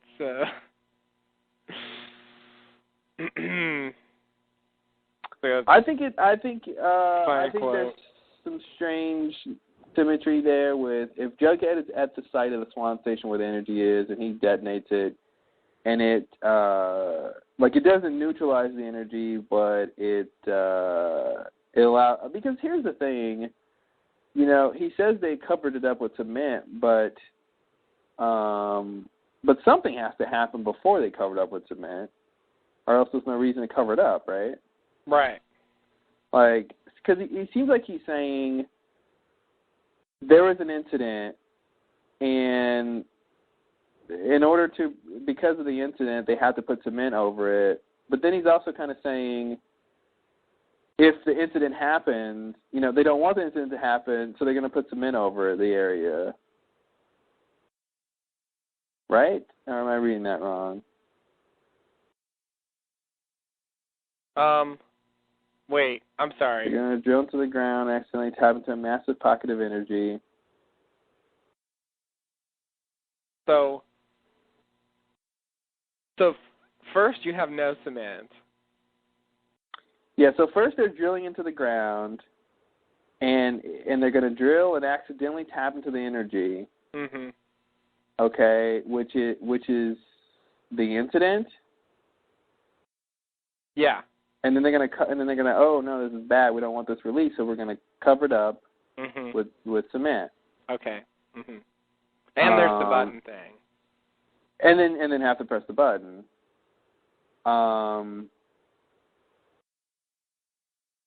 But wait, why am I confused then?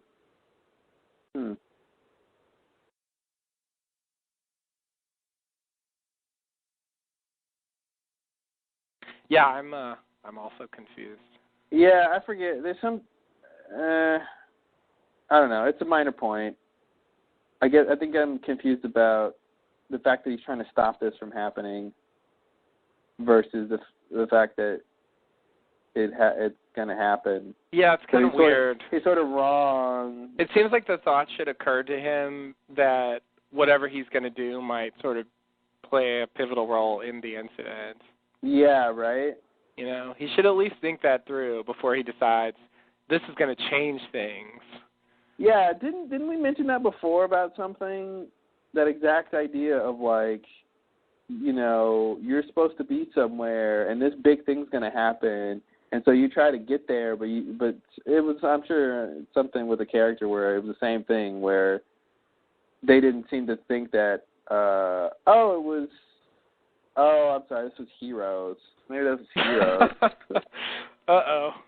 I remember this part of Heroes in season 1 or 2 or something where this virus, they had a vision of the future where so many people died because of this virus that was released, and so they knew when the virus was going to be released, and so some of the characters go to sort of to where the virus is to stop it from being released, but don't sort of think, oh my God, this is the exact moment when the virus is released, and we're going to go get it. Maybe we're the ones who helped get it released, and which is kind of what happened. But it's but yeah, sorry, I guess that was a hero thing, not a lost thing. Wow. But the same sort of thing of here's a big event, and you're going to try to do something about it, but it's maybe what you try to do is the thing that makes it happen. Right. Yeah. Yeah. Exactly. I find it hard to imagine them actually detonating a hydrogen bomb. I just can't envision that actually happening. I agree. Well, I mean, I don't think it's gonna be a traditional explosion. I mean, I think it's gonna just interact with the energy, and then we'll see something. We won't see. I don't think we'll see a mushroom cloud. You know what I mean? I don't think it's gonna have the effect of a bomb really going off on the island. Okay. I think it'll be the thing that pushes them out of that time frame and puts them, gives the island the energy to push them towards in 2007 or something like that. Okay. Yeah. Okay. Not that it's going to be the bomb's really going to go off and they have to deal with fallout and radiation. Yeah, that's what I'm imagining, and complete destruction of a huge area of the jungle. Yeah. That I think the evidence for would still be there in totally. 20 years. Like Adam and Eve, I see by the radio decay that. Yeah. Exactly. And I was imagining a mushroom cloud, so. No, I mean that's why I think Jughead is where this energy is, because he's trying to make it inert, and he knows how to do that apparently. Yeah. Under the Tempest. Right. And so that's the thing. I would imagine the bomb needs to go off where the energy is. Not that has to be true, but I feel like if it doesn't go off where the energy is, then yeah, you'd get a mushroom cloud. And I don't think we're going to get a mushroom cloud. That's silly. They're not going to deal with I mean, yeah. There's no. I mean, I think probably a hydrogen bomb would take out the whole island. You know. Yeah. I mean, it's a serious bomb. Yeah. And I guess that's why I have a hard time imagining them actually going that far. But yeah, I guess if they find a way to where it somehow doesn't have that kind of problems associated with it. And I agree, if they're going to bring it on stage, you know, they better at least try to do something with it. Yeah. I mean, there's no way it's just going to be like Jughead is just buried on the island forever.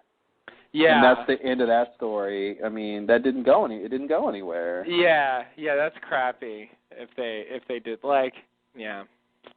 yeah. I guess I don't mind if it doesn't go off if they actually try to make it go off. Like if they actually just do something. I mean, the fact that they brought it up again, that it's going to be a thing. I mean, that's good, you know. Yeah. That was. But I don't think planning. Yeah, but I don't know. I don't know if they want the threat of the bomb going off in the future to be a thing. You know, like if they don't make it actually go off now, like.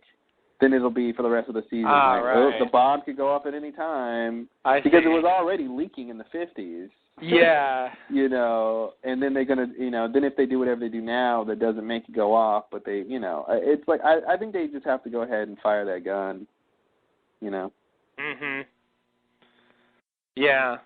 And I think they would really like to have a show where they could say they made a hydrogen bomb go off. You know. And maybe along with time travel and all this other crap. Maybe the decaying of the bomb will make it be like not as powerful as it originally was. Mhm. You know, like it'll be big enough to do the job, but not like, you know. Well, yeah. I mean, I'd imagine full force. The electromagnetism is going to dull the whole thing. Yeah. And we're just going to get a light show, or we're going to get, you know, something crazy from the island, but not like nothing a real traditional bomb would give us. Okay. All right. Yeah, that's the part I couldn't imagine. I guess if they don't do that, then I can imagine it again. Yeah. Okay. You know, and I think the fact that the Swan Station imploded, there's a symmetry there with the fact that it might explode in some sort of sense here. You know. Oh, God. They could do that. Forgot it did implode, didn't it? Mhm. Oh, the Swan. I can't believe we're back to you again. Yeah, we thought we left forever. Now we get to see the Swan Station as a baby. We do. We get to see everyone as a baby, even the station. Wow. It's little Swan Hatch. Little Swan Hatch. Little Hatchy. Yeah, that's so cute. Wow. I have to say, though, well, okay, I have to say a lot of things. Number one, you already brought this up. I'm just going to reiterate. They're already building the Swan Hatch. Why? What? Go. Why are they building it now, you're saying? Yeah, they're building it. They're already building it. Uh-huh. And you're saying, what do you mean? Why? Why are they building it? Why are they building the Swan? What's the purpose? As opposed, you mean why are they building it in general, or why are they building it now? Oh God, I don't know. Like as if you. I mean, because I thought you were saying you expected the station to be built later in time based on some other evidence or something. No, I'm just saying that.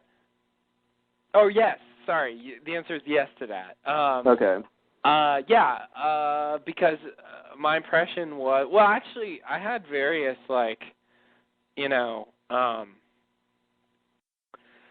anyway, I thought that the incident was connected with the building of the Swan. Seems like it is.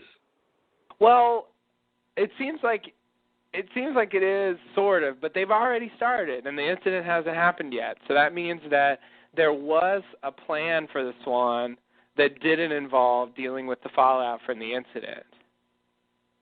Oh, I see what you're saying. Like they would have built a Swan and not had the button or something. Yeah. Yeah, that's what I'm trying to say. Like, what would what they're building now have been if the incident hadn't happened? Well, what does Dharma say the Swan Station was for? I mean, I think they were building.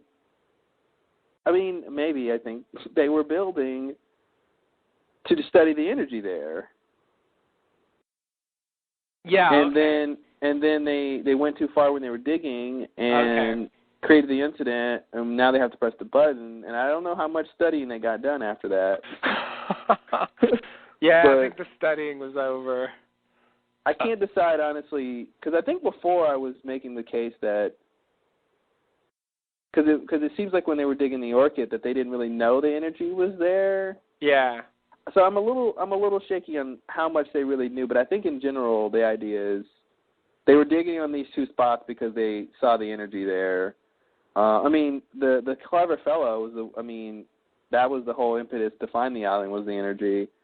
Yeah, so so hopefully they were building the Swan there because of the energy there to study it. But that of course goes back to, do you have to be on top of it to study it or whatever? And none of the instruments seem like they were really doing that in there. I don't know. I guess I always thought that the Swan existed, and then the incident happened, and then, and then they put this button thing in and just quit doing whatever the Swan was built for. Yeah, the incident had seemed like it was somewhere else or something, but now that it seems like it's at the Swan Station, then it's Yeah, now it kind of changes. seems like, well, it definitely, they haven't built that much of it. It seems like what's going to happen is that the Swan is like barely being built, the incident's going to happen, and then, they'll change the Swan into what it becomes. And so it never becomes the original version. It was never designed to do the original thing. It wasn't its destiny. Right. And the Swan is just going to have to realize that no matter how badly it wants to play piano, it just wasn't its destiny. Exactly. I will say, as a season 1 reference, as a weird season 1 reference, this idea of pouring concrete over the area is one of the I guess season 2. Sorry, it's a bad thing. Beginning of season 2, though, so close. Yeah, the whole thing with them seeing the cement. What was it, Jack and Saeed? Mm-hmm. Yeah, when they crawled into the so thing. long ago. That's a really long time ago. They crawled this thing, and Saeed's necklace or something. Mm-hmm. Was floating with the magnetism and everything, and they never figured out what that was about. No. They never knew what was behind there. No. They assumed, whatever, but this is that. This is the pouring of the concrete we might see. Yeah. Yeah. It's like, God, just write a message in it, with your finger to Saeed and Jack. Wow, that'd be nice. And weird. Crazy. It would be weird. Yeah, they yeah, that was one of those dangling threads that I really didn't think they were ever going to really get to. I really didn't think the Swan was that important. Mm-hmm. Honestly, I thought it was just a diversion for season 2, but now that we have this whole season that's with Dharma and seems to be leading up to the incident, it really makes that Swan stuff like a little more vital to the story. Or is it just a second diversion? Ooh, diversion number 2. Look at that. And then you have to ask yourself, does 2 diversions make a good, story thread or whatever? Mm-hmm.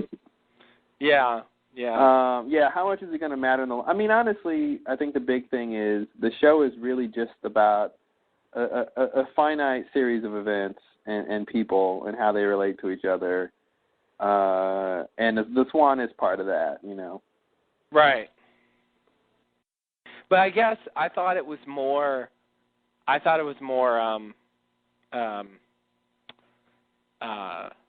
the word? irrelevant. I thought it was more frivolous. Than it apparently is. Like to the overall story of the show. Yeah. You know, all of this stuff makes me realize, or at least think that that Ben really didn't know about the button. Yeah. Like, it seems like that the others kind of had no idea of, like, you know, potentially they could have just destroyed, you know, Dharma could have just destroyed the island and they wouldn't have known. Mhm. You know? Yeah. Which is weird. Which is a good reason for not having Dharma being on the island. Right. Because you might come here and destroy it. No, I promise, we'll take care of it. That's what you say. Yeah. But then who's cleaning up the poop? Ooh. Who's cleaning up the poop? Ooh. Yeah. I was just thinking about all this stuff with the button and then Ben and his whole thing of did he know, didn't he know? Oh God. You know, and I don't see how he could. You know? Yeah. I guess that's the point now. It's a little weird, I must say. Because, well, so, I mean, the others moved into a lot of Dharma places, you know, Mm-hmm. and, you know, we saw them doing that. And, you know, they seem to be able to use them more or less. The weird thing about the Swan is we did see at one point, we did see Ben in the Pearl looking in on the Swan before he that's right. Before he was kidnapped. And so he did know that such a place existed. He didn't necessarily know about the button. I agree. You know. Yeah. It wouldn't have been that hard to find out. The thing that always bothered me, of course, is that after the purge, that place just sat there for you know, like 12 years apparently, with Kelvin and Radzinski, and then Kelvin and Desmond, and then just Desmond. But they just sat there for 12 years. Like I feel like the others knew it was there and just never messed with it for whatever reason. Yeah, I mean, maybe. Like, I feel like they could have found out about the button in theory. Like, they could have, but they didn't. Maybe they didn't find the Pearl until more recently or something. So later in that timeline, and then they found out about it, but they didn't really. I mean, to me, I feel like going through all of Dharma's papers and stuff, they should have. I mean, you know, found out something about what was going on the Flame had that like basement with all those files in there, and you know that was how they found the barracks. You know, once I went through that, and so there's a ton of stuff down there, and you know the orientation videos are there if you want to watch them, and it really. I mean, for as secret as everything is, I mean, you know, their secrecy is pretty loose, I think.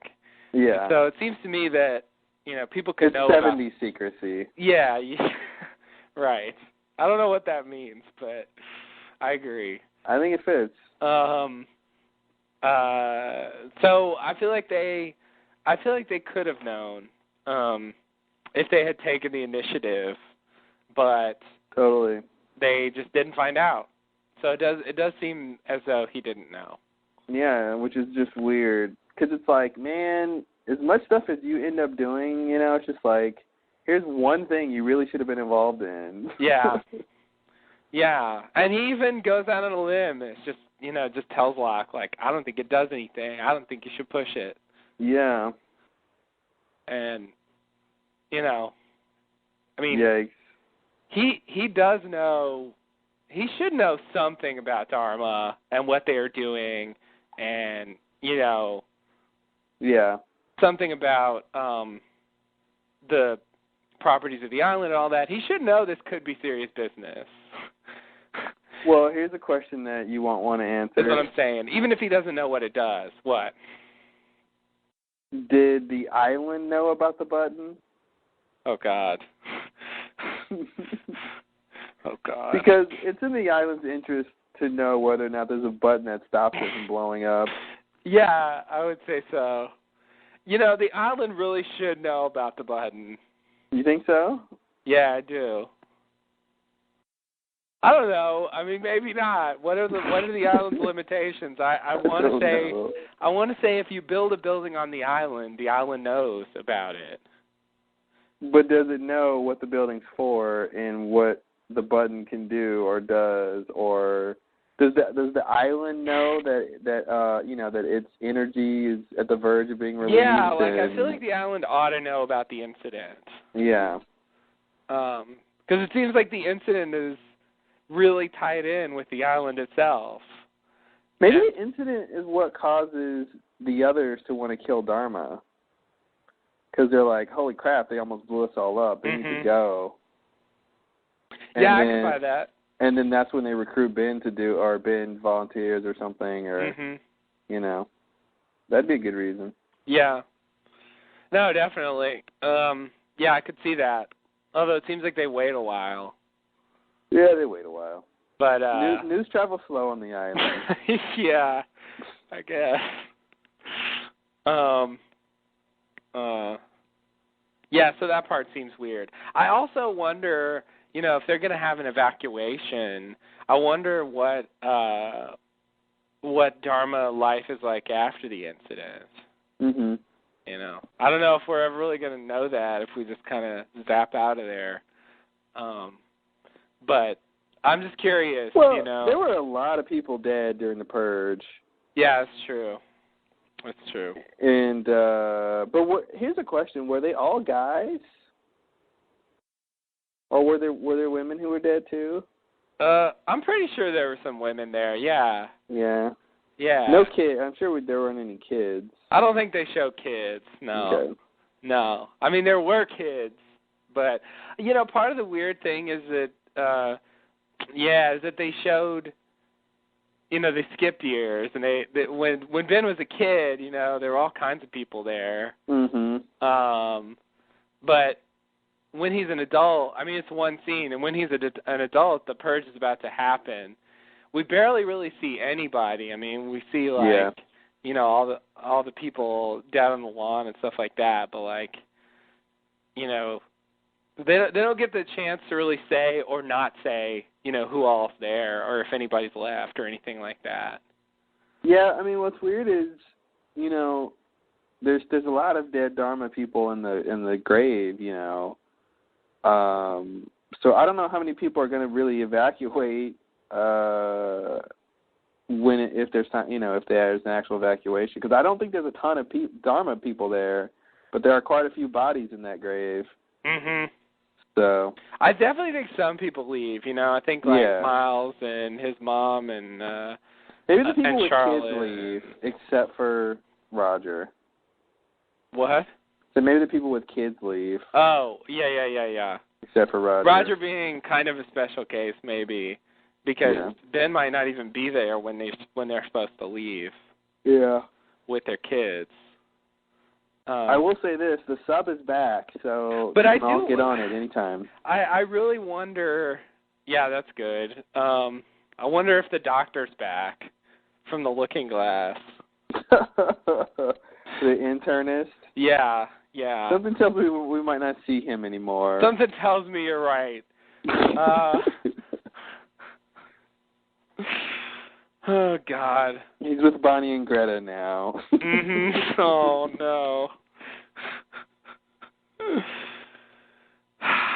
Bonnie and Greta. God. What was I talking about? Lost my train of thought. Let's see. You're talking about something. Shit. Yeah, no, I don't remember. Oh well.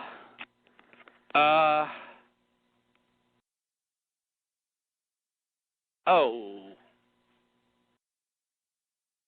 Is that what I want to say? Yeah, something like that. Yeah. That was it. So I also wonder about Ben's situation. How he's going to be able to just come back to Dharma. After this time, like how that's really going to work.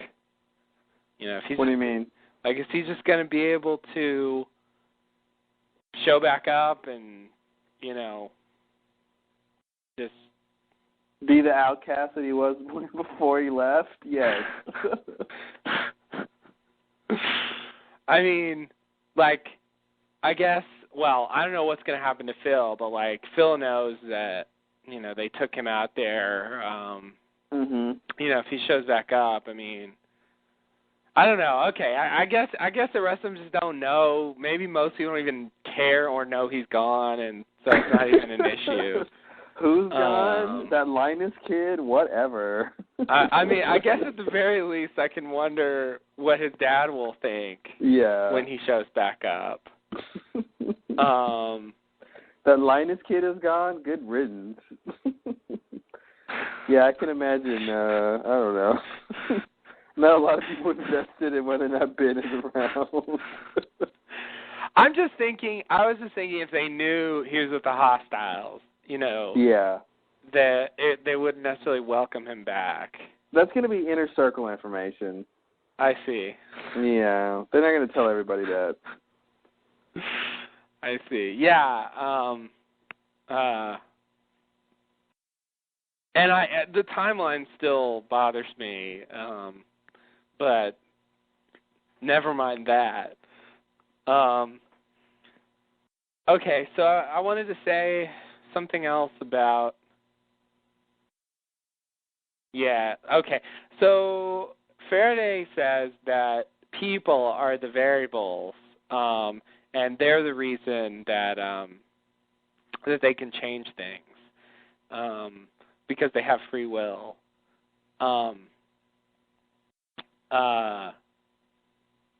So, what do you think about that? I don't know. I mean,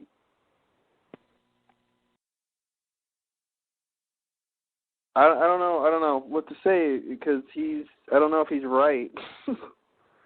I think in terms of what he's saying here in context, of the variables and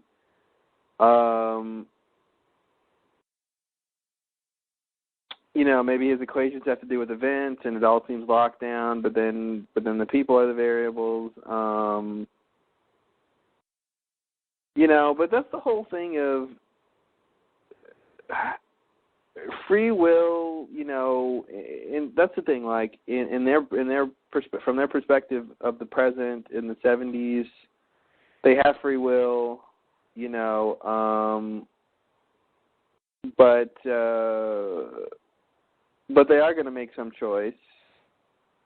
I don't know. I mean, I guess it depends on how much does the universe factor into what's going on here. Like, maybe they have free will, but the universe course corrects, So you have both things going on.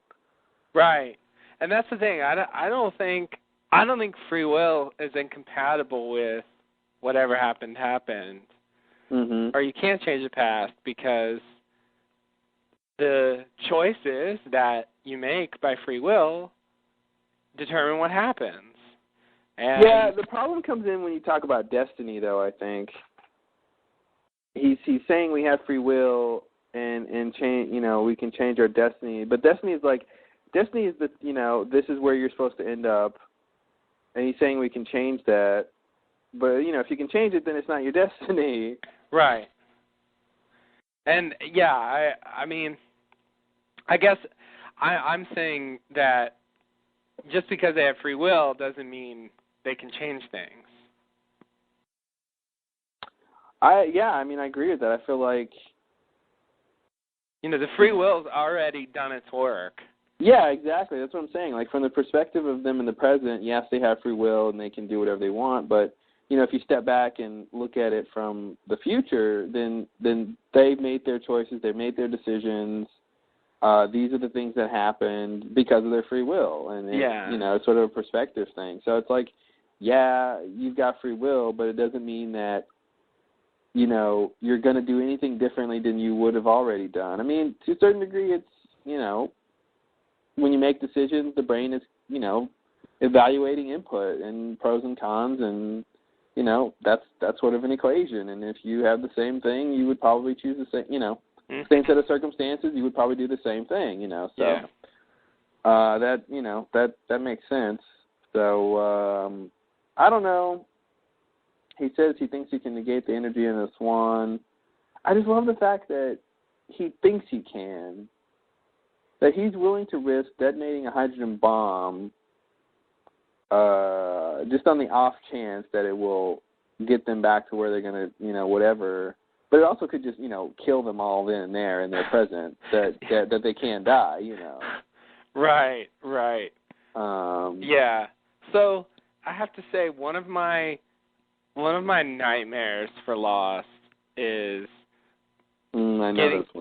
getting to a point in the show where someone wakes up and goes, "Oh my God, I just had the craziest dream," and it's like, you know, the first 5 seasons, or they wake up and it's we find out it's a science experiment, and they were probing them with different stimuli to see how they would react, or you know, Hurley's in the mental institution and imagining friends, and you know, in his crazy delusional state.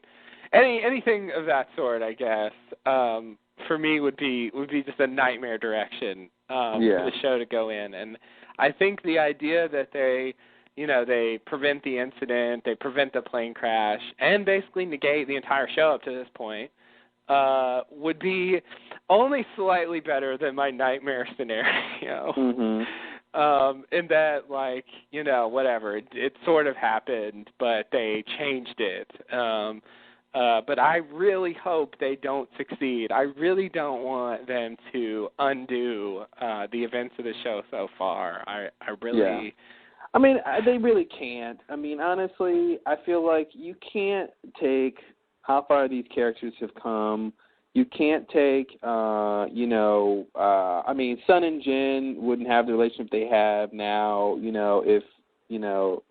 if this didn't happen. I mean, there's been so much character growth and stuff. I don't know what they would gain by saying, oh yeah, by the way, none of this happened, and all the experiences and the people and the jokes and the nicknames and the interactions, none of that ever happened. But then what? Then you start from square one, and their planes land safely, and then we get to see some portion of their life of each of their lives after this, and it's just normal, like that's all it is. Claire gets the baby adopted, and that's it, and Kate keeps running, and Jack, buries his dad and maybe never recovers. Well, Kate's caught. Kate might just go to jail. Oh, that's right. Kate's already caught, yeah. So Kate just goes to jail. She's not getting any sympathy this time. Yeah. Because she did. I really don't see that happening. I think what's going to happen is they're going to try to negate the future. But what's going to end up happening is the incident, which is going to send them to 2007. Okay, good. Yeah, I didn't even think about that part of it. But it's good to point out, hey, Dan, some of the things that happened as a result of the plane crash were good things. Yeah. That you don't want to negate. Totally. It was bad in some ways, but for example, Locke wouldn't be able to walk if the plane hadn't crashed. I really think his goal should be. I mean, it's funny because he came there saying, "We need to get to my mom. You guys don't belong here." It seems like he's saying, "We need to get you to 2007," but then he comes in this scene and he's like, "We're just going to negate the whole thing." And it's like, no, wait, dude. We just want you to get us to 2007. Then we're fine. We chose to come back to the island. We chose to come back here and and for whatever reason, but we wanted to do it in 2007. So, I mean, obviously that's where they need to be, but it's weird that he goes so far as to say we're going to negate the whole thing, the whole chain of events. Yeah. When at first he was just saying, yeah, it's weird. Yeah, it is. It is. And I mean... He made a lot of assumptions. Yeah, definitely. And, I kind of think this is one of those things like the Saeed episode where someone has to come along and, like, give this a try.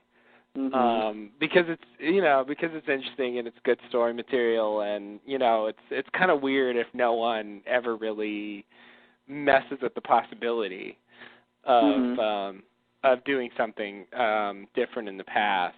But it just I get really nervous when there's talk of the plane never crashed. Yeah. That's something I really hope never happens on the show. If that happens, then Desmond never pushes the button, and that's the only great thing he's ever going to do. So right. I mean, they can't have it both ways. They can't negate these things that were fate and have to happen this way. I don't think they can negate that stuff.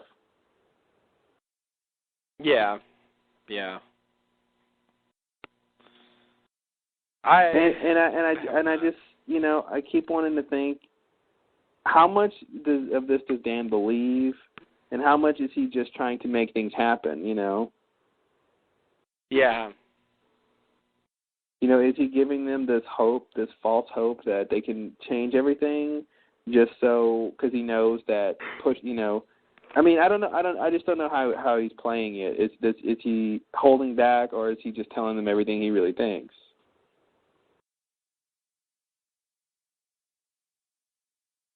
I get the sense he's telling them what he really thinks. I do too. The problem is I think he's wrong. Right, me too.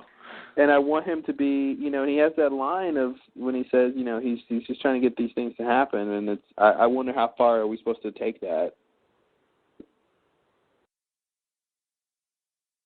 Yeah. Yeah. Because he's telling them, presumably what they want to hear.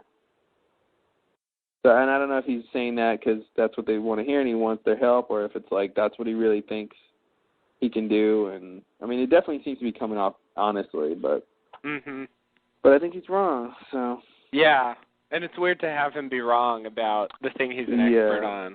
Yeah, totally.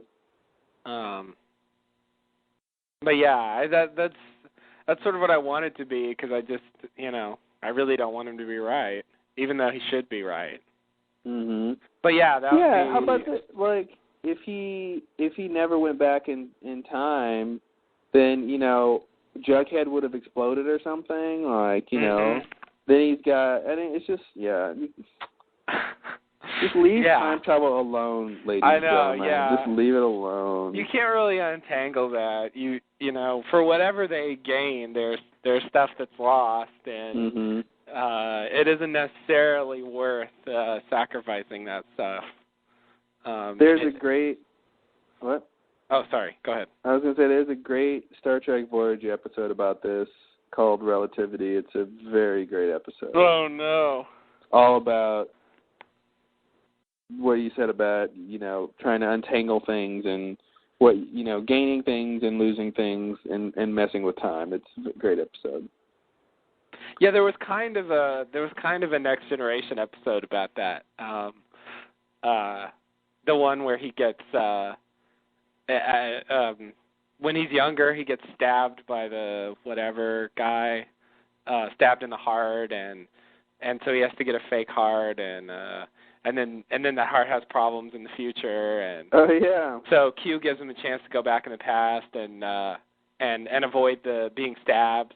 But then the result of that is that he stays as a lieutenant or something. He never becomes captain because he didn't have the forthrightness or something, or the character quality that he needed to become who he was, and so he became this sort of frail shell of the person that we knew, and so that event, even though it was bad, was pivotal in his development. So anyway, it was a small scale thing like that. Yeah. I just remember the episode it's the 2-part Year of Hell. It's not Relativity. That was a different time travel episode. Oh, there's so many. Yeah, there's so many. But anyway, Trekkie alert. Yeah. I haven't seen Voyager yet, but I'll get to it. You'll get to it. So anyway, that was a good episode. I don't remember what it was called. I'm not quite enough of a fan to get to probably that called level. Q something, right? Yeah, something Q. Some sort of pun with Q. Something along those lines. Yeah. Yeah, you're probably right. Easy enough to guess. Okay, so let's see. Are you ready for the next scene? Oh, yeah. Okay. Next scene. Thank you. The next scene is a flashback to the Marina Medical Center. We go back to the scene we started with so long ago with Hawking and Penny. We pick up where we left off. Hawking came to apologize for Desmond getting in the middle of a larger conflict. Penny asks if Desmond will be okay. Hawking says, for the first time in a long time, she doesn't know what's going to happen next. Nurses enter and tell Penny that Desmond is okay, so she goes to see Desmond, and Hawking leaves. Then we see Penny going to Desmond's bed as Desmond recovers from the gunshot. Desmond said he promised to never leave her again, and they kiss. Outside, Widmore approaches Hawking and asks if Des is okay. Hawking says yes and tells him to say hello to his daughter. Widmore says that his relationship with Penny is one of the things he had to sacrifice. Hawking says, don't talk to me about sacrifice. She had to send her son back to the island, knowing full well that. But Widmore interrupts and says, he's my son too, Eloise. Hawking slaps Widmore and gets in a cab. All right. Boom. Boom, lost. So... Yeah, that was a lost moment there.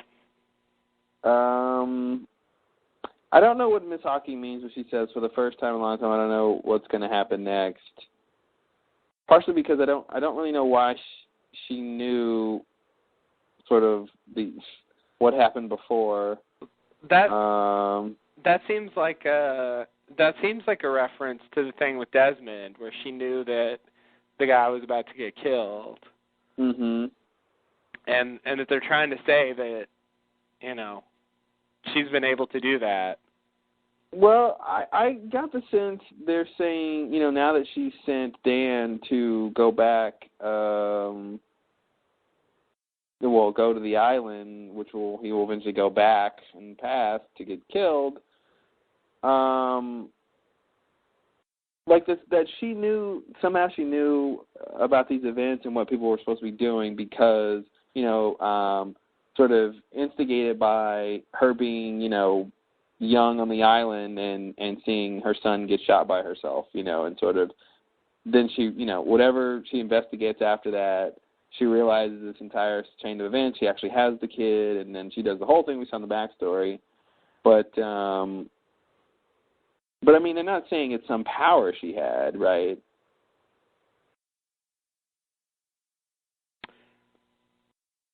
Yeah, I guess not. I don't think she's supposed to have a power. Yeah, I feel like she sort of knew what was going to happen in a general sense because of, whatever, from seeing her son come back in time, whatever led her to, whatever she investigated because of that and got into because of that over the years, she was sort of pieced things together, but now the circle has been complete, that she sort of passed the point of which that, she has relevant information, but I'm a little confused on how her killing Dan and him being there is going to it leads her to, who she becomes in terms of having all this information and stuff. Mhm. Yeah, no, that's completely unclear. And there's also the fact that, as you pointed out, if you look at the timeline, this is actually like 3 years after she sent him. Mhm. Yeah. So, she should have been saying the first time in a long time 3 years ago. Yeah, that's what's weird is the scenes play out like they're happening, like she just sent him, but... Yeah, so I that makes me... I was going to say this, but then I forgot. Now I remembered again. That was my journey right there. Thanks, look at that. An issue related to the timeline. So Ben shot Desmond, and Desmond's in the hospital because of that. I mean, this can't be too far from where all that went down. And Widmore's here. Mm-hmm. He's right there. Like they're gonna leave on the flight. Like I don't know. Like like now. Probably. Either it's the next day or they just left or something like that. I mean, it's really close. Yeah, it's really close. And I guess the idea is that Widmore flew out because Ben called him and said that he was going to kill Penny. And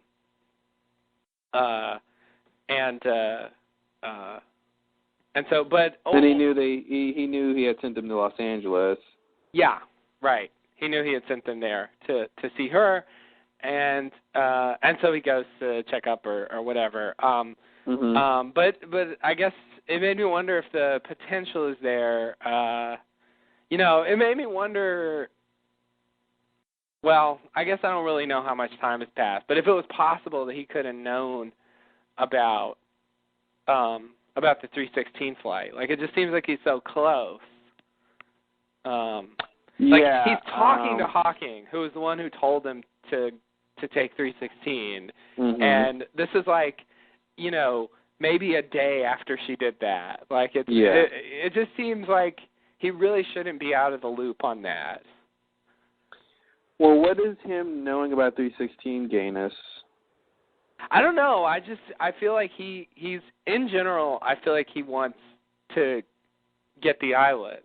I feel like that's his goal. And if they're going back to the island, then I guess they didn't necessarily know about that. But if he wants to go back, and she knows how to get back, like I don't know. It just seems like he should be able to, and he should be doing more to trying to do that. I mean, it kind of seems like he's just not trying hard enough. Yeah, I don't think it's about for Widmore. I don't think it's about getting back to the island because he could have been on the freighter if he was like, I just got to get me back to the island. I think he's more prepared. But I mean, somebody. Like I feel like he should have had somebody on the plane. Well, but and maybe he did. But here's the thing. I think he's more invested in the impending war, and whatever's going on with that. Right, but I think the war. The war's going to take place over the island, and if he can't find the island, then he's not going to be able to win the war for the island. No, but he doesn't have to be there to win the war. He needs John to be there to win the war, which is why he helped him get back there. I don't think Widmore. I mean, but from his perspective, I guess I thought he was going to do more than that. Well, I guess I assumed he was one of the come sides back to the island, and there weren't. He wasn't just like an outside party who was rooting for one of the sides that have nothing to do with him. Maybe that is what's going on, but I guess I had assumed that he actually was a participant in the war, and so... He is a participant in the war. He's sending his best warrior. He's the king who wants this war to be won. He's not going to necessarily fight it himself. No, I know, but, Locke, that's it? That's all he's going to do? Maybe that's all you need. I mean, I think, given who Locke is, that's probably all you need. I mean, if the island is on Locke's side, I'll take island and the Locke versus anybody else. Okay. All right. I mean, I think I think the evidence is there. I think if he really. But doesn't he want to get back at some point? I mean, isn't that the goal? I think yes. I think getting back to the island at some point is something he would want, but I don't think. I don't think in his mind, like maybe he just knows there's a time and place, and that this war has to happen, or it's coming, or he knows whatever information he knows about that. And so if he gets back to the island before the war, then that's not the way the thing is supposed to happen, or it doesn't make any sense for what he wants. This maybe the war has to take place, and then he can sort of come back. And I think he seems, he's definitely done a lot to try to find the island. But that's the thing. He sent the freighter with the people who were on that, and to sort of try to get Ben. I don't think he wants to be on the island with Ben. I guess. That's yeah, I kind of agree. I mean, at the very least, I feel like he should want to know where the island is. Yeah. Whitmore seems like a very patient guy. I don't know what's up with him. I think yes, he would want to know where the island is, and I think he probably would want to ask Eloise about 316. But I think he could have done this the whole time. He had her number in her address book. Yeah. And if he knows she's the one who can get back, then if all it took was going to the lamppost. And, looking up some calculations. What does that say about his search to find the island for 20 years? Like, if he could have just called her up and she could just point, just say, oh, well, go here, then why didn't he do that? Why? Maybe he's been trying to find the island but not necessarily get back there. I don't know. But he did find it. I mean, he sent the freighter, so. Yeah. He did find it. It just took him a while, but I don't know. Do we even know how he found it? It's the kind of question I would ask you. Yeah, you're right. It just occurred to me. I was like, how did they find it? I know how Penny found it, but yeah. They've done a great deal to suggest that they're very separate entities. Didn't they How did they find the island? It was something weird, I thought. Did they ever even say how they found the island? I don't remember that. I could just be forgetting, but. Well, I'm sure there was something Naomi made up when she landed there and told people crap. Mhm. Oh, yeah, no, you're right. She told him something. You're right. Yeah. I forgot about that. She definitely told him something. She told something, yeah.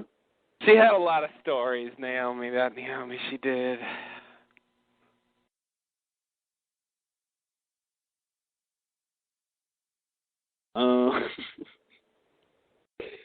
All in that wig. Yeah. Always a wig.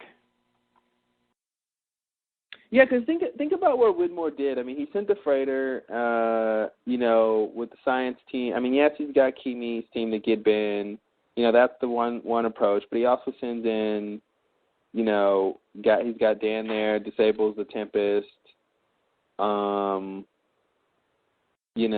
That's sort of very tactical. It's like you go in, you try to take down the opponent. He's I think he's trying to lay the groundwork for his return. I agree.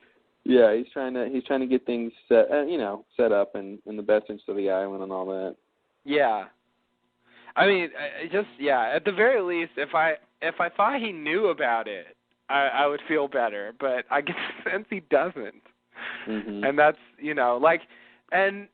sending Abaddon with Locke and having Abaddon get killed and then nothing more after promising to protect him and saying how important he was. And he gets killed by Ben. Locke gets killed by Ben, and his body gets taken away. I don't know what happened with that. I mean, I think Abaddon got killed and Ben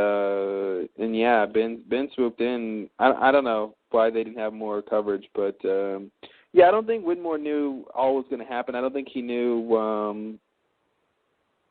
Locke had to die and he did know that Locke had to die and all that to get back and the repercussions of 316. Like, he didn't really know that stuff.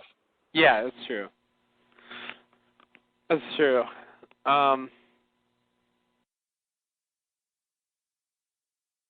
But yeah, it's I guess now it's pretty clear what the relationship is between him and Hawking, though.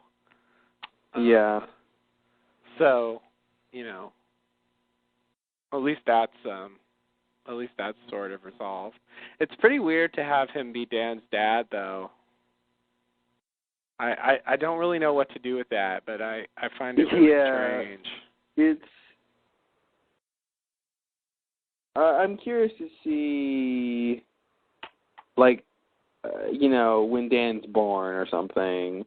Yeah, I wonder if he was born on the island or not. Yeah. I think he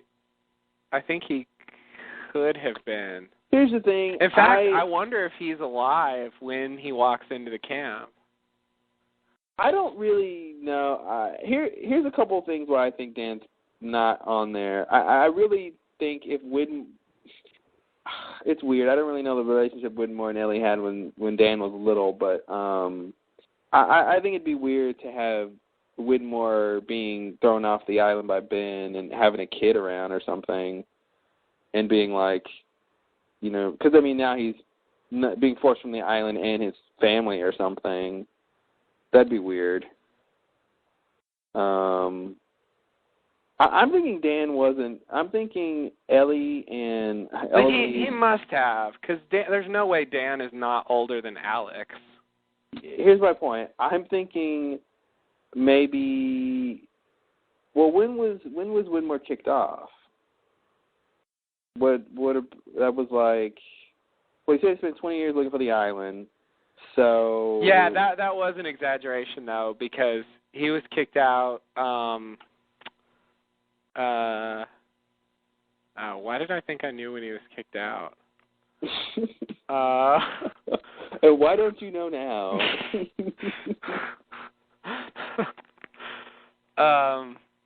So it's exaggeration because... Well, because it couldn't have been. It just couldn't have been that long. Oh, because it couldn't have been. All right. That's like, look, Obama's a socialist. Why? Because he is. Here's why it couldn't have been that long. Wait, what? You ever seen, when people say Obama's a socialist or a communist or anything, it's like, why? Okay. Why? Because he is. Okay. He just lowered taxes. But no, he's a socialist. Yeah. Why? Because he is. How do you know? Because he is. Mm-hmm. No. Look, here's my evidence.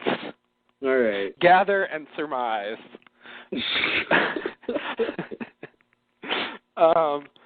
The Purge. The Purge happened, I think. I can do even better than this, but whatever. The Purge happened, I think, in 1992, maybe a little earlier.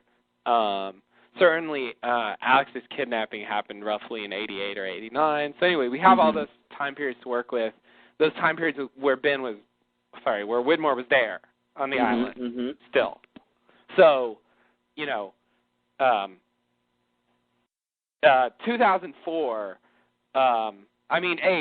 7, was when he said 20 years, and that just isn't. So 87. 87 would be. He's off by a couple years, maybe. Yeah, he's exaggerating a little bit. Okay. Yeah. All right. Good point. So aren't you glad we went through all that? Anyway, it's been about 20 years, so. Wow, I'm glad we spent all that time to get back there. Yeah. Ooh. So I'll say it's been about 20 years. So Dan is 30, late 30s, something like that, yeah. 40s. Yeah. So what, he's born in... Yeah, he must have been born either on the island or he must have been born on the island. What other possibility is there?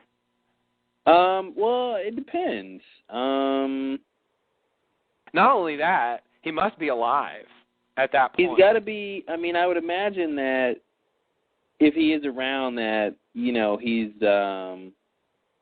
with he's in that camp where Eloise is. Right. Or wherever this children are supposed to be. Maybe they're not there, but okay, yeah, I was just trying to see. I don't imagine Widmore leaving the island knowing he's got a son there and potentially a romantic interest, and he doesn't mention it on his way out, like. But maybe they leave at some point. That's the thing. We don't know when Hawking leaves. Yeah. Well, presumably she leaves when all the other mothers with children leave. So that's the question mark. Which is before the incident, hopefully. Do you think that's going to include the others as well? Maybe. Okay. I don't know. Okay. I mean, I don't think... I mean, Dan told Chang to evacuate every man, woman, child on the island. Right. I mean, was it just Dharma that was going to be affected? Like, I guess I didn't think Chang was going to go to the hostiles and try to evacuate them. Well, I don't think he was. I think that's why Dan went over there. Presumably, Dan would have pleaded the same case. Hey, I'm gonna, this incident's gonna happen. Dan was probably gonna tell them what Dharma was doing, tell them the danger. I mean, plead the same case, basically. Okay. Yeah, Chang wouldn't necessarily do that, but I think Dan was probably gonna go do that. Sorry, yeah, okay. But he won't now. But he didn't, yeah. So I mean, unless there's another scene in the next episode where he isn't quite dead yet and he tells them to evacuate. Or if Jack and Kate tell him, they've heard the story. Yeah. So they can find out. And maybe that is the reason she leaves. Oh, shit. Wait. No, I still think that's not right. Because they didn't show her being there, or did they? I don't think so. They didn't show her being there in that Alex bit, right? It was just Widmore. Where, when? When Ben kidnapped Alex. It was just Widmore, yeah. Yeah, they didn't show her there. So I think you might be right. I had an idea of how. I thought I had another idea of how Dan could be the clever fellow still. Oh no! But it still doesn't work. Okay. Because I was thinking, oh, I get it. They leave before the incident, and and then Hawking can never get back to the island, and so she and Dan create the lamppost. But then I'm like, oh wait, they came from the island. They already found it. Dharma's already there. It still doesn't work. Yeah. Darn it. Yeah. Oh, here's another thing. We did see Dan in the real world, 9 years old or something. So yeah, that's true. that gives us a time frame on how long he was there. Good point. Yeah. Yeah, pointing at the obvious here. You're right. I think you win. You're absolutely right. I definitely think she leaves really soon, and that's it. Yeah. Yeah. Because the age she was it's the same in that actress. scene is very exactly. Same actress for that time period. Exactly. Yeah, that's it. That's it. Boom. All right. Boom. Case closed. We solved it. The block I was having was the 20 years. Well, there was that, and then also I just didn't think the hostiles would be included in this evacuation.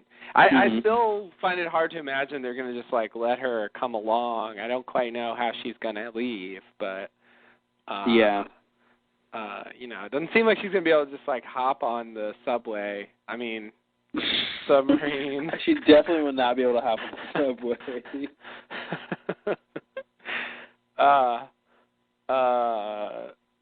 But I don't know. I don't know what they're going to do with that.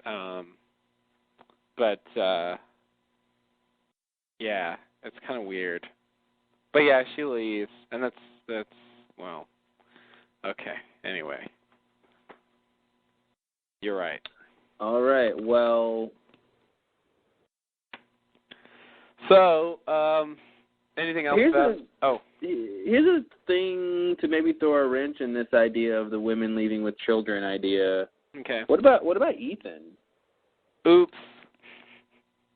I guess he doesn't. He sticks around. He does. Yeah. Apparently.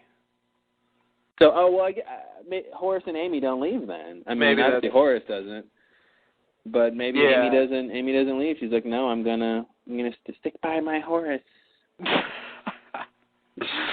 That's Amy for you. That's Amy. She always sticks by her Horace. Yeah. Ethan is still weird to me. But whatever. I'll let that pass. But yeah, that is weird. Certainly everybody doesn't leave. I mean, Ben doesn't leave. Yeah. So, of course, he might not get the chance because he might not even be around. Of course, if the hostiles have an evacuation, then for Kit, like, he would presumably be included in that. You know, if they evacuate as well. Mhm. Yeah, I guess I just assumed they. I don't know. If she has to leave. She has to leave. So she's got to go. You gotta go, honey. You don't have to go home, but you can't stay here. It's a little weird to me. I was going to say that the sub only has so much room, so, not everyone can go. Yeah, that's true. That's true. Sorry, Ben. Oh, no. Oh, dear. Conference is scheduled to be broken down automatically in 5 minutes. To extend the time by 60 minutes, press *8. I did, thank you. I don't think Ben would want to go. Yeah, he wouldn't want to go anyway.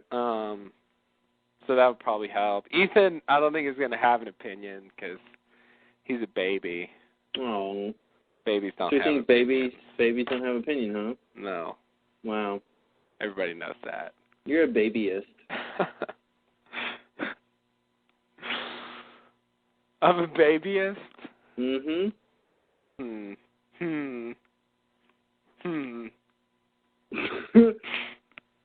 See, you just proved it.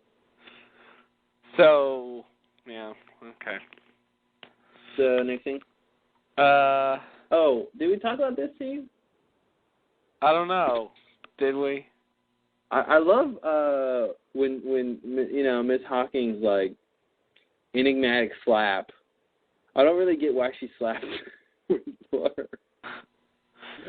I don't know if that was like you were never in his life kind of a slap, like, I raised him alone and he's not, he's not your, how dare you say he's your son, or I didn't really know what we were getting from that. Yeah, I think that's it. Is that it? Yeah. Yeah, you don't have the right to claim credit for sacrifice because you didn't really have any involvement in his life. Mm-hmm. I think that's what that or was it you weren't the one who had to go tell him to leave to go get killed by you? Like, not so much as, he's your son, but more so as I'm the one who is doing this bad stuff. Right. Yeah, that too. A little that too? We'll sprinkle a little of that on top. Put that on top. Definitely. Maybe simmer a little bit. Mm-hmm. Maybe put the cover on, a little bit. Yes. So there's a lot going on in that slap. That's good. Slap. Subtext. Yeah. There's a lot of subtext in that slap. You can't beat a slap for good drama. No. It's really a potent thing. Because it's short of like a punch in the face, which would just sort of ruin things. Yeah. But it's still effective. Definitely. And you're not slapped that often, so when you are slapped, it's like, what? I just got slapped. Yeah, it is. Yeah, it's been a long time since I've been slapped in the face. I would agree. It's been a very long time since I was slapped in the face. When's the last time you've been slapped in the face? Yeah, no, I was just thinking about how often that's happened. Like, I've definitely been slapped in the face a few times, but it's been a very long time. How many times when you didn't ask for it? Ooh. Oh, ouch.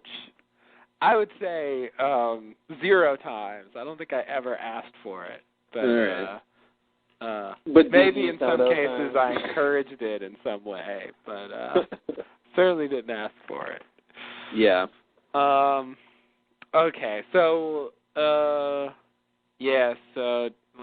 Desmond's all right. Good for him. Wow, what a lackluster scene that was, right? Yeah. Yeah. And honestly, all I kept thinking about when Desmond was on screen was like the sexual harassment suit that's against the actor right now. Oh.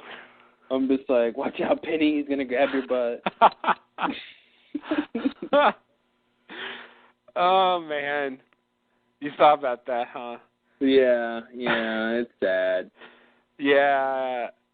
But you know what? It's alleged. Who knows if he did it, right? Only him and the lady know. I'm sorry, so. I can't allow that. Nothing is alleged. Everything has been proven. These are facts. All right. Sorry, had to do that. Thank you. I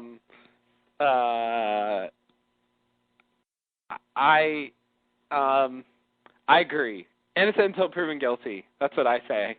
I don't know. It's this crazy idea I have. Yeah? Yeah. It's called fair justice? Yeah. Yeah. That's weird. I know.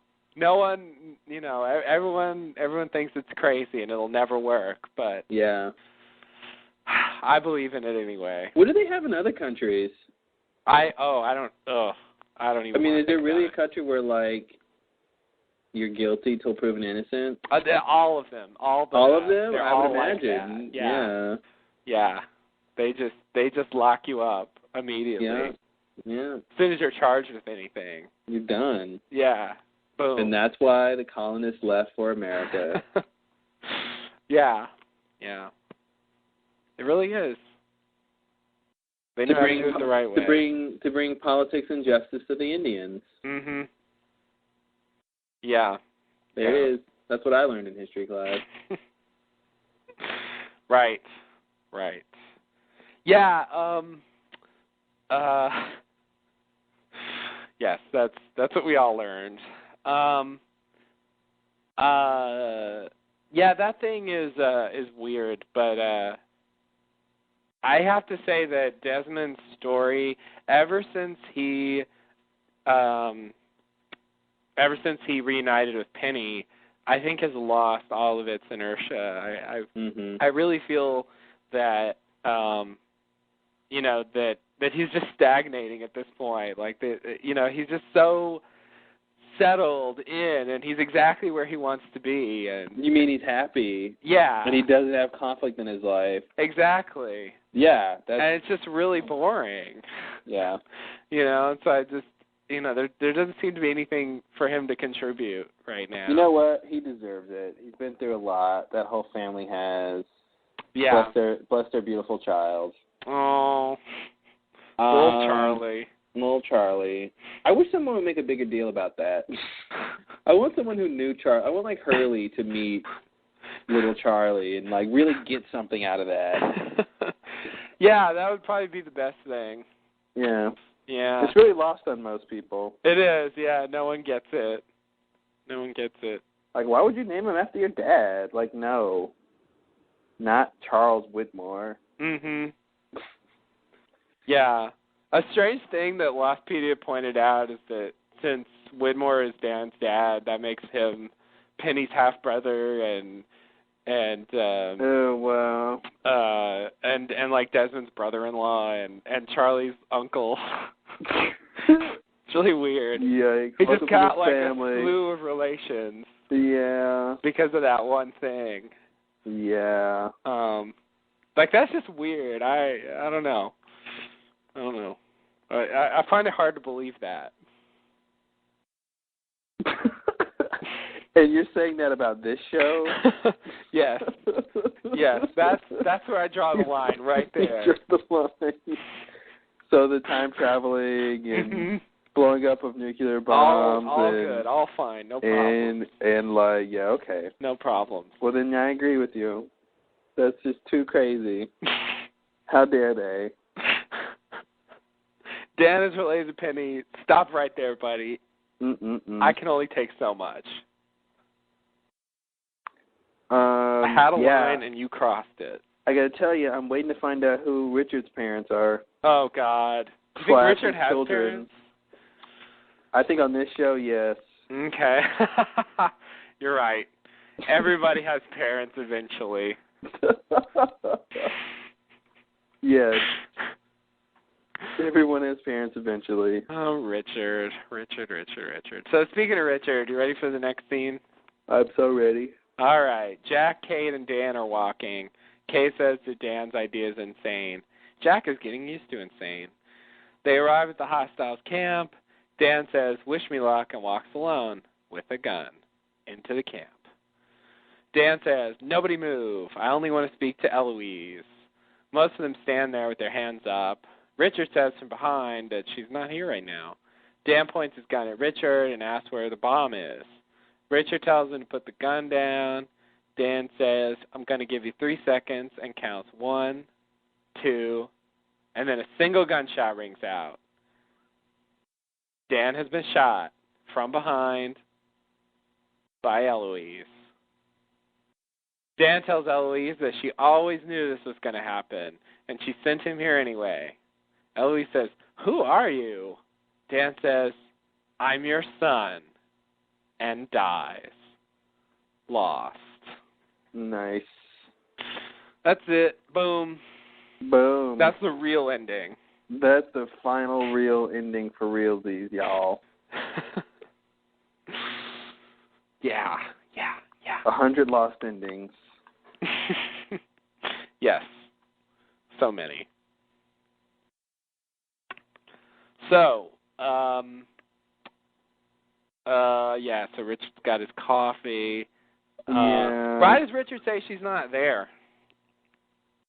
I really think it was a contrivance that she was out on an errand and she was just coming back and walked into the scene that she ends up finding, Dan with the gun on. Oh, Richard. So you don't think he's lying? I don't think he was lying. I think she was just away and she had just come back. I see. Okay. She if since this is lost, I'm going to assume she was probably away, like checking on Dan or something somewhere. Checking on little Dan, something. Oh, man. Oh, God. Yeah. Oh, God. Yeah. Yeah, that's weird. Like I said before, I don't know why Dan is so, gung-ho about this gun business in Richard's face. I do have to say, I thought something else was going to happen, like when he's counting down and Richard's like, don't do this. I'm thinking, either A, he's going to shoot, and then Richard's head is going to, like, explode and then reform. Yikes. Or, like, Smokey's going to come out and stop this. Mm-hmm. Or, like, I thought he was going to, like, test Richard to the point of we're going to get some crazy Richard power. Mm-hmm. But no. No. Richard's just having coffee. He's just having coffee, man. He's not displaying any crazy powers today. No, that's for season 6. Right. When we find out that he's actually, I don't know. Smokey's dad. Right. Oh, no. Yeah, I said it. Can't wait for the Smokey flashback where we see... Exactly. Him as a smaller cloud. Playing the piano. Maybe a little cleaner. Playing the piano. And we can't get it right. I cannot get chopsticks. You don't have any time for this. I can make time. I'm a smoke monster. If only you could. Cough, cough. If only you could.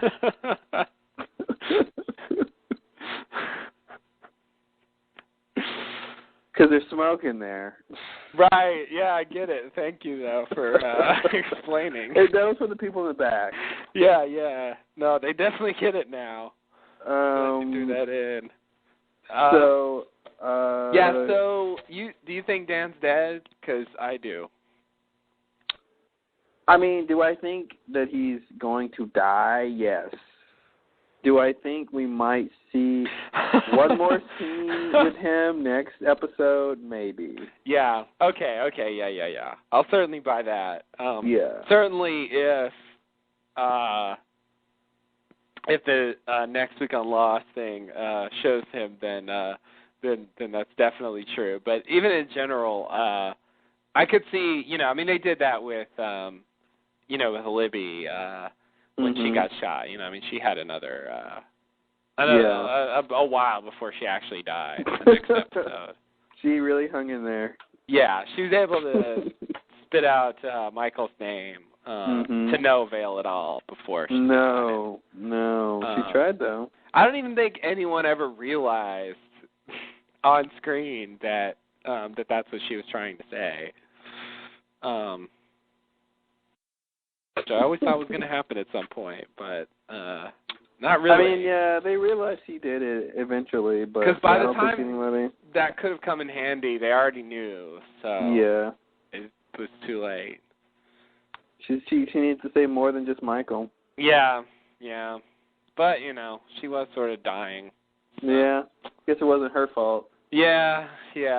She tried to say something. Anyway, I could definitely see a scene like that in the next episode where he says whatever and then dies. But I do think he's dead, like, very soon.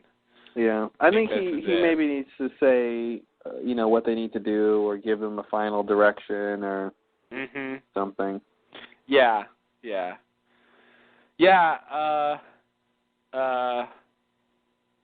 But it's too bad because he was a good character and, I don't know. Some of these other people, I think I'd trade for him at this point. I think Dan is probably the best, recent new character. Definitely best of the Freighter group. Yeah. There were a lot of good characters from the Freighter group, but yeah, they were pretty good overall. Yeah. For as many characters as there were a lot of good ones. Yeah.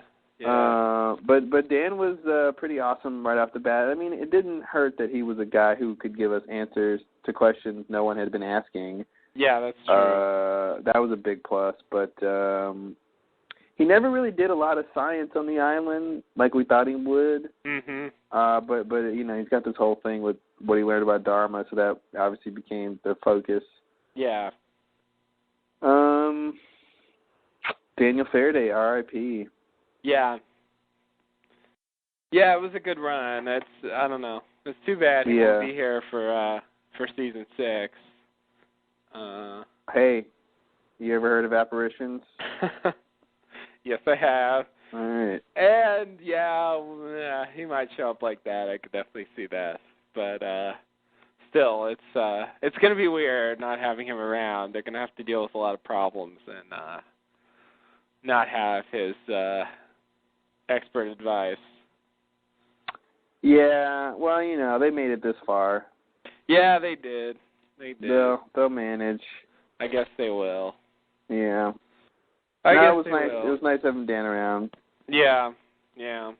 I just wasn't quite ready for him to be dead. I don't know. You know what? I don't think anyone expected him to come back to die.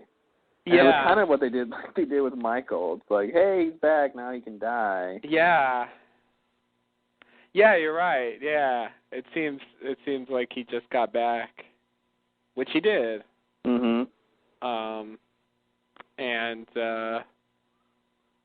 And we were like, here's some more good Dan times to come in, but no, it wasn't more Dan time coming. I thought it'd be more than just the next episode. Yeah. For the good Dan times, as you put it. The DDT. That's it. Oh, man. Yeah. So, I have to say, I'm going to have to watch the next week on Lost now. because I'm really curious about what that's going to show. It's not much. I've got like so much in my mind about what might be there. So yeah, that's what I'm going to do. All right. Pretty soon. So yeah, that's pretty much it. Anything else about this? A little surprised Richard didn't, notice Faraday from earlier. A guy tells you to bury a bomb, and then vanishes. You think you might remember, but... he does say, "Do I know you?" Yeah, he says that. Do you want to count that? Not really. But Dan says it doesn't matter. Says that to everybody, doesn't he? Kind of seems like it. But he does Have we know met? everybody. Do I know you? Yeah, he does. He just doesn't remember them. Yeah. I wonder. It's going to be weird when we find out what Richard's story is.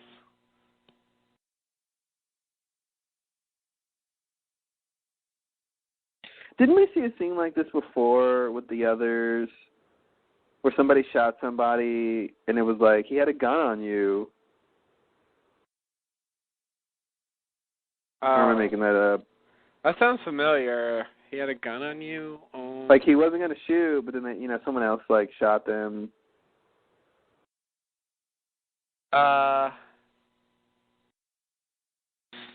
That sounds really familiar, but I can't think of anything like that. Let's see, what else is there? Yeah, I don't remember either. Yeah, I can't.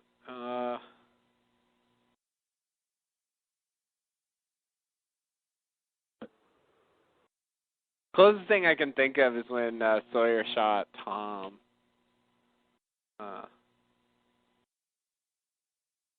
When was that? At the end of season 3.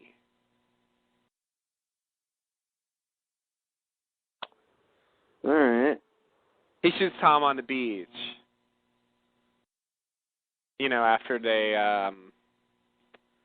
Oh yeah. The whole storming the beach. After they rescue the team that stayed behind to trigger the dynamite. For when the others came. Yes. The good old days. Yeah. When things were simpler. Yeah. Very Mass simple. murder on the beach. Yes. Yeah. So he shoots Tom, and Hurley says, but he said he surrendered, and Sawyer says, I didn't believe him. Yeah. That's the closest thing that came to mind. Yeah, it was something with, I don't remember, but it was something that's similar where someone had a gun pointed at someone else, and then a third party comes in and shoots, and is like, he wasn't going to shoot me, but I don't remember. I think that's pretty much it.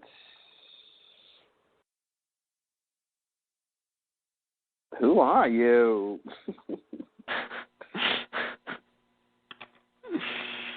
Oh, Eloise. Oh, Eloise. Yeah, I think we need a backstory on her. Yeah, she's got all kinds of shit going on. Yeah. Yeah. She's all over the place. Yeah. I'm surprised at how much they've had her do. She's doing everything.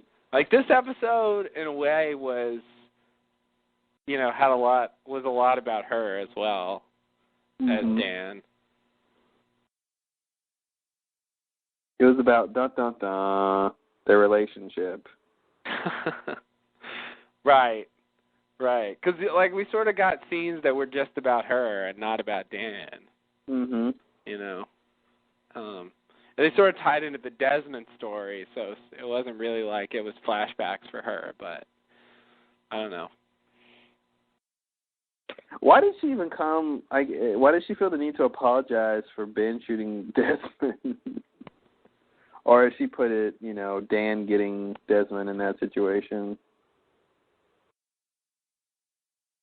That was weird. I was just thinking about that whole thing. I think that's weird that she actually did that.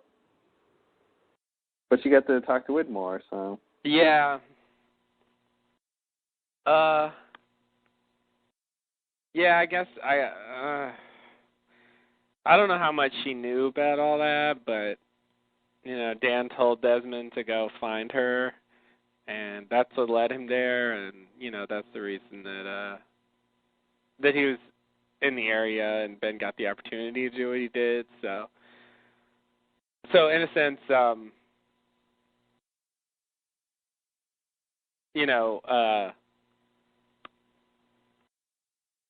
I think that's what she's apologizing for. Yeah. Well, I mean, she's sort of working with Ben to apologize for that too. Well, yeah. If it wasn't that flight, then Ben wouldn't be pressed to go do it then, and all kinds of crap. But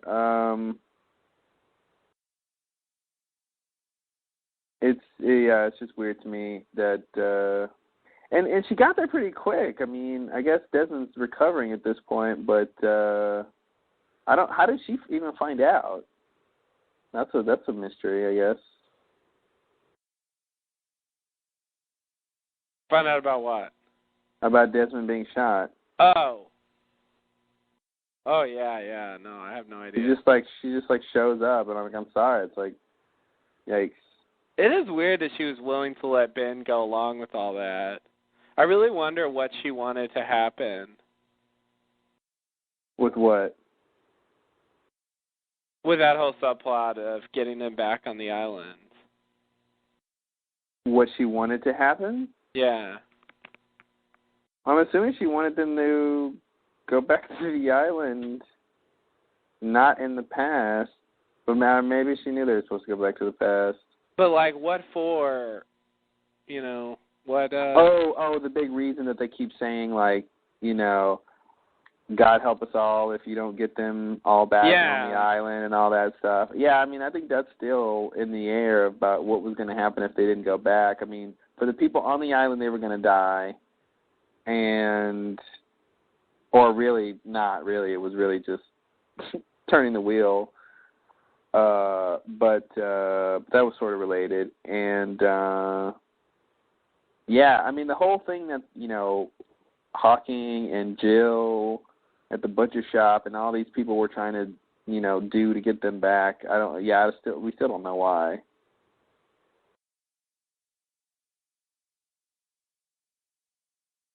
Yeah. And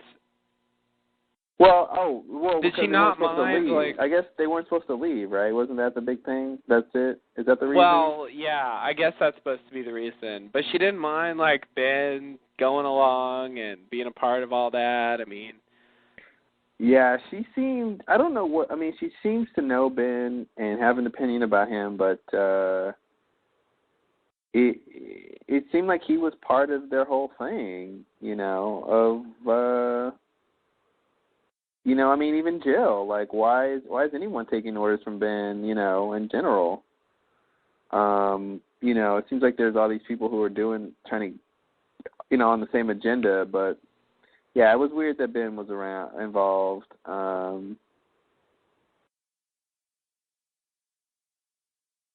But, I mean, what else is she going to do? Tell Ben no? No, not for you, sorry. I guess not. Although she was initially only working with Ben. Yeah, I mean, that's the thing. She's the one who told him to go round up everyone else. Yeah. So it's not like he just, came along. I don't know what she thinks in terms of the fact that he's off the island. He was the instigator. And why should not? Should he be going back? And why not have Whitmore do all that? Whitmore. Is Whitmore not in any way invested in that project? Yeah, I don't think so. It seems like Whitmore. I mean, maybe I don't know. There's some divide between Eloise and Whitmore. No, he was because he's Locke was supposed to go talk him into going back, and And that. Well, he's definitely interested in that, but yeah, it was different ways to handle it, I guess. Yeah. Because Whitmore didn't. Whitmore told him about Hawking. Oh, that's right. He said you have to go to her anyway. Yeah. Yeah, but he just never did. He was just going to kill himself before he even went. And he happened to mention it to Ben, and so then he goes. I guess that's what the story is. Here's the thing. Yeah, I just thought about that. If Locke would have killed himself, even if that convinced Jack to, go on the, to get everyone else to go back, like, they wouldn't have known about the Hawking thing. Mm-hmm. That was the whole point, was that Ben heard him say that, and then Ben went and did it. Ben basically... But was he already working with Hawking before that or not? I don't think so. Yeah, okay.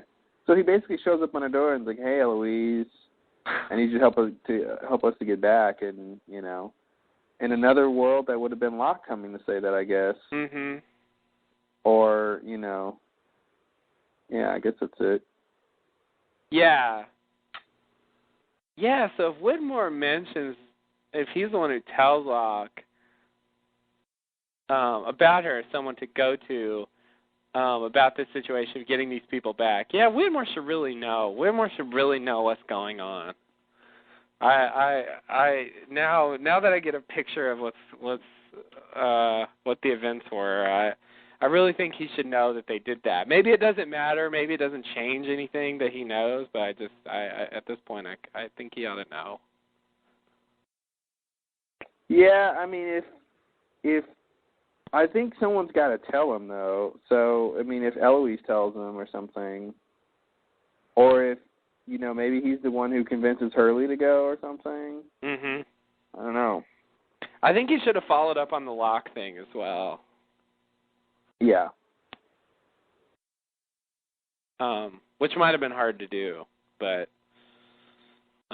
yeah. So maybe he had no idea. It just seems like he's just extremely close to knowing everything, and if he doesn't, it's weird. Yeah. Anyway, I don't know why I care so much about what Whitmore knows, but I do. Well, you got to care about something. Yeah. You know what I care about? What? You don't seem happy to hear this. I'm just guessing it's one of your signature segues.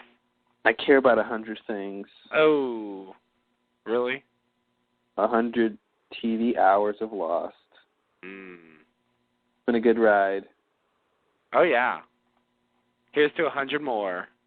Here's to 100 more, but they won't reach it. Right. All right, well, anything else before we wrap this baby up? No, I think that's pretty much it. I think we've covered this one. We've exhausted all of our resources here. Yeah. Yeah. Yeah. Well, good episode. Yeah. I enjoyed it. And we'll see what happens with this other shit at the end of the season. Hydrogen bombs may explode. Mm-hmm.